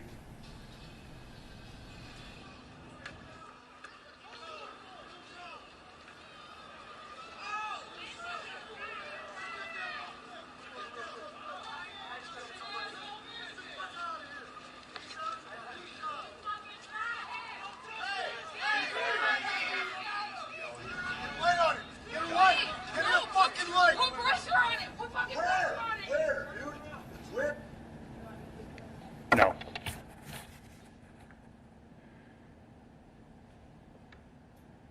And Kyle then is running down Sheridan Road in a northerly direction. Correct. He, in all the videos you see, he doesn't point his firearm at anybody, correct? At certain times, he points his firearms Okay. at people. I asked a terrible question. It's late in the day. I apologize. As he's running down Sheridan Road in a northerly direction, before event number 2, which is the shooting of the unidentified individual, Huber and Grosskowitz, you don't see him pointing the gun, doing any of this, menacing with the firearm to people around him, correct? I believe there was just a slight raise when he was still on that west sidewalk of Sheridan Road, and it seemed like something west of him on 62nd Street caught his attention. I remember he turned to his left. There may have been a slight raise of the rifle at that point. Didn't fire? No, not at that point. Gage Grosskowitz runs up on him? Later on, yes. As he's going down Sheridan Road. I mean, from the time Mr. Rosenbaum chases him till the time he turns himself into the police, or attempts to turn himself into the police at 60th and Sheridan Road, we're talking about less than 4 minutes, correct? Yes. He heads down Sheridan Road in a northerly direction. There might have been a slight raise. Something caught his attention to his left. Yes. Okay, does not fire. Correct. Heads down the road. Gage Grosskowitz, with his cell phone, gets right up in Kyle's face, correct? Yes. And says, "What are you doing? Did you just shoot that guy?" I'm going to object, Your Honor. Calls for hearsay. It doesn't make an assertion. It asks a question. Hearsay is an assertion. But You hear that question, correct? Yes. And my client says he's going to the police. Objection, Your Honor. That is hearsay. It's a statement of a party opponent for completeness. It's not a statement. He put. Wait, the defendant. wait. Now, what was the question again? What was my client's response to Mr. Grosskowitz? Mr. Stop. Okay.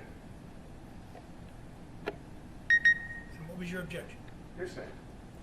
The defense can't introduce the defendant's own statements. It's not a statement of a party opponent. He went into it under the doctrine of completeness. I said 2 grounds. I'll go with completeness, Your Honor. He went into the statement. You said something.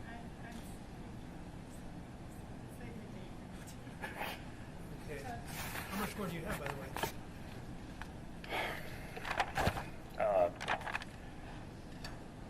Page, which doesn't mean A page means nothing. 10 minutes. Let's say 10 minutes. Judge. A page with a lawyer could be very long.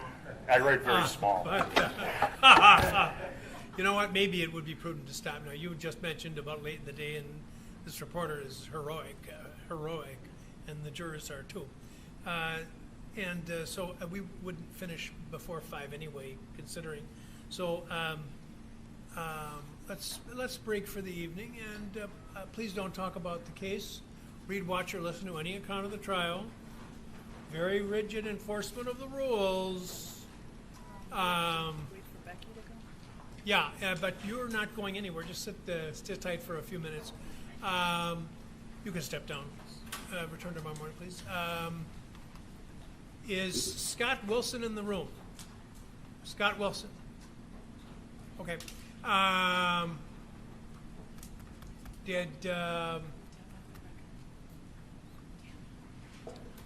Is there anything else from the lawyers before we leave? No, not by us, Your Honor. We need to resolve that objection, Your Honor. Yeah, maybe I'm going to ask you guys to stick around. Ask the clerk to come down and deal with the... I'm going to excuse everybody else. Don't go anywhere yet. It's not going to work because... Don't go anywhere yet. They're still talking to the lawyers. But that can be... she can deal with the jurors and tell her to go up to the third floor. Why don't you go up to the third floor and we'll see you tomorrow.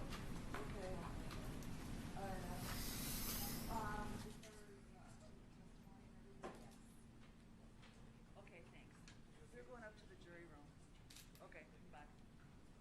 Laura's gonna come down and go up there.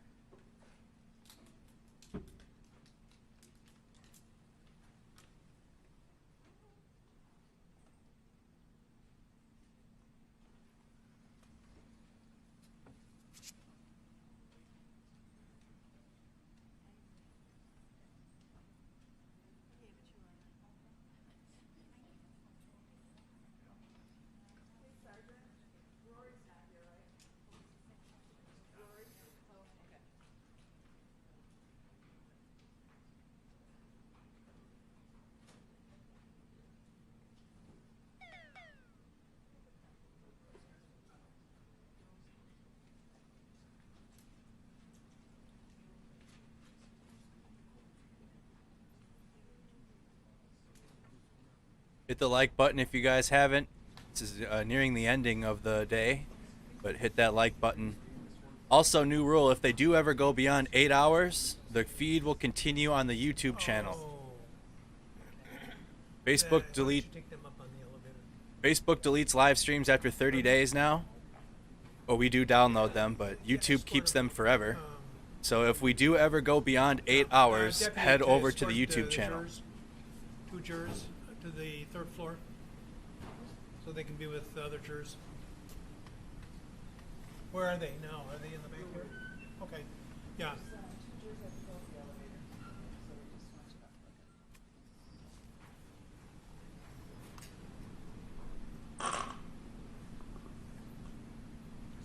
All right. Do you need a little 2 minutes or 3 minutes, or do you want to just finish up? I'd like to finish up if that's okay. No, I'm talking to Ms. Oh, sorry. I wasn't looking. I wasn't looking. Yeah, let's finish it up then. Oh, that was all right. Now let's see. The question asked was. The question asked, are you just going? What was it? Are you just going to? Did you just shoot that guy? Yeah. I'm just going to turn myself into the police. And I was informed by co-counsel that the state already put that statement in. Oh, is that so? And it's, yes, and it was marked as an exhibit and introduced. Is that so? No. That is from the Gage Grosskreutz live stream. That has not been marked or introduced yet. Wait, what live stream was it? That's true. Correct? I have not. Okay. Ms. Wisco's agreeing with me. I have not marked or introduced that exhibit yet. It's Exhibit 3.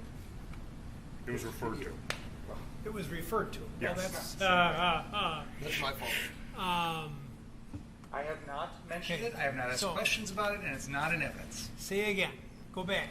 Let's go back to the original question, to which I overruled the objection. Real juicy what was stuff. The content of that again? I want to get this perfect. All right. Well, I asked Mrs. Howell.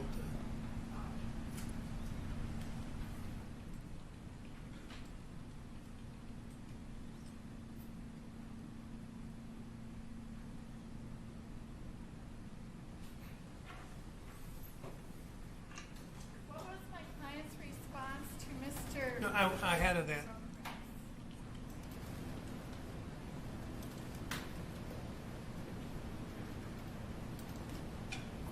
Oh.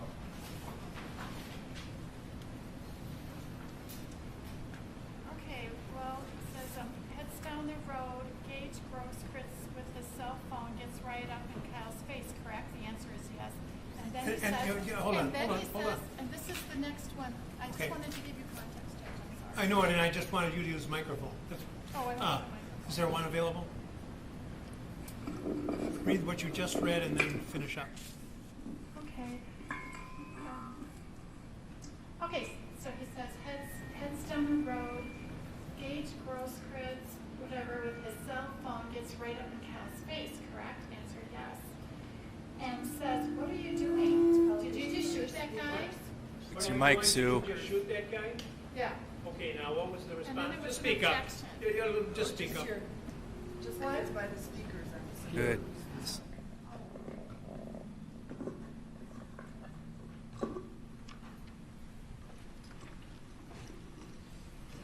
I'll be your mic operator. You start.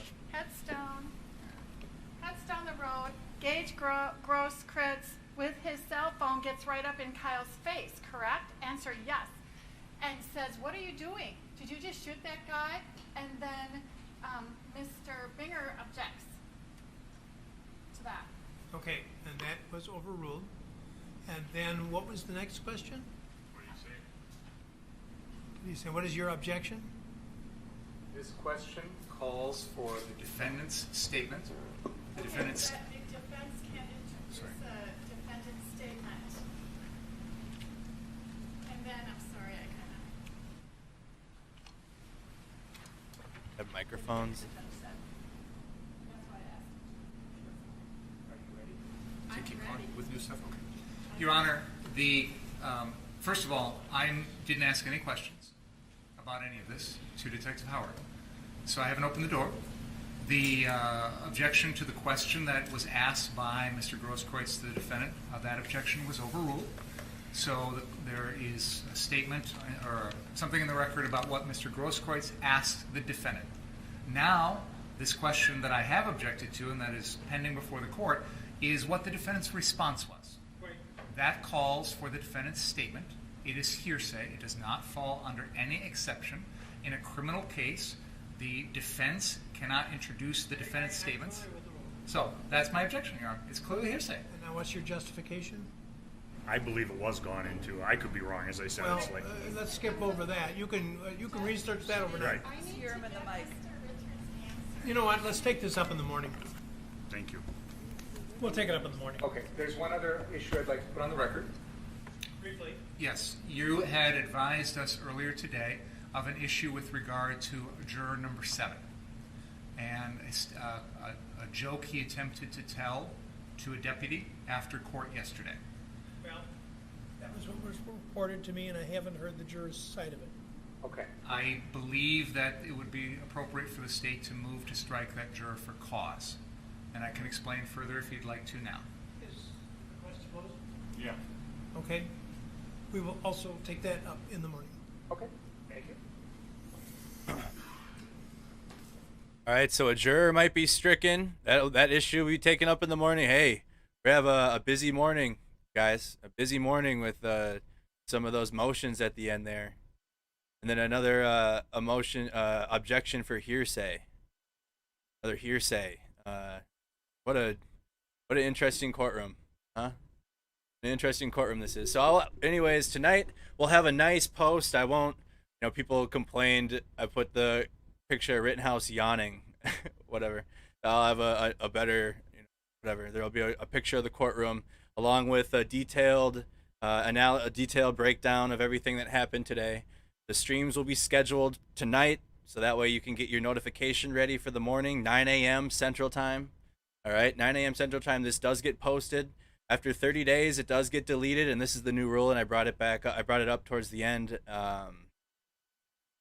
If the stream goes beyond 8 hours on Facebook, head to the YouTube channel. I'm going to keep it up on YouTube. I'm not ending the stream anymore because YouTube, I can run a 12-hour stream. 12 hours on YouTube, and the stream never gets deleted. It's in a playlist. So Facebook, everybody make sure you go and subscribe to the YouTube channel at least. If you like Facebook, that's fine. Stay there. But after 8 hours, you're going to have to head to the YouTube channel anyways. So head on over there. Make sure you subscribe. The video will be up, so you'll see it. The link to the channel, the Snack Squad YouTube channel, is in the pinned description. So head over there. Join our Discord. The Discord is the Snack Squad Discord. That link is also in the chat. There was something else. Darn it. I had something else now.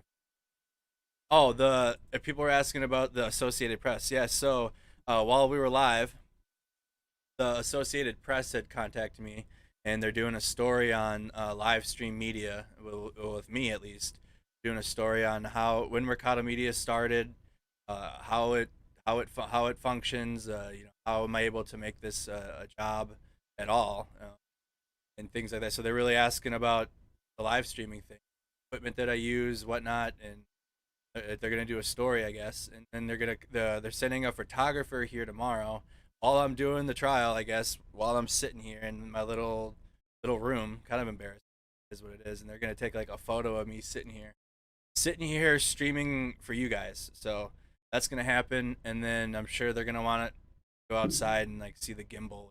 They want like pictures of like what it looks like to do streaming. So that's pretty cool. Because again, in this trial, and because the purpose of that is because this trial, I mean, Corey Elijah's on the stand.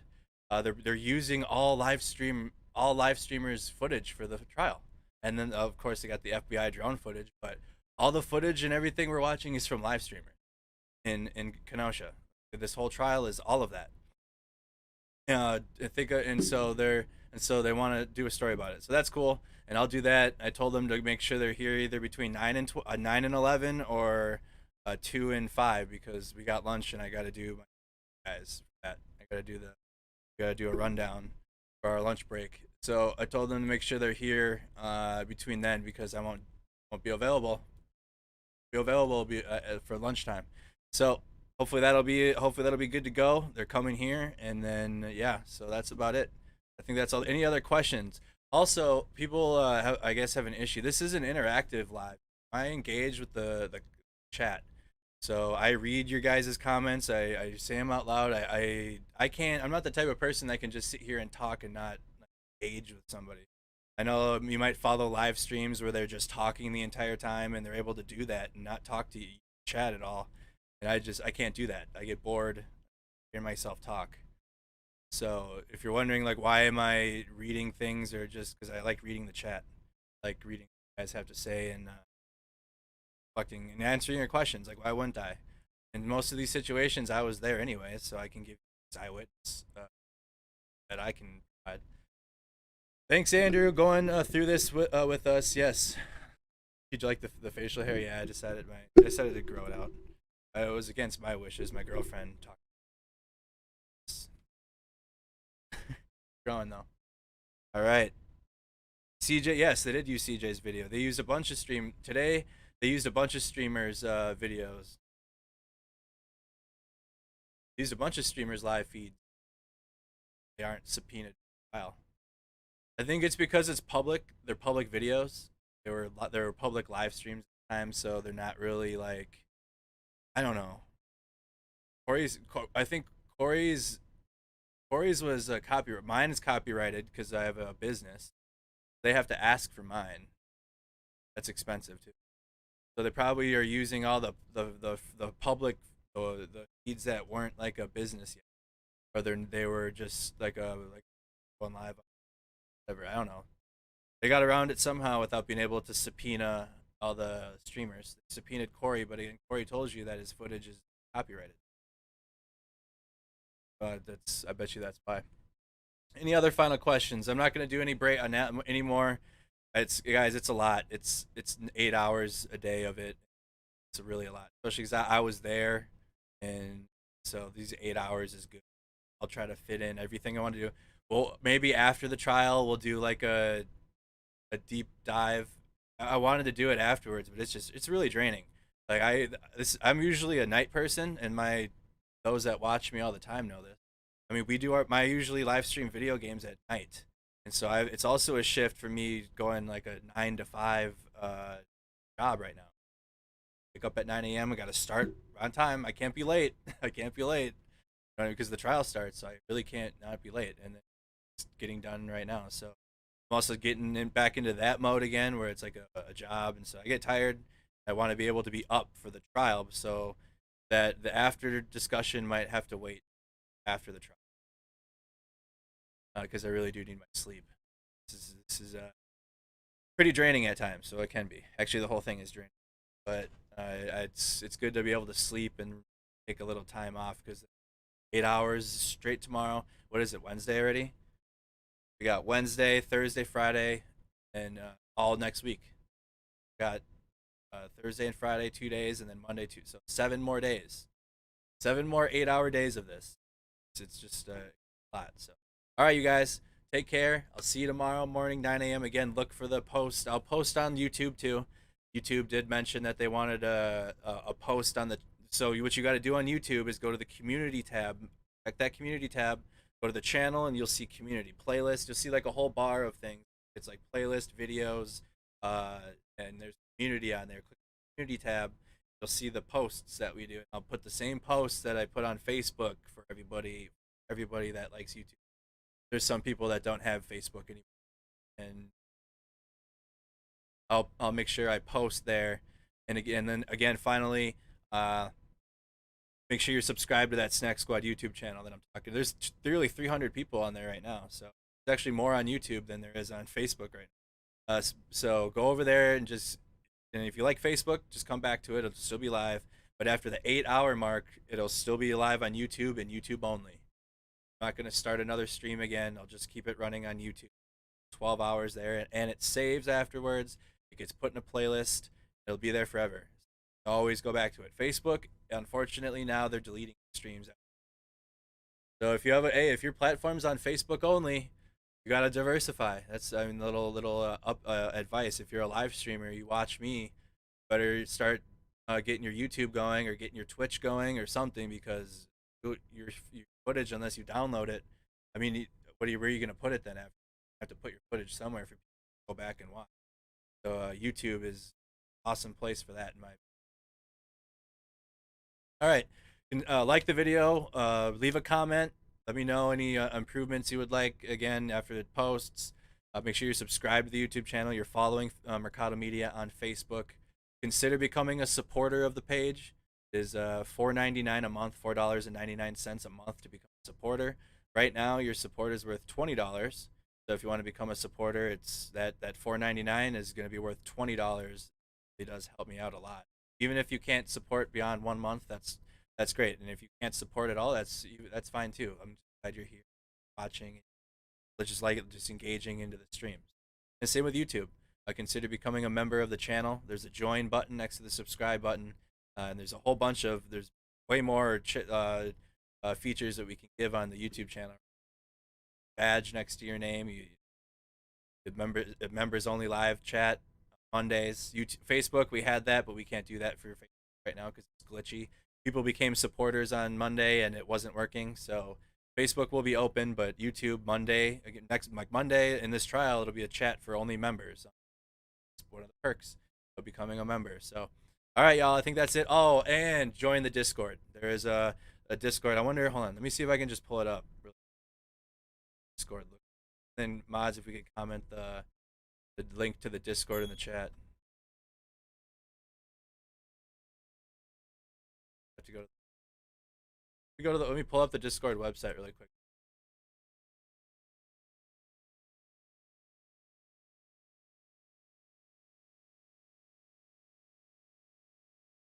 It's a Snack Squad Discord. There's a discussion tab in there, or a discussion thread.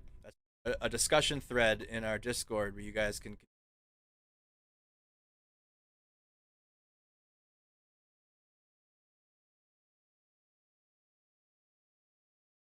I just log in.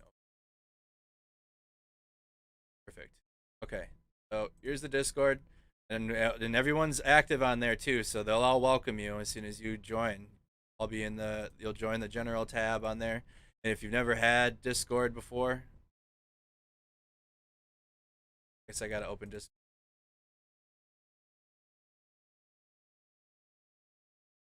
I love Discord. This is just some talk. If you want to leave now, it's fine. I get it. The stream's over. This is just for people that are looking.